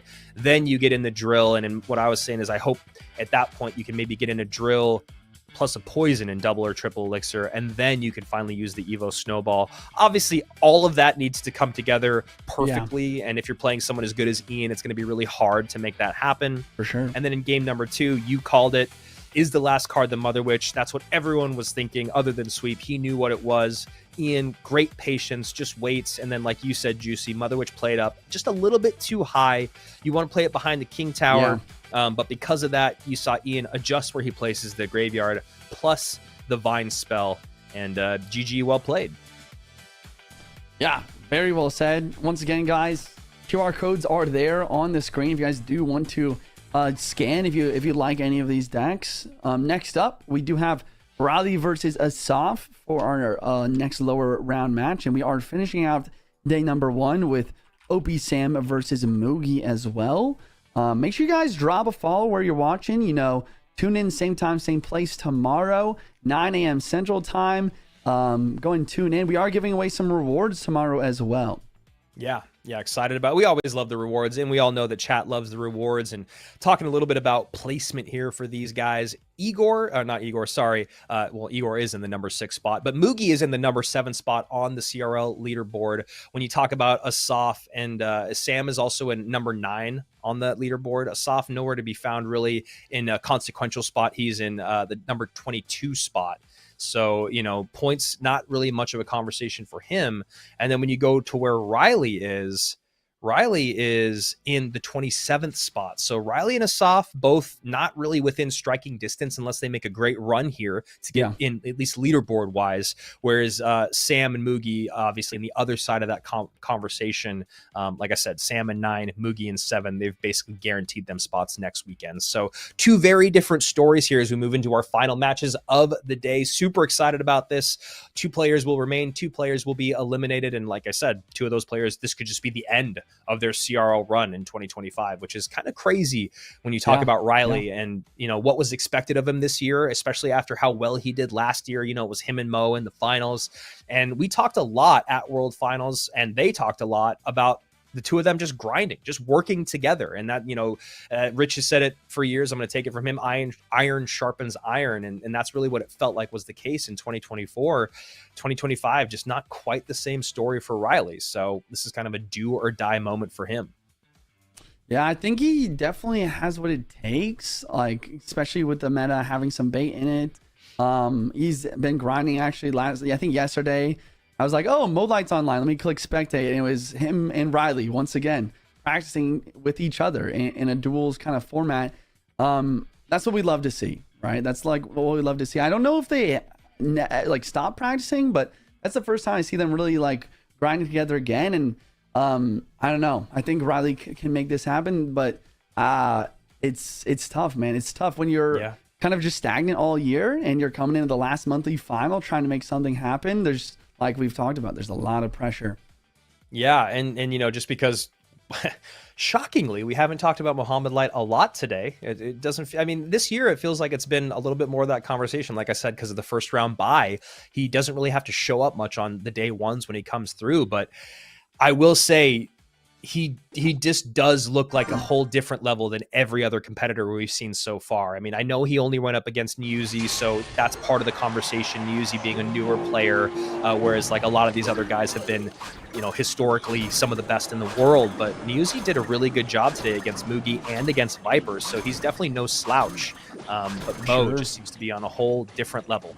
Yeah, the other thing, okay, I know we're kind of like jinxing the fact that we haven't been talking about him, but I feel like one of the reasons why we haven't been talking much about Mo this year is that he kind of got rid of his old habit of going through the lower bracket run. Like, like he just wins and then he just plays. He really just wins a few matchups. Well, okay, what happened? I mean, Riley cycles the P.E.K.K.A in the back first play going the left-hand side and maybe gets the overcommit out of Assaf and then just goes Gob Giant plus at the bridge. And we're basically, it feels like already on to game number 2. I mean, another part of that conversation was that the first set of piggies down the right-hand lane, Riley just defended with the bomber, taking a lot of damage, but then creating a huge counter push in now the right-hand lane. Tower's gone, so that makes it a lot harder for Assaf to focus on the tower that's lower. He's, you know, it's tough to go into that when you have no Princess Tower, and now Riley just pedal to the metal, misses the cannon. Yikes. Oh my gosh, this level 12 Gob machine is ruining this King Tower, and the Gob Giant is popping off the left side as well. Riley is pretty happy with this situation, or not to be. I guess it's just, well, I guess the big question I have, the only question I have right now is why in the world does Assaf have a Golden Knight? This deck is specifically created to try to counter these Gob Giant decks, but a Golden Knight is not what you want to see. Maybe expecting log bait, I mean, that would make sense, but I mean, Mighty's in the deck for a reason, I guess, and that's what we're seeing here. Yeah, that's a good point you make about looking for log bait, because, yeah, we talk so much about the deck that Assaf is running with Mighty Miner being a direct counter to the deck that we're seeing at the bottom of the screen. And, you know, he kind of took a chance and it didn't pay off. Wow. Vine's going to bring the baby drag down to the floor. Pekka going to one-shot it. Level 12 Pekka and level 12 Goblin Giant on the board. Raid drop it down. Ibro drop it down and everything. And bro, there are so many gigantic units on the board for Riley right now. I know. And you really called it. Like, this deck, like, maybe you can beat decks like this, but not when you're a tower down. You need that extra Princess Tower to help out on defense. And without it, it is just going to fall apart. Wow. And I mean, Riley doing, you know, what he needs to do to stay alive and stay in the conversation for World Finals. Assaf has just had a bit of a tough day today. And, you know, this is, again, Assaf, one of the best players in the world, obviously. That's why he's here. That's why you know who he is if you've followed the pro scene for a while. But, you know, Riley just absolutely had his number in that game. And that's the Riley effect, right? You talked about it, arguably the best player in the world with bait. So you got to try to cover your bases with bait. That's why the Golden Knight is there. Obviously, the Golden Knight dash is a lot easier to pull off to clean up, let's say, something like a barrel or Goblin Gang at the bridge, as opposed to timing that Mighty Miner bomb. You know, yes, a Mighty Miner bomb can counter a drill, or excuse me, a barrel, and yes, it can stop things at the bridge, but then it's on the other side of the board all of a sudden. Yeah, definitely. I mean, these are some great calls. Yeah, the Golden Knight, unfortunately, in this situation is just not built.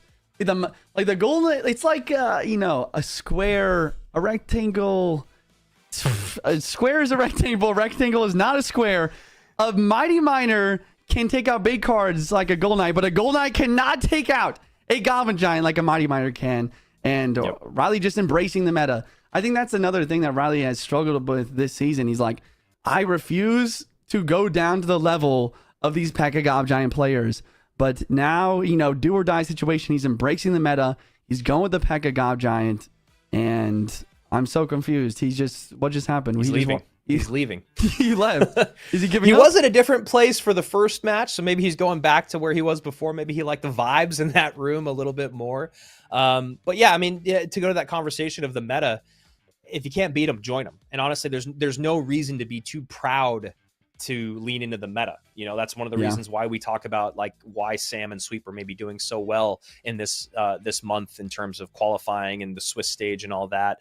You know, Sam getting a first round bye. So it's just one of those things like, if you can't beat him, join him. There's no reason to fight against it. It's in the game for a reason. It's not fixed at the moment. I mean, that's literally what World Finals was 2 years ago. I know. To our chagrin, to our much dismay, we were upset about it. But Pedro got number 2 in the world doing his thing that year. But for the most part, it was just like, you got to play Gob Giant. You got to play Gob Giant. And that's kind of where we're at once again here with Machine and Gob Giant and Pekka. Yeah, definitely. So, Andrew, if you were in charge of balance changes for one day, what card would you nerf? If you could only choose one, which one would you pick? I think our conversation about the Goblin Machine is probably the one that I think needs to be the most just like reworked just a little bit. I don't know exactly what it is or how it needs to happen. You know, I think Evo Witch is strong, and I think there's other cards like Vines that are strong, but you know, has already seen an emergency nerf. We'll see if it gets another one or not. But I do think that the Goblin Machine is just one of those cards that is so difficult to deal with and control and can create so much havoc. That's probably the one I go to. Sure. All right, heading to game 2, Assaf versus Riley. Riley going with some mortar bait. We see a pretty solid boss bait ability plus Barbarian Barrel. Wait a second. Okay, Cannon Cart does just get down barely in time. Wait, this boss bait is still a threat though, Andrew. Yeah, the Cannon Cart goes off the wheels, so now setting up another dash. And does go for the King Tower activation. So down in Elixir, but up and having a King Tower there, which is obviously really helpful. I mean, honestly, I will say the King Tower being activated as a Cannoneer player is the most important for all the towers, right? Princess Tower already has that speed, so does the Pancake Tower. But when you talk about Cannoneers getting overwhelmed, or like someone can just play Skellies at the bridge and that makes you have to play a response, when the King Tower is activated, it changes that conversation a little bit. Yeah, that's a good point, actually. Yeah, that little supplemented chip damage from the King Tower will do pretty good stuff, especially versus the drill here. Looking at the matchup overall, I'm just trying to figure out who I think has the advantage. I guess it really depends on Assaf's last card. If he has poison, I think it could be pretty decent for him. If it's not, if it's like a lightning, I think that definitely gives Riley a solid chance.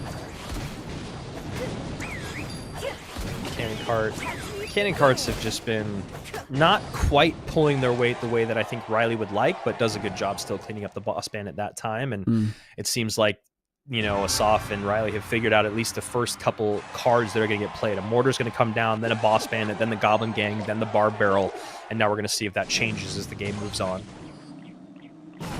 Okay, skeleton barrel inbound. Drill force on defense, no Tesla in cycle. Assaf is trying to manage his cycle correctly here. The biggest thing is he just needs to get the Evo Snowball plus drill in cycle. He needs to get that combo. Wow, I don't know if that was a prediction Tesla or just insane reaction time. Yeah. But really well played on the quick Tesla there. Taking out the Evo Mortar pretty quickly. And, you know, we talked about this earlier today, but just in case you weren't here or not familiar, Assaf is known as arguably the best drill player in the world, so it's nice to see him go to his comfort. Interesting, but force the Evo Snowball though, that's not what we'd love to see. Evo Tesla gonna do a great job though. Interesting. Really good. Deciding to go off camera for this game, which is slightly frowned upon, but, you know, it just is what it is. Things happen. Yep. Interesting, so another defensive drill. And Assaf's gonna have to play quite a few snowballs to get back to that Evo here. And he does have the poison, so that's going to drop down defense as well. Riley back on offense in that. I was going to say, that mortar shot, if it takes out the goblins, is going to put Assaf in a bad spot, but they sneak away just in time. Yeah, it seems like Assaf is just really struggling to get his cycle fixed. He just keeps having to play drills on defense. His Teslas, I guess, are forced on the mortars, so it's kind of like a Tesla bait to that Riley's playing here. And then Assaf should have his Evo Snowball in cycle now. I'm not sure. I don't remember if we played it once or twice so far. Either way, there's only a minute left. Like, he needs to... Yeah. I guess he needs to do something. I mean, it just feels like he has to do something. I guess he is technically winning, so... Yeah. I mean, this is like what I was saying before with these Skeleton King barrel decks. Is sometimes it's just really hard to break through. Right. I would think a Tesla or a drill needs to come out because that death damage is really the biggest threat. Skeleton gets taken off the board just in time. Oh my gosh. 2786 to 2298. Boss man is dashing everywhere. Yeah, it's really controlling the board and the elixir conversation. That's really what Boss Man is the best at, is just making you have to spend more than you want to take it off the board. Another defensive poison, I like it. The Evo Snowball, I hate. Barbarrel should drop right lane. But I guess he's just going to say, I'm going to defend this entire game, and you're going to lose. Yeah. That's his plan here, and I respect it. Yeah, absolutely. I mean, that's what you got to do sometimes in the matchup that you're in, and those goblins actually get on tower again, and yeah, I mean, this is really one of the reasons why Mortar is just not as strong as it has been in the past. Wow. You know, there's the inability to get on tower when you must get on tower makes it a lot harder for just, you know, the damage to come in, as we see. I mean, I know it sounds kind of stupid when I say it out loud, but like that's why we've seen Miner with Mortar for so long. No, yeah, I don't think it really does not sound stupid at all. Straight up, like that sounds a little stupid. No. Like, you're so right. Like, Miner got a damage nerf. People started putting Skelly Barrel in instead. And Assaf literally just defended for 5 minutes straight and won, especially since Cannoneer starts with less HP than the Princess Tower. So right. That was just a defensive masterclass from Assaf. He never once used an offensive drill plus Evo Snowball combo. He literally just sat on defense, used his drill on defense when necessary, and he made it look easy. And because of the lack of pressure of damage coming through, then, like you said, you're able to use either that Evo Snowball or the drill on defense a lot more than the average drill player would need to in those situations. Like, a lot of times, it's really tough to want to put that drill on your side of the map, because then now you go, I got to get all the way back around and try to get, you know, a good combination or good synergy with the drill. But when there's no way to get to tower, all of a sudden that drill coming out defensively time and time again is not a big deal, especially when you've got the poison. So now things get a little interesting here, Juicy. What felt like such a dominant game one, Assaf bounces back in game number 2, and now we're in this spot where either of these guys are about to see the end of their 2025 career, and it's just all of a best of one. Man, I don't know who to root for here. I mean, obviously Riley's probably the fan favorite, but Assaf, you know, definitely. OG player as well. I mean, this is tough. I hate how this is like an elimination match with like not much like I don't know. I don't think there's much hope for either of these players to lose and have any chance of qualifying. I don't think there's any last chance qualifier opportunity here. Juicy, one of our admins, I believe, because he is a mod in the YouTube chat, says if Assaf deactivates the camera again, he loses the match according to the competition rules. Oh, so okay. as you said, things happen. Sometimes it's latency. Sometimes it's for how much money these guys make. It's shocking that they just didn't buy a better camera. Like I've been saying that for so long.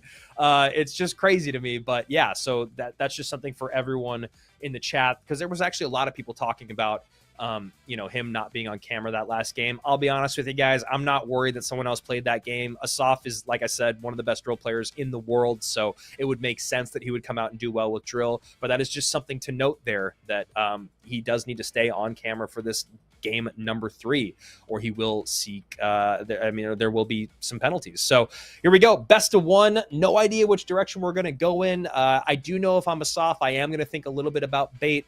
If I'm Riley, man, if I'm Riley, I think I might just try to control the game a little bit. I feel like Assaf has just used his quote unquote one trick. Right. Riley should be better in general with most everything else out there.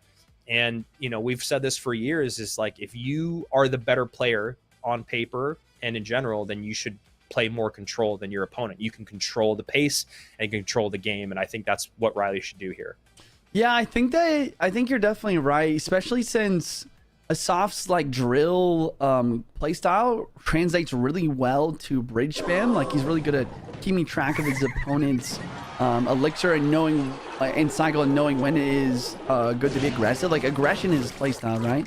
So if he goes to something like bait or control, he should do a decent job here. But already I'm a little bit worried for Riley, seeing the fact that he's got Cannoneer and he's going up against the Skelly King, but he's got the Val. He's got the Val. So, yeah. Are you just wondering about the camera? Yeah, I am, and I really don't want to be, because that's not really the deciding factor in this game, so I'm not going to focus on that. No, Here we go. Wall breakers on the right-hand side. Tesla comes out to defend.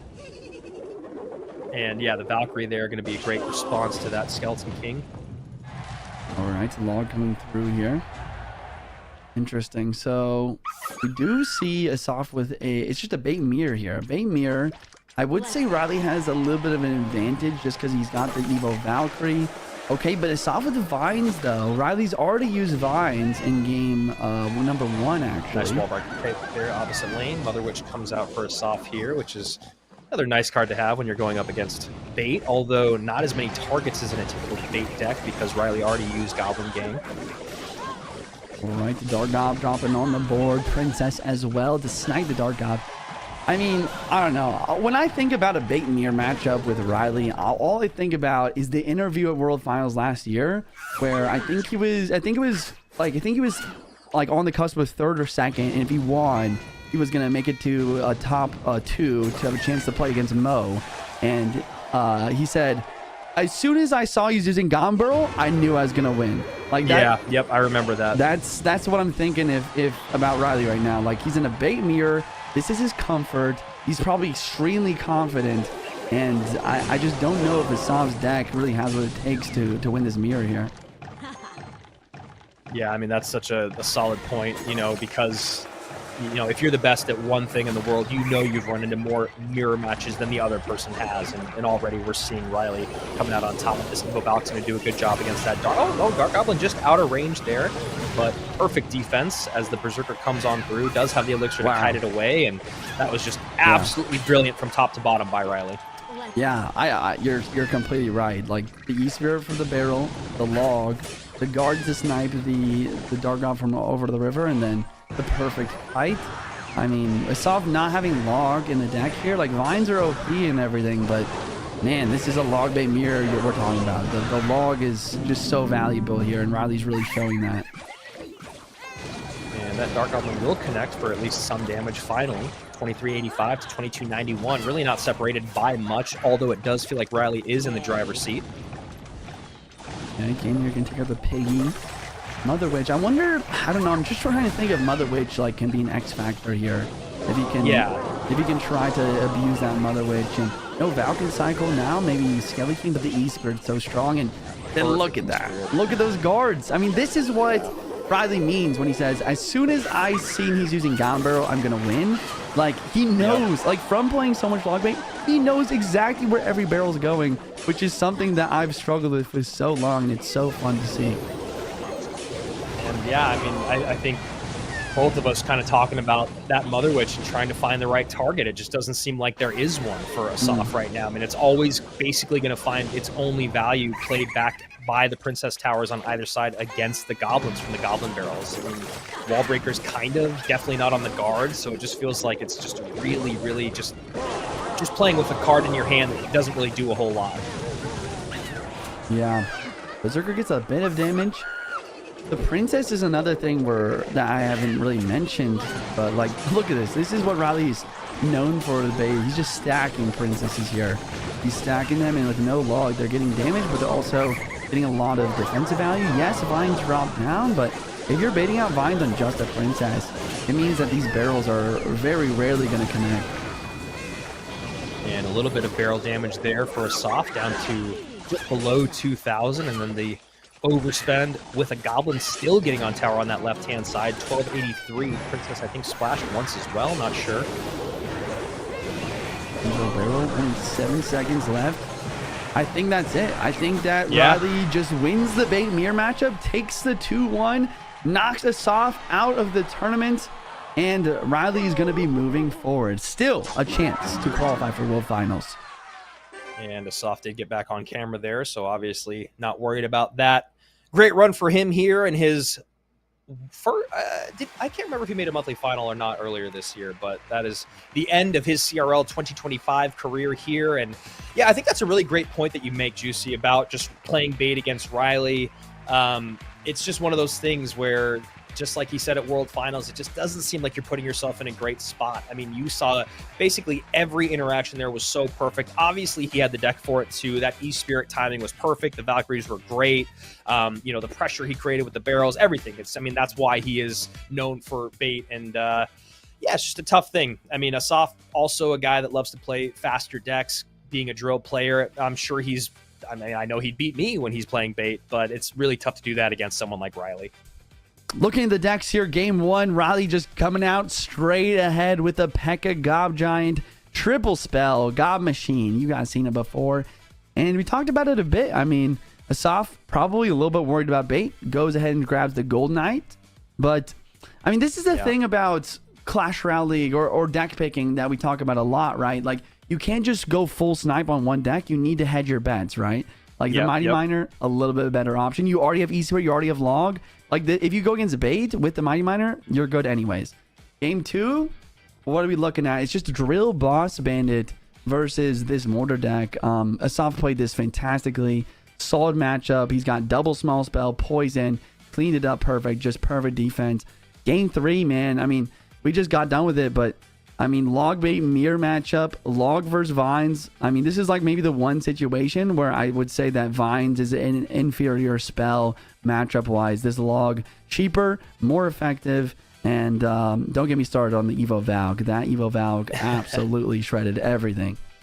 Yeah, the E-Spirit and the Log both being out in game number one for Assaf kind of really hamstrung him here in this final game. That Mother Witch, you know, like we were saying before, the Goblin Gang, really probably the best target for a bait matchup with Mother Witch, but the Goblin Gang was already used. So Riley stays alive. We do say goodbye to Assaf, but you know what? He made a monthly final. He made some cash, showed up here in CRL in 2025. Happy for him, even though it might not have went the way that he wanted.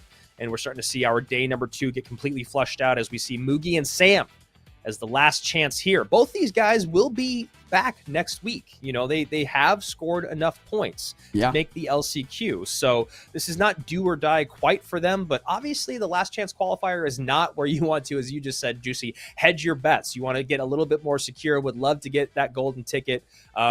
But there's you know, obviously a lot more players that are still in the mix as of right now. It's just the match in front of you.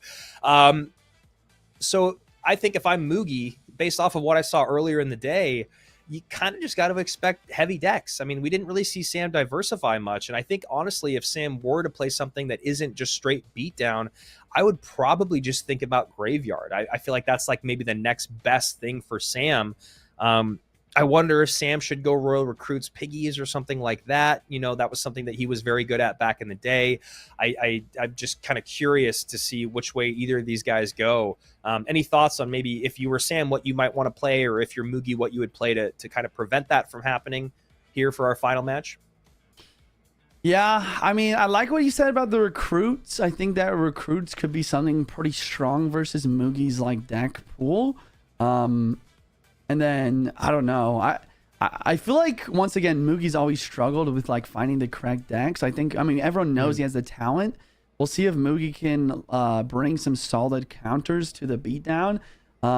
If I had to pick someone who I thought would win here, I think I would pick Mugi. But I don't know. The thing is, Sam is also, he's just performed really well this year. So I think this, even though Mugi is a 2-time world champ, I think this is actually a fairly even matchup when it comes down to percentages here. Definitely. I couldn't agree more. And I also think both these guys are pretty cold in the sense of Mugi started the day. Oh, yeah. He gets 2-0'd by Niuzi, and now he's in the first match and the last match of the day. And then Sam had to wait all day basically to play his first game or his first match, and then gets sent down to the lower bracket where he's the last match in the lower bracket. So he was the last match in the second round of the upper bracket and the last match in the lower bracket elimination round. So it's just both these guys coming in what feels like a little bit cold. We'll see who comes out on top as Sam gets some early damage here with that baby dragon, trying to even things up to the damage that Mugi's already done. 25-51 with a pancake tower and 26-23 with the princess. All right, Furnace in the back going to be level 12 here shortly. And then Mugi, I mean, this is what I'm talking about. I said, if Mugi can just bring some solid decks to counter beatdown, he should be good to go. He does bring the baby dragon. Yep. And then the baby dragon pig cycle, and then wow, Piggy's other lane here should get some decent damage. Sam is really going in for this push though. He's just gonna let these. Sorry, go ahead. No, I'm sorry. I cut you off to basically say exactly what you were going to say, which was that he needs to just defend this as cheaply as possible. We saw Riley do that earlier with the bomber, you know, only spending 2 elixir to stop the 5 elixir push. You take the damage, and then this is where you got to make things happen. That Mighty Miner is already causing a bit of problems. Now, I honestly use that ability, I think, to deal with the minions, and there you go. Yeah, it's actually smart. Like, I feel like people back home might be like, why did he just play minions into a Mighty Miner? He did it so that he was forced to play the ability, and now the golem stays alive. So all of a sudden, this push is just menacing. He takes the whole tower down.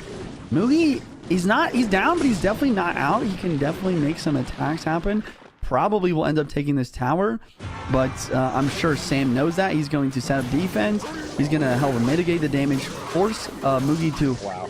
Wait, maybe he actually can full defend here. I don't know. The lightning does drop. I think if I'm Sam here, I set up another golem push here. Yeah, I think you're totally right. I think he sets up another, and he does. Is that where you go? You go for the princess. You don't go for the king in that situation. I do like this. You know Mugi's going to have to go to the right-hand lane. I do like this a lot. Also because it kind of forces Mugi to kind of play into you. Like, maybe a lightning log does enough, but the question is, can Mugi play a lightning log on this tower and still defend his golem push? That is the big question, and it's looking really tough for this Vine spell. And there's a log coming in, 222 remains, but a big push here. Nice kite there on the mini P.E.K.K.A, but obviously damage going in on that princess tower. I like the aggression at the bridge. Ability doesn't go off on that Mighty Miner, and that's it right there. I don't think there's any way to win this game now, and Sam takes game number 1. Basically running, I think, what Mugi thought he was going to run, which was something heavy, something beat down. But, you know, that was honestly, those minions were such a great play. I think you and I both saw it. The minions at the bridge create so much pressure after their buff that you have to use that ability. But then the second, and that's why it took Mugi so long to use the ability, because he was like, I got to do as much as I can to this golem before I use the ability to take out the minions. But in that case, there's just not enough elixir in the tank to defend the baby dragon. And then I think there was guards at the bridge as well from Sam. So great read, and also great job of kind of painting your opponent into a corner and knowing exactly what they were going to do. And then, yeah, we talked about it. The reset of the golem, you said it. Got to get another golem down. He goes same lane. I mean, that was pretty well done, Juice. Yeah, what I'm trying to do is like think of what Mugi did wrong, or if Sam just completely outplayed. I don't know. It just seemed like there was no chance of him defending that. That push was just really well put together. And then on the other hand, Sam just predicting the Royal Hogs. He had a perfectly timed furnace right when the Royal Hogs were about to drop, and the Fire Spirit plus the baby drag up high. It's the Royal Hogs, like, it completely evaporated. Yeah, so Sam feeling very good after game number 1. Mugi now starting to feel the pressure. I know I sound like a broken record, but both these guys will be back next week if one of them doesn't win the golden ticket. So, not quite as much pressure maybe as we just saw in the previous matchup between Riley and Assaf. But, Sam looking like, you might not think it, but Sam feeling good right now. Sam's always been a pretty traditionally low emotion player, which is why he's always been so good. Same with Mugi, honestly. Even when Mugi won the world championship a couple times, his celebrations were, that was the most emotion we ever saw out of him, deservedly so. Yeah, of course. Interesting. Yeah, and the other thing, Juicy, that deck that we just saw, that Royal Hogs Mighty Miner deck, that deck was, like we talked about, basically made to counter the Gob Giant deck. It doesn't seem to have quite as much effect against the Golem deck. Yeah. And he goes recruits. Nice. Okay, it is recruits. Yeah, I think you're right about that. I think the Lightning isn't quite as good versus the Furnace as it is versus the Witch. And then, man, it just seems like you'd think the Mighty Miner could take out a Golem, but it just, especially when it's leveled up, it's like, man, it just has so much HP. So Mugi coming out with a Evo Knight plus Evo Furnace, and as we talked about earlier today, Evo Knight these days feels like it basically 100% means Graveyard. You see the hut there and kind of secures that idea. Ooh, if that goes to the right with the Fire Spirit spawn, that would have, I think that would have actually gone to King Tower. Maybe. But instead the High Knight comes out. Yeah, Knight's going to prevent any Gold Knight shenanigans. Fire Spirit, Sam, once again, he's playing a heavy deck. He's no stranger to taking a little bit of damage here and there. Vine Spell, gonna try and take this machine. The Berserker plus the Furnace just wipes it out. And he decides to go Zappies here. I think that's a good play. Like, you can't let the Furnace go full bore on tower there. You have to play something. And the other side of that conversation, I think, is like we've talked for so many years about how Flying Machine can be one of the most frustrating cards to deal with when you don't have the correct response. But Vines has changed that conversation quite a bit. Yeah, it's insane. Wow. Okay, wait, good counter push though.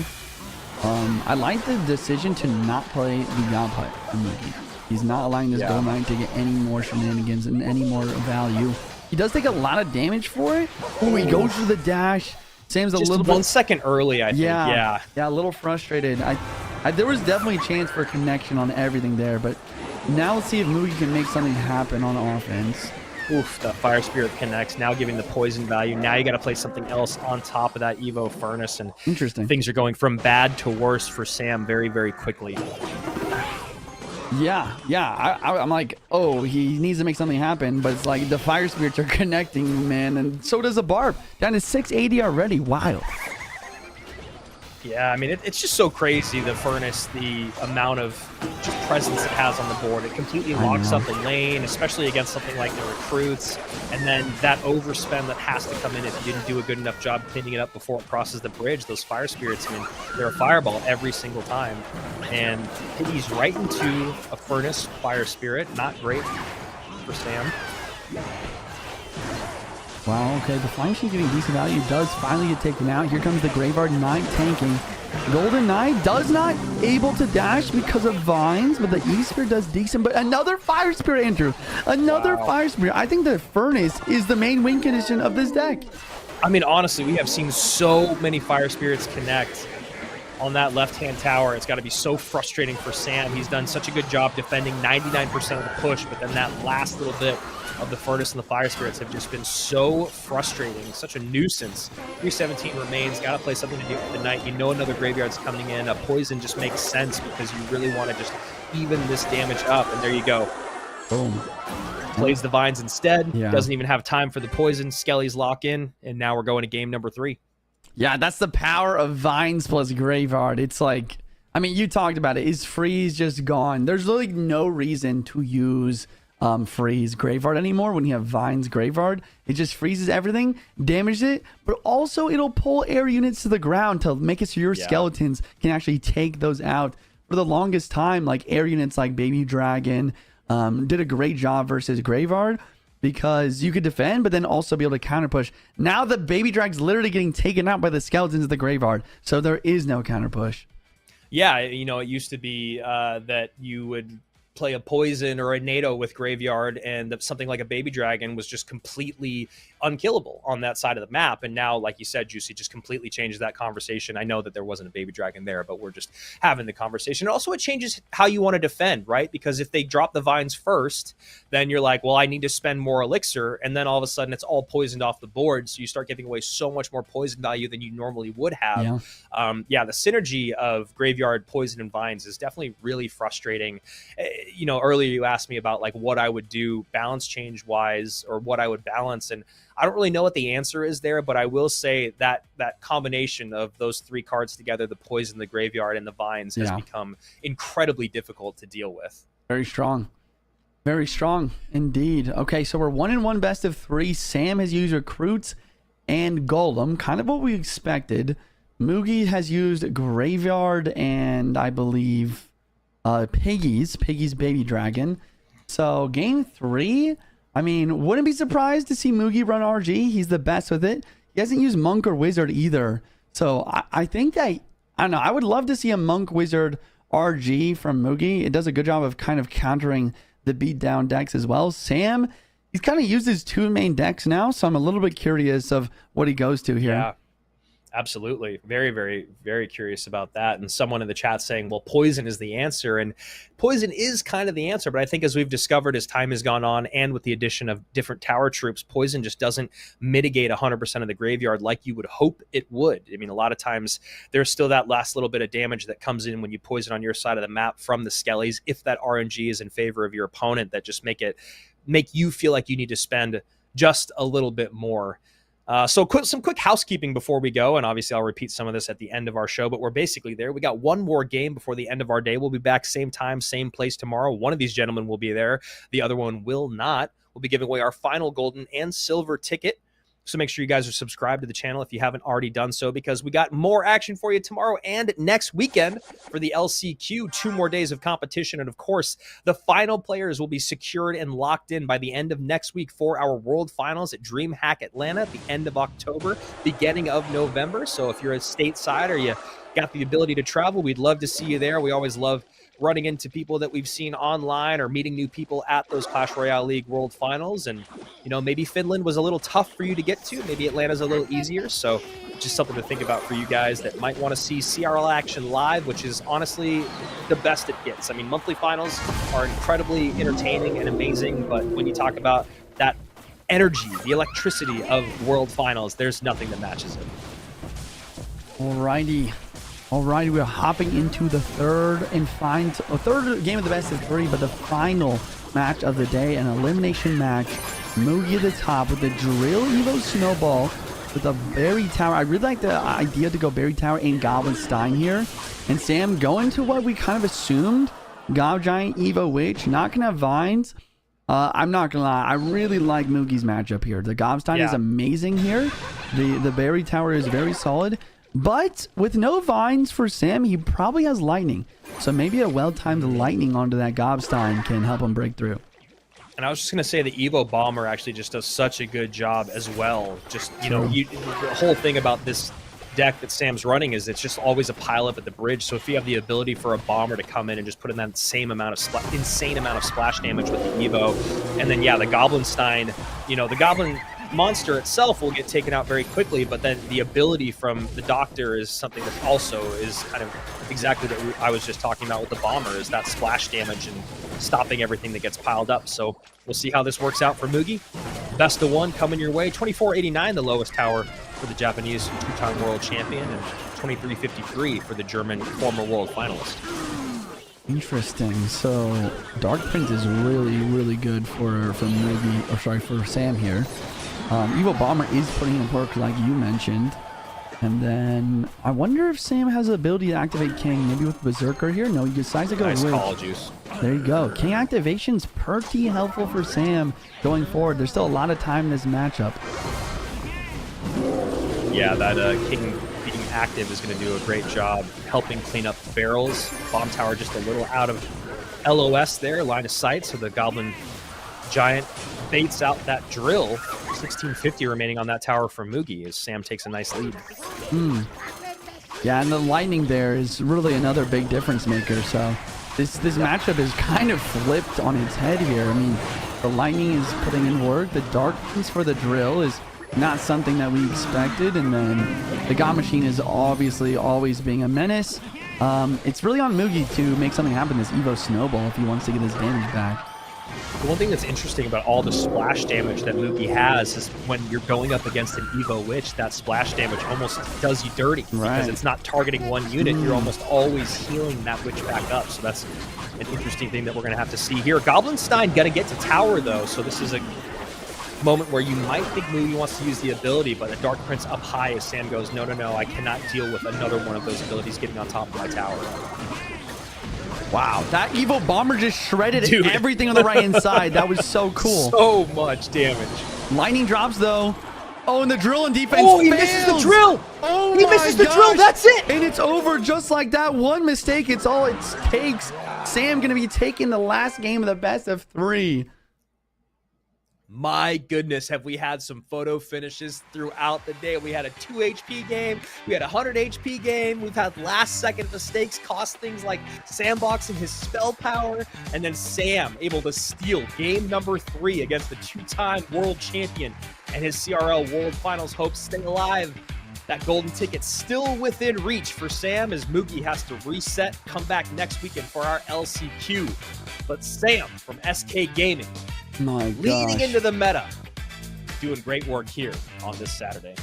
Wow. I mean, yeah, let's just look at these decks. I'm kind of speechless here, but I mean, we saw game 1, just straight up copy pasted best ladder deck in the meta right now. Golem, Evo Furnace, Evo Baby Drag, just completely shredded Mugi here.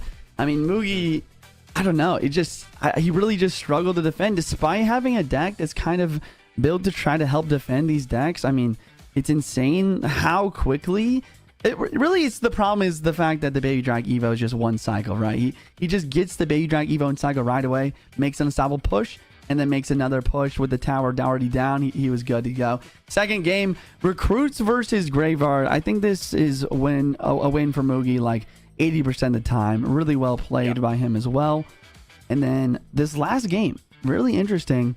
I thought Mugi had the matchup until we saw the Dark Prince. The Dark Prince is probably the best, maybe other than Skelly King, but no, probably Dark Prince. Probably Dark Prince is the best drill counter in the game.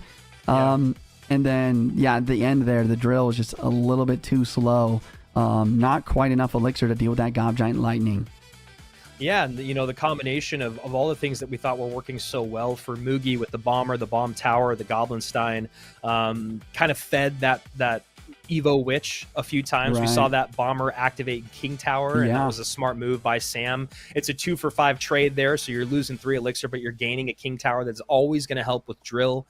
Really well played by the German here. I mean, we kind of saw the heads up play in game number 1, forcing the errors, and that's what we saw a lot of throughout the rest of this set, especially in game number 3. And yeah, the change up of the lightning ended up working out pretty well also. So what a fun day. What a fun day number 1. Juicy, talk to me through this bracket and maybe some thoughts on who you think could go the distance tomorrow. Yes, sir. So we started the day with Niuzi versus Mugi. Big upset. He went forward. Ian with a 2-0 versus Assaf as well. Riley versus Sweep. It got a little interesting. Riley did a great job, though, winning the Battle of Canada. Sandbox versus Viper. This was a fun match, but Sandbox, I mean, he got some great wins. He got some great celebrations as well. Quarterfinals, Mo Light said no to Niuzi. No more rookie shenanigans. Pedro did a great job cleaning a 2-0 versus Ian. That was very impressive. And then a very tight and close match between Igor and Riley. Igor ended up pushing forward, and then Sandbox beating Sam, sending Sam to the lower bracket. Still rooting for your Sandbox if you're watching this. You got this, bro. I believe in you. Wait, I'm supposed to be a biased caster. I'm sorry. Maybe talk us through the lower bracket. How'd the lower bracket go, Andrew? Yeah, absolutely. So Igor and Sandbox versus, and Mo and Pedro will be up in the upper bracket. But for the lower bracket, you guys can see here, we started off with Viper versus Niuzi. It felt like Viper should and would lock that down, especially after a pretty dominant game number one. Niuzi comes out with a great reverse sweep. Then we see Ian versus Sweep, where Ian took control of that set, doing, I think, what most of us needed to see Ian do, considering he was the first person to win a golden ticket this year. Riley versus Assaf, great back and forth there. Assaf does what he does best with drill and picks up that second game, but Riley was able to close things out in game number 3. And as you guys just saw, a wonderful back and forth between our two-time world champion and Mugi going up against OP Sam, who we are so excited to see here. And that match number 12 was one of those ones. Either way that it goes, I'm happy. And Juicy, you talked about some of the point stuff. This is where we're looking. Obviously, 1 through 6 there is kind of locking things down for next weekend, as you see 3 of them having golden tickets. The 7th through 14th spot in the gray. That's what's really interesting about next weekend. Yeah, absolutely. I was asking production if we get an updated point leaderboard. I think this is really important since this is the last monthly final. I mean, this is really, really cool stuff. I think that, Sandbox is guaranteed silver ticket now with points.